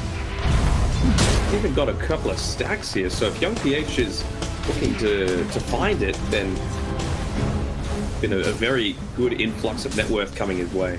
Got it warded up though. Definitely protected. Do you feel like the Mars has the luxury to go Soul Ring into Blink? Because I was going to say, like, he's a hero that can D-push waves pretty well with the combo, but I don't know. If you do that, then you're spending a lot of your gold on clarity, Genuel.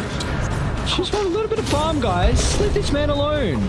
Help team to this assistance. They're diving in. After the show, look at a retribution kill.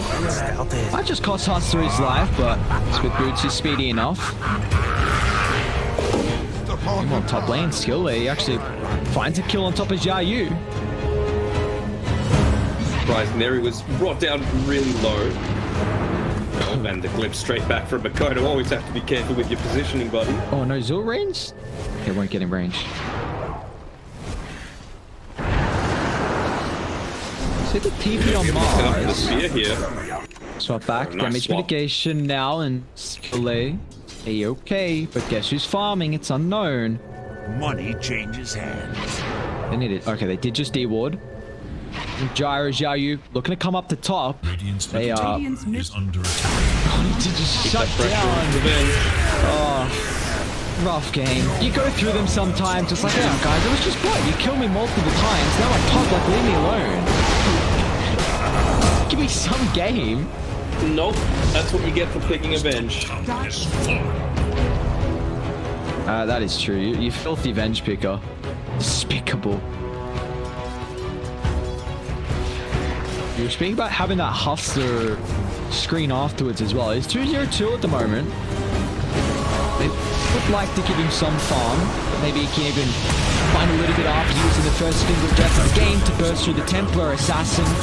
Once nearby, zapped down by young PH, so still drop the arena. He'll hold him back. Makoto's got to be cautious. Even Howard looking to get involved as well with Makoto. So able to get a little bit of distance away. Now they can turn to clean up Hustler, but Xiaoyu the backstab. He's got the Ravage at the ready. Makoto does need some assistance, but it looks like still the damage is not available right now with the dual support on Yangon. Tornado won't even need it as Makoto still claims the kill thanks to the tick out. They're looking to potentially get a tower in response here, although you've got Zhao Nua looking to rotate through. Unknown as well, and Zhao Nua probably won't even need to pop the Ravage for this one. He'll do it anyway. Why not? Guarantees the kill and preventing any kind of assistance from coming. She's looking pretty good for Neon. Vitus about to be completed on Makoto. 3-0-2. Hustler's got 700 gold now after those engagements.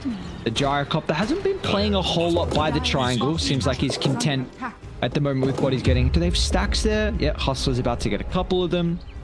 One at the heart as well. I'm a little bit disappointed that, you know, with all the time that Makoto was spending towards top and bot and rotating around the map, TA, yes, she's been sitting back and farming, but hasn't actually converted it into a lead at all.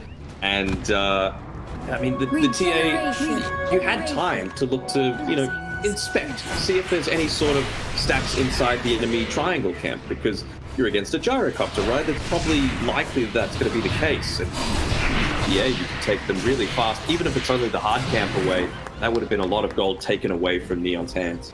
Do you reckon he should probably be more farmed than what he is right now? The fact that Gyro hasn't played at the Ancients once. I guess Unknown is 3-0-2, so that's probably coming in handy here. I would still say TA needs to be more farmed than she is.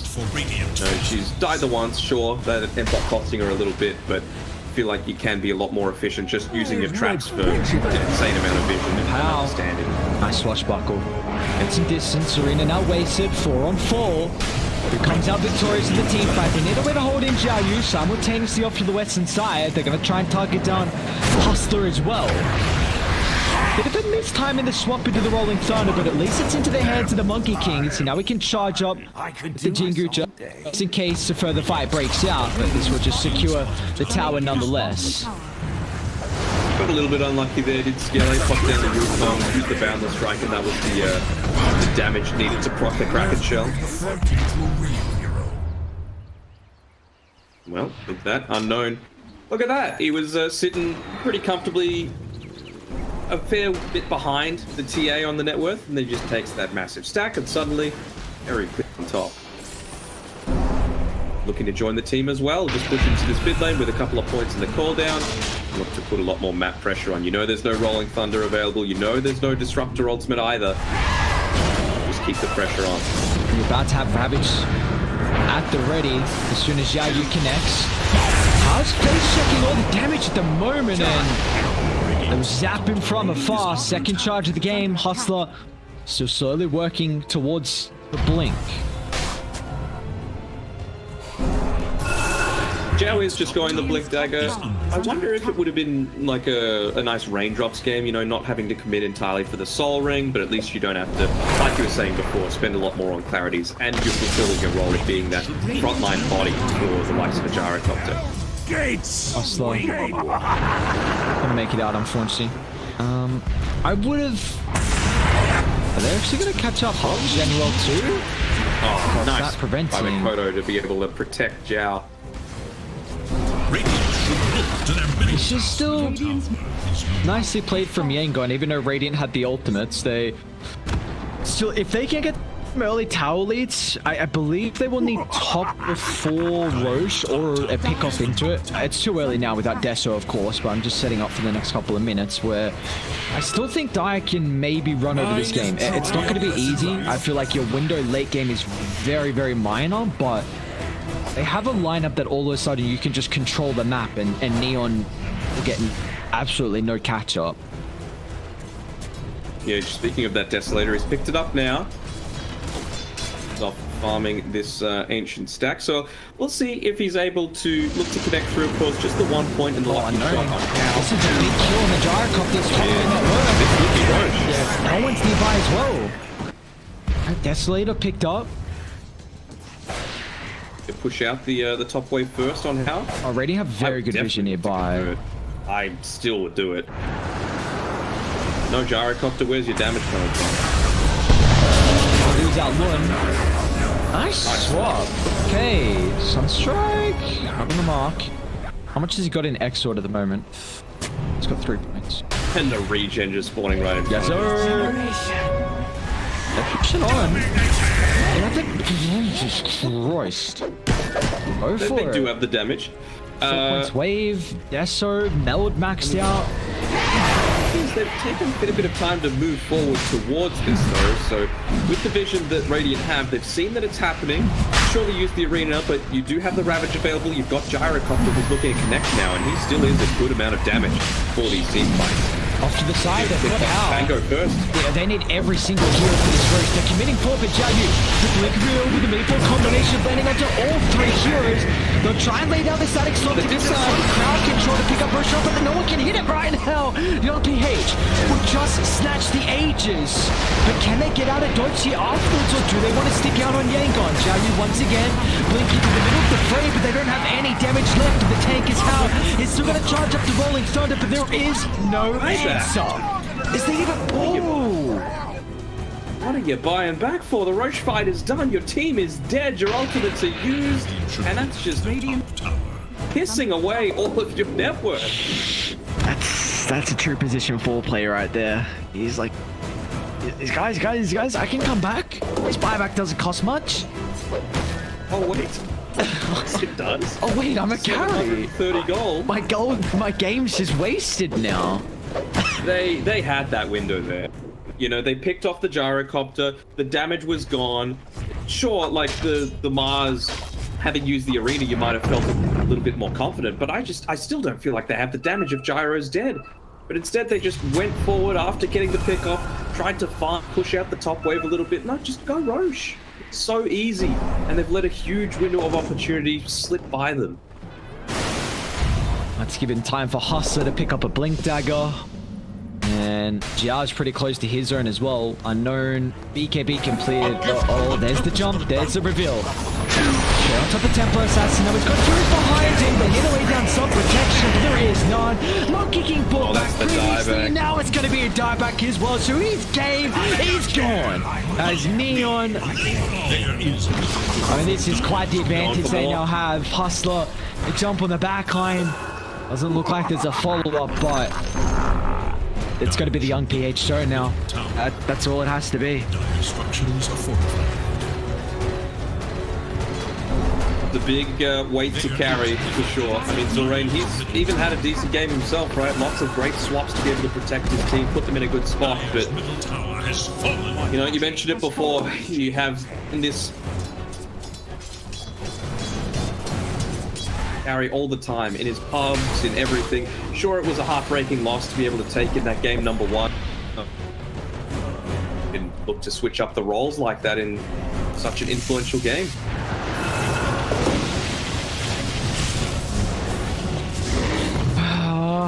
I mean, we'll see maybe if they're still BKB timing will connect. Young PH is a bit away from it. Considering, I mean, the Gyro is just throwing quite the surmountable lead. I mean, he's 3k ahead now. What is Unknown looking for? Satanic Old Boy with Aghanim. Yep. He's looking pretty damn healthy right now. relying on Makoto to do a lot of the damage. He is that Exort build, really finished up into the Aghanim Scepter for himself, and that's going to combo together really well with the Blink Dagger that you've got on both the Mars and the Tide Hunter. Dire's top tower is under Are they setting up for bottom as well? Dire's top tower. Feels like it's Neon's game to lose right now as Hustler looks to go searching here, just missing out on the Earth Spike. Might end up losing his life, although... You just gotta leave him. Sitting hand in hand though, Genuel. Catch the Destructor. They do have a numbers advantage at the moment, but they completely wasted Rolling Thunder and no just brute forces forward. You gotta leave him and they don't.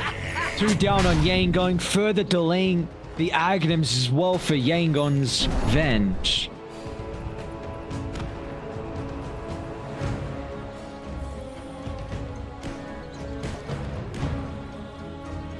Yeah, Cataclysm available. You didn't use Ravage or Arena. And Zhao's about to hit up onto level 2. We saw how Neon could execute some of those messy fights in game 1, and now you got multiple Blink Initiators. You got 3. This is even about to be a Halberd from Zhao Yu as well, so... it's just pretty much physical damage on Yangon. I mean, if you can put the monkey in that regard, but it's mainly TA now you're prioritizing. She'll at least have the BKB to be able to contest against this, but I just feel like it's just the weight of everything. He's already caught out again. He just wants the eggs, man. He just wants space, time, and farm, and he won't get neither of them. Bottom tower is under scanning for enemy. They're even smoking up as well. They found young PH. What a movement from Neon. You'd never expect that. Such a fast-paced play. Oh, they're all cylinders clicking, it looks like, in this game.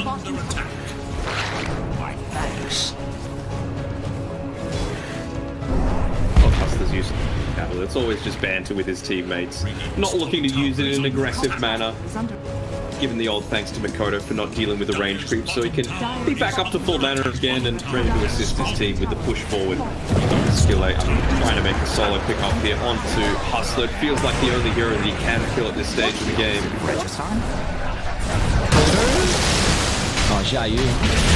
Blinking Ravage. I don't care about the Wukong control, but bring down the 1. Do they have detection? That's another question. Just stand on the clock, keep after smashing it. Oh, Lord. It's a hard life to live. Even see Zorain with this deep ward as well. Dire's middle tower is Still trying to get the Ags. Just needs one more component, but 600 gold away.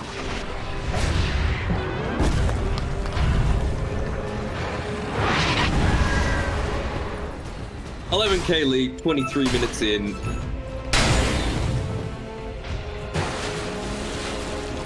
Playing for their tournament lives, they want to try and go out in a blaze of glory if possible. But I think this is a bridge too far for them. Maybe just wanting to take a solid team around this TA BKB. They're going to have the Dragon Lance available as well. So that could be the key thing that they're waiting for.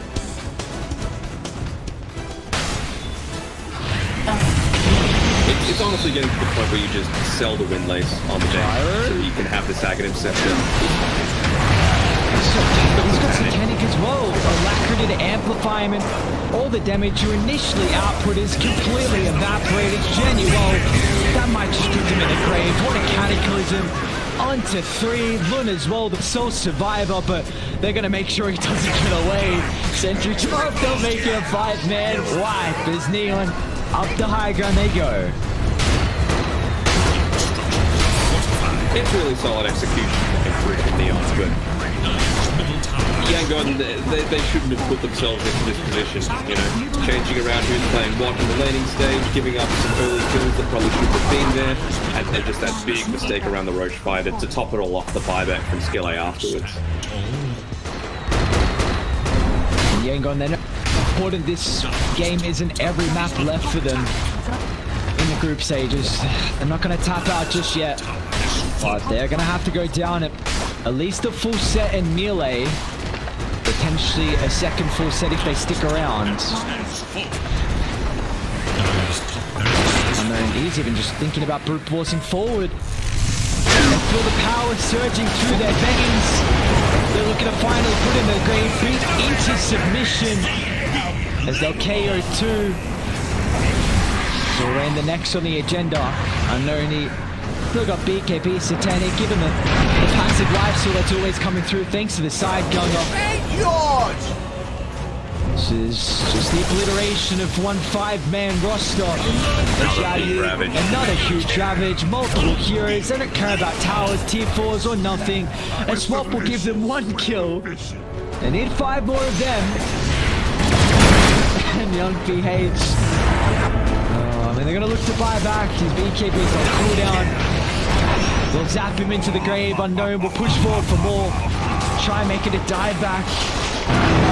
This has been a masterclass execution though from them in this second game. They just don't have the damage to go through. Tango a die back once again like we saw earlier. Finally the G drop is Neon. We'll continue with the trend. The team on the left 2-0.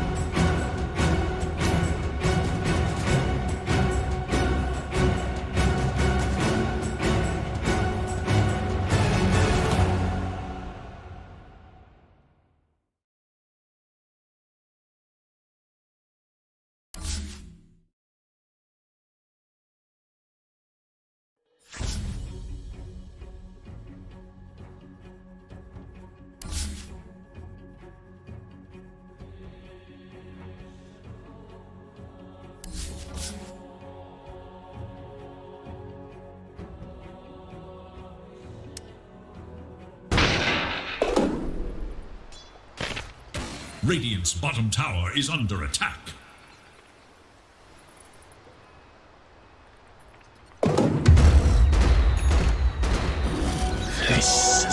My code remains.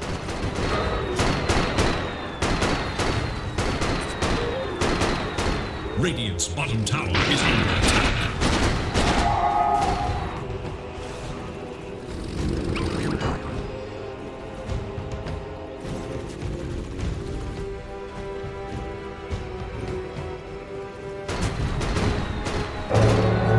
Radiant's bottom tower is under attack.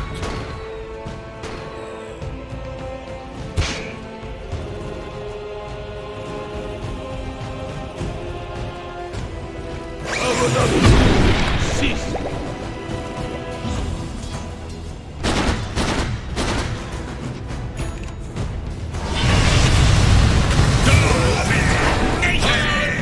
Unbelievable!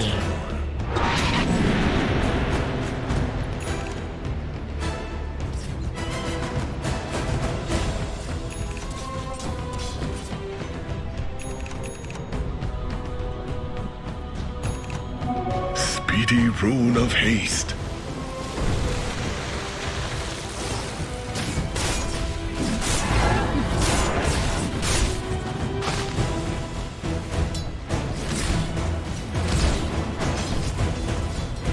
Radiant's bottom tower is under attack.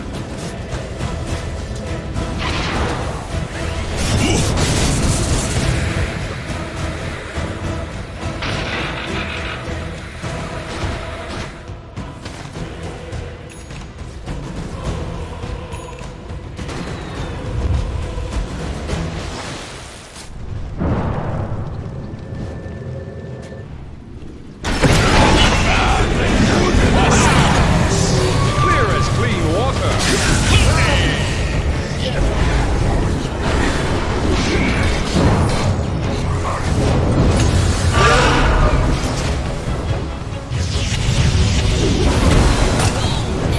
Mega kill! Unbelievable! Double kill!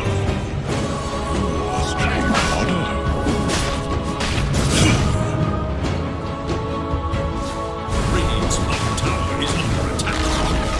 Radiant's bottom tower has fallen.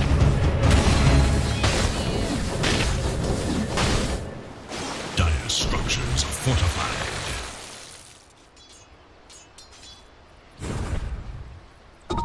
Radiant's bottom tower is under attack.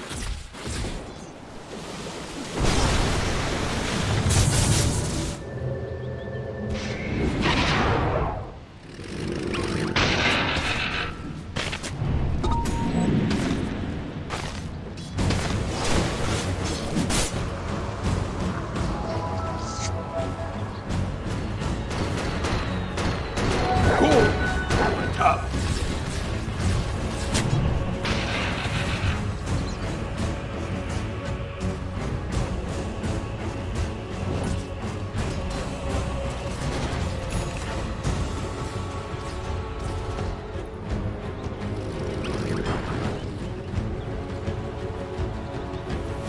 Never refuse gold given. Radiant scan, eager to know Dire's whereabouts.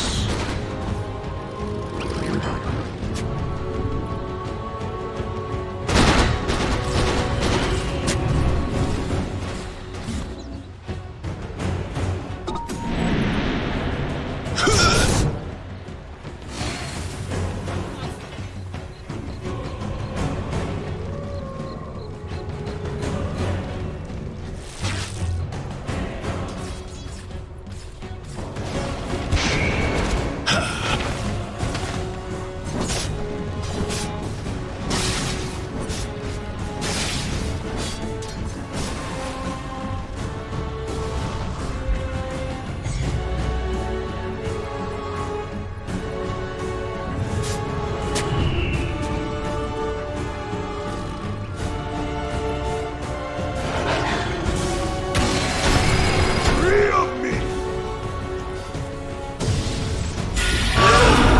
Rune of haste. This is the ring nail! Players here. Keen eye.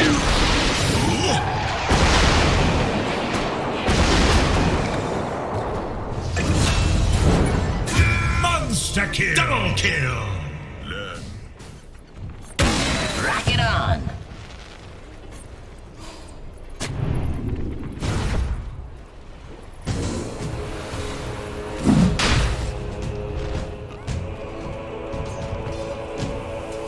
Dire's courier has been killed.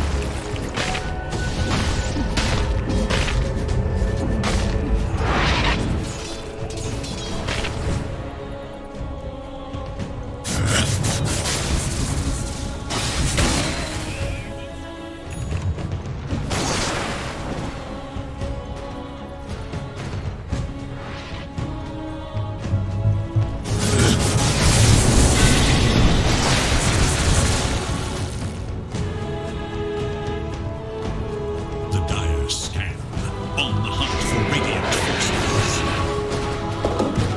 It's mine. Bounty.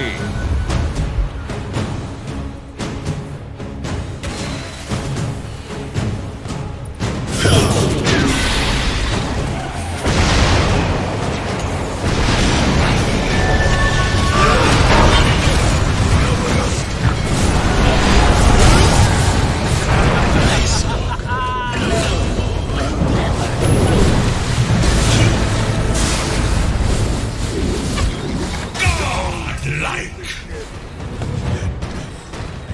Peace. Radiant's courier makes the ultimate sacrifice.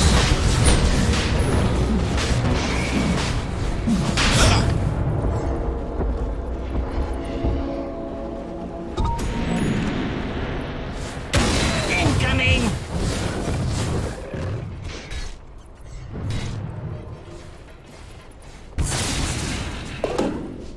Radiant's top tower is under attack.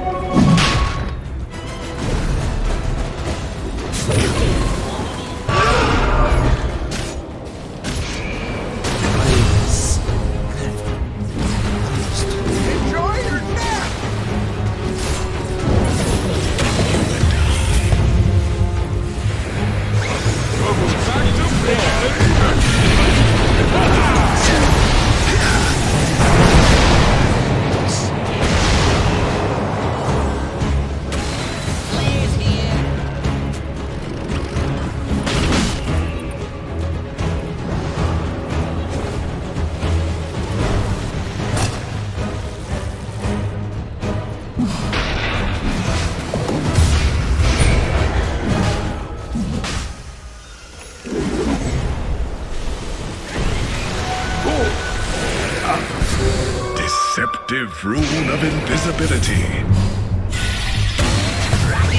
Killing spree.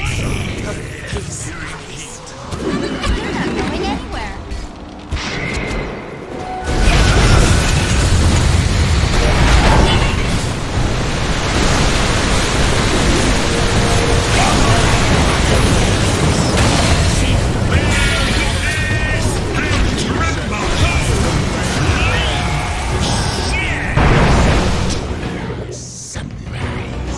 This is not battle, it is slaughter!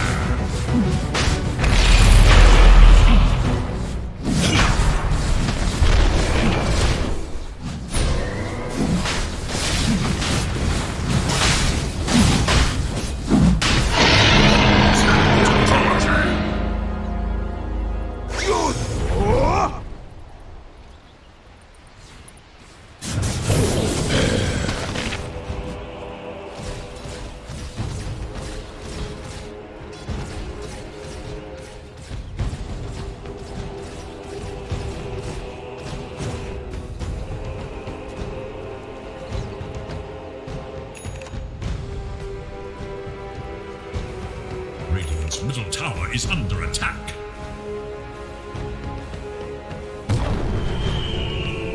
Dire's bottom tower is under attack. Radiant's middle tower is under attack.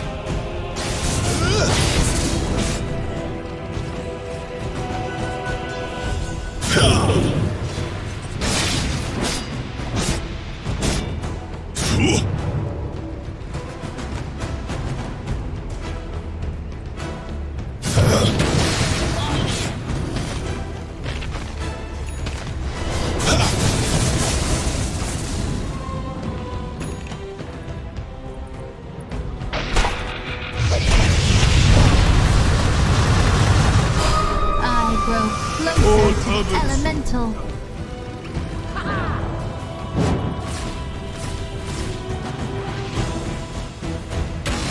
Radiant's middle tower is under attack.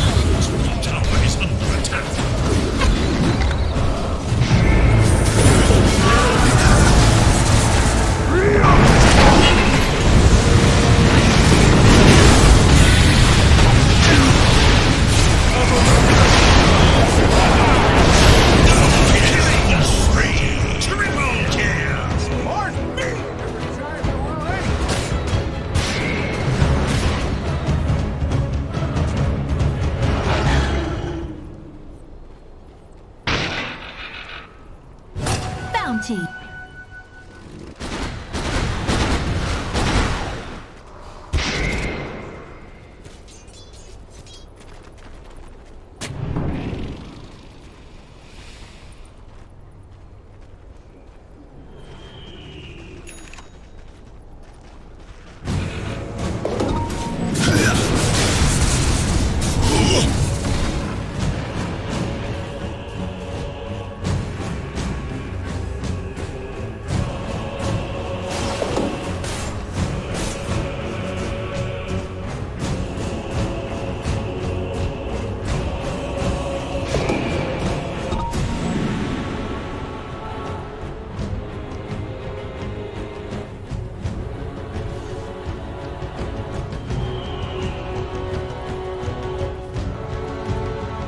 Jackpot. Not so winded now.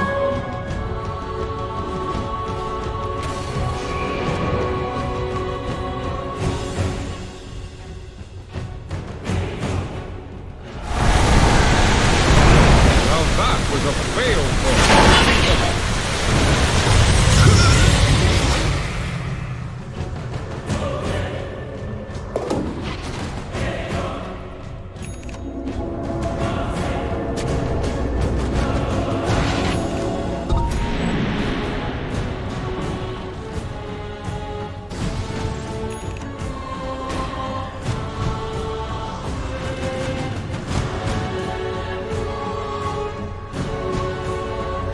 Dire's top tower is under attack.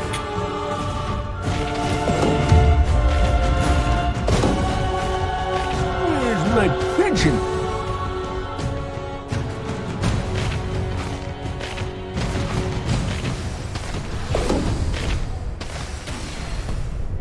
Flesh sustains, gold remains.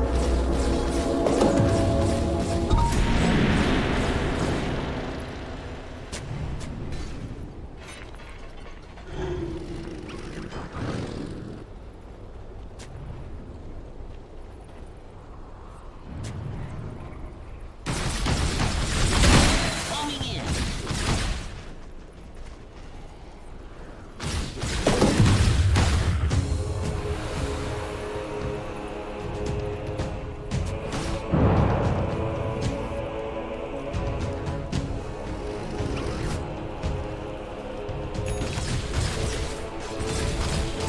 Rune of double damage.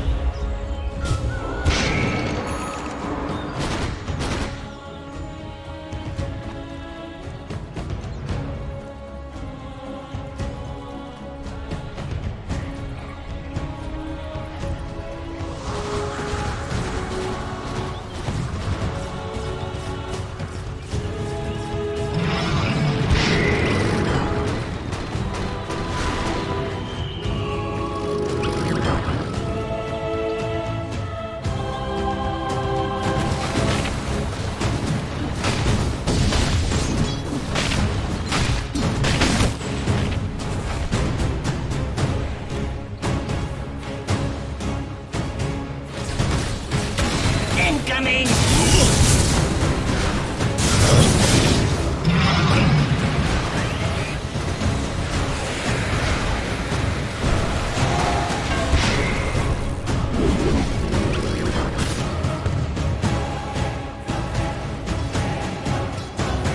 I'm in trouble.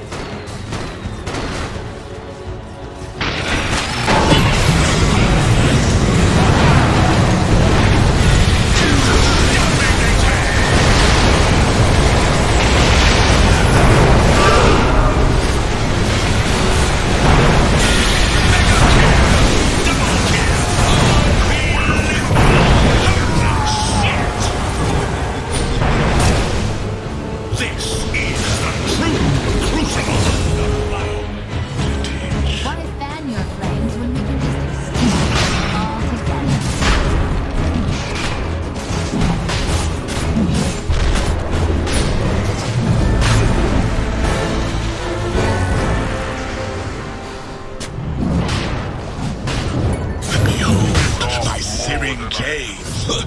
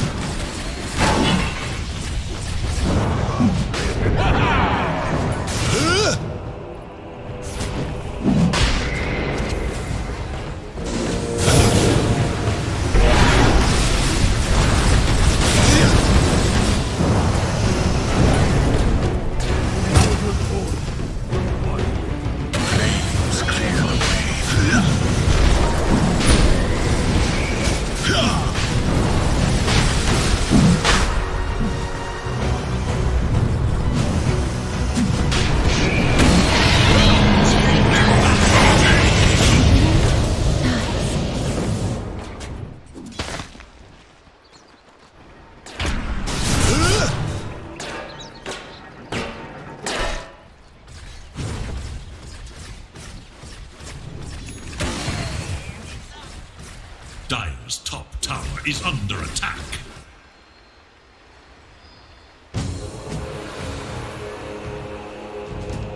Dire's bottom tower is under attack.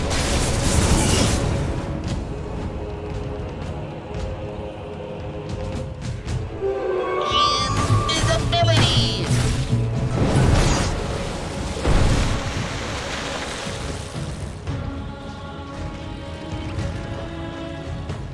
Radiant's middle barracks are under attack.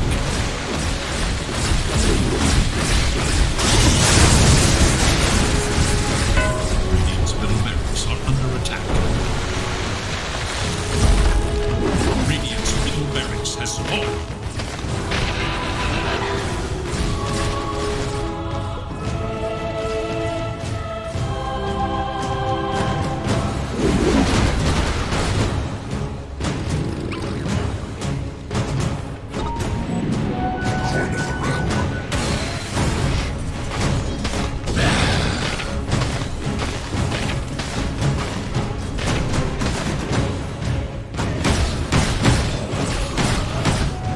Never refuse go. Incoming! Dire are scanning for enemies.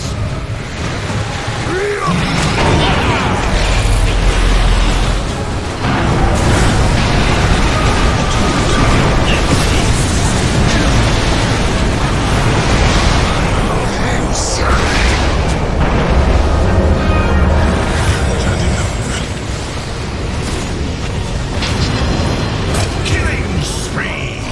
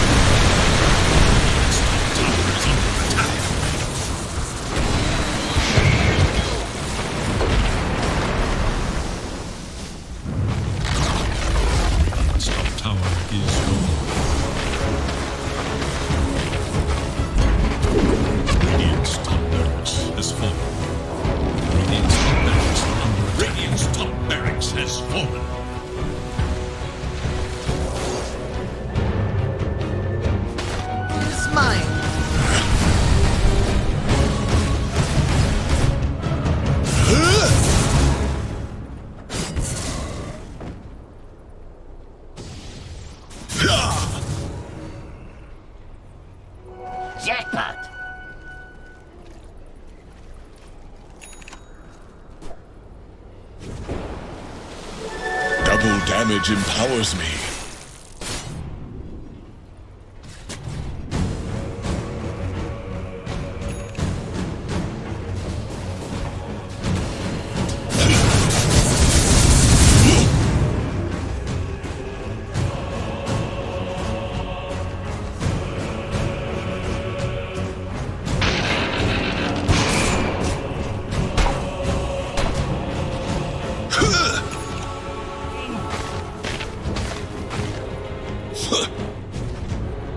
Radiant are scanning for enemies.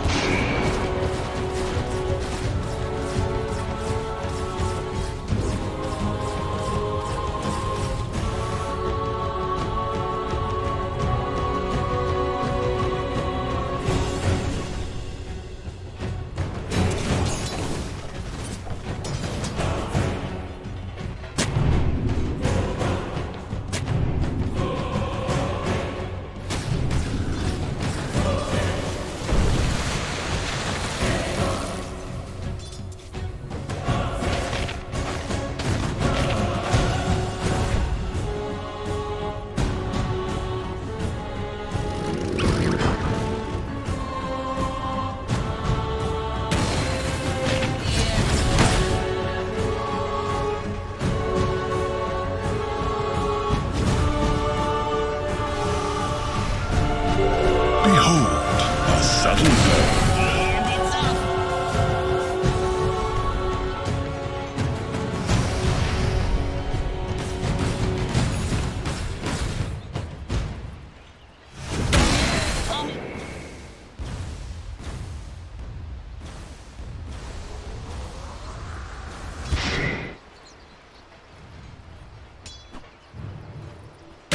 Do it with flair. Could be worse. Oh, wait, no, it couldn't.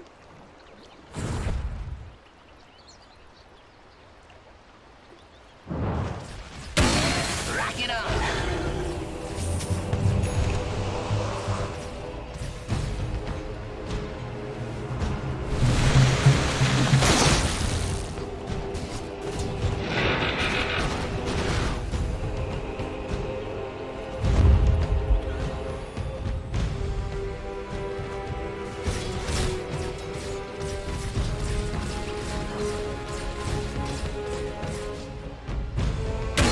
Flair's here. Dire are scanning for enemies. Radiant are scanning for enemies. And there it goes.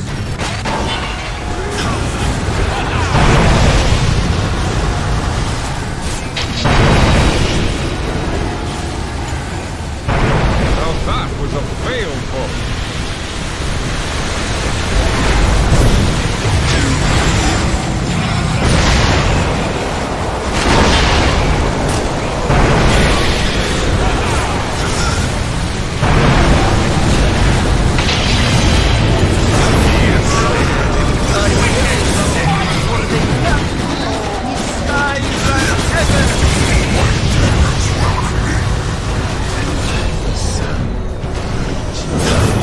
Monster godlike.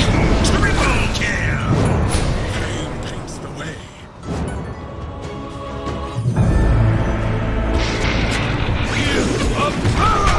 A tool to teach.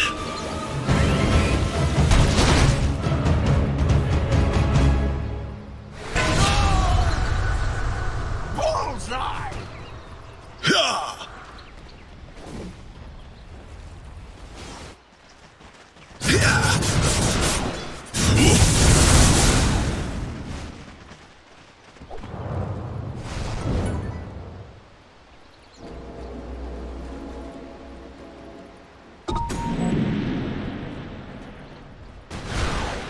Dire's middle tower is under attack.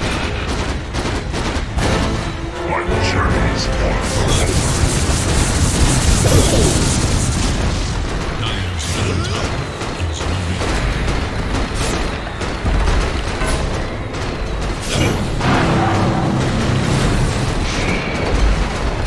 Dire's middle barracks is falling.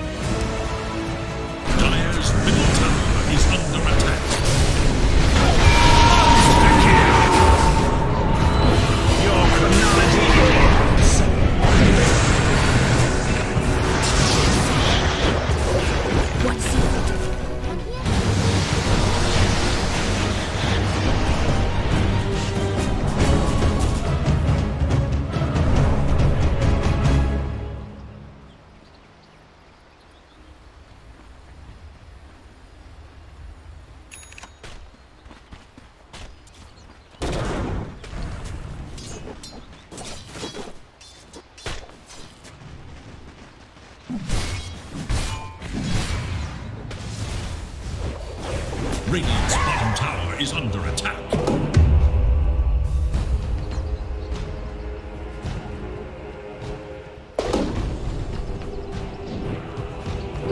Invisibility. Repent.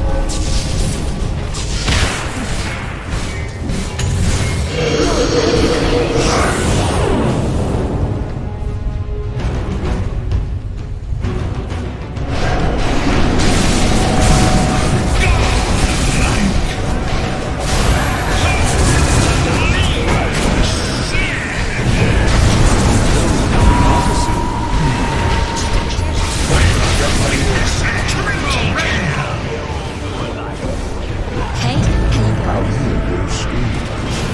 Nothing more.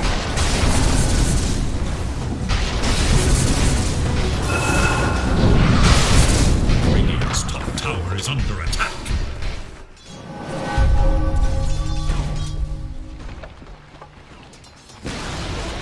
Radiant's top tower has fallen.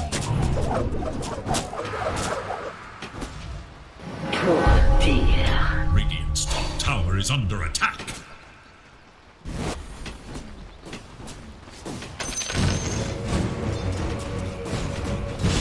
Penance.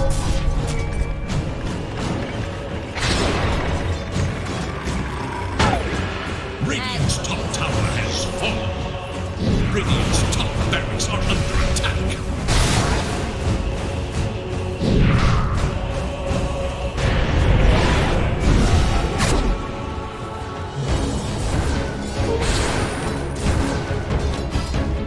Killing spree.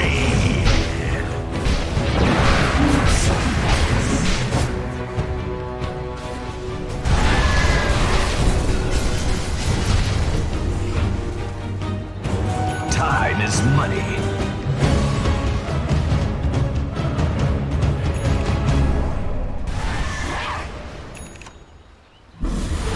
Double damage.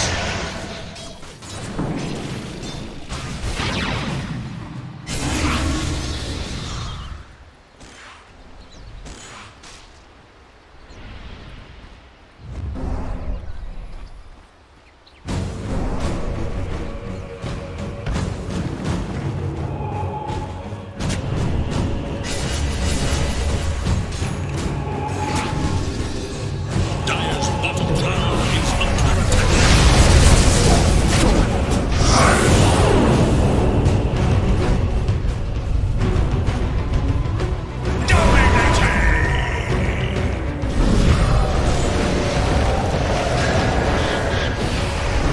Tower is under attack.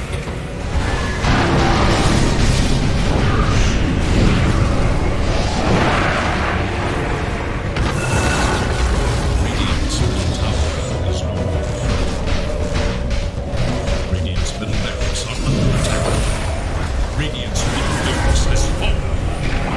Dire's bottom tower is under attack. Mega kill!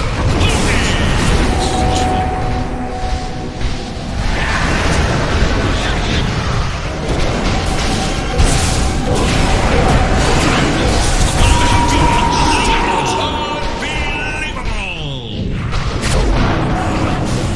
Killing spree!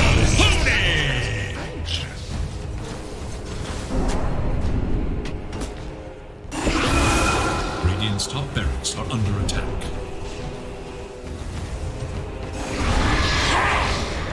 Radiant's top barracks are under attack. Radiant's top barracks has fallen.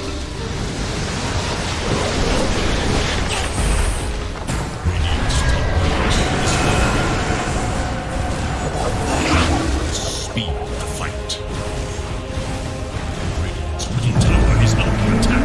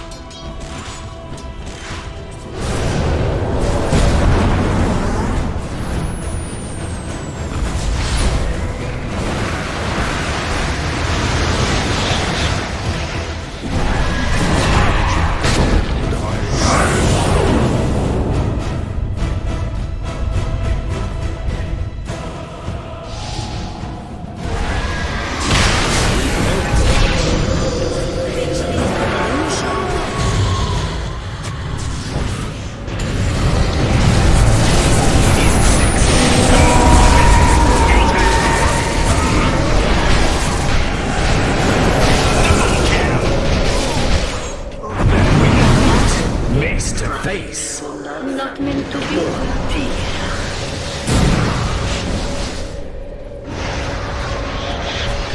Dire victory!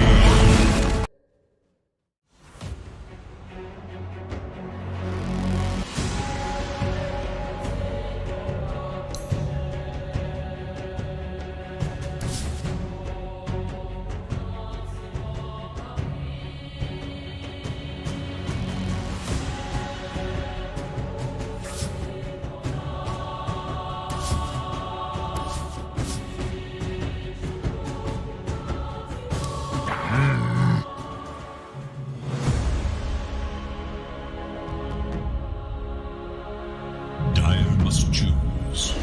Monkey King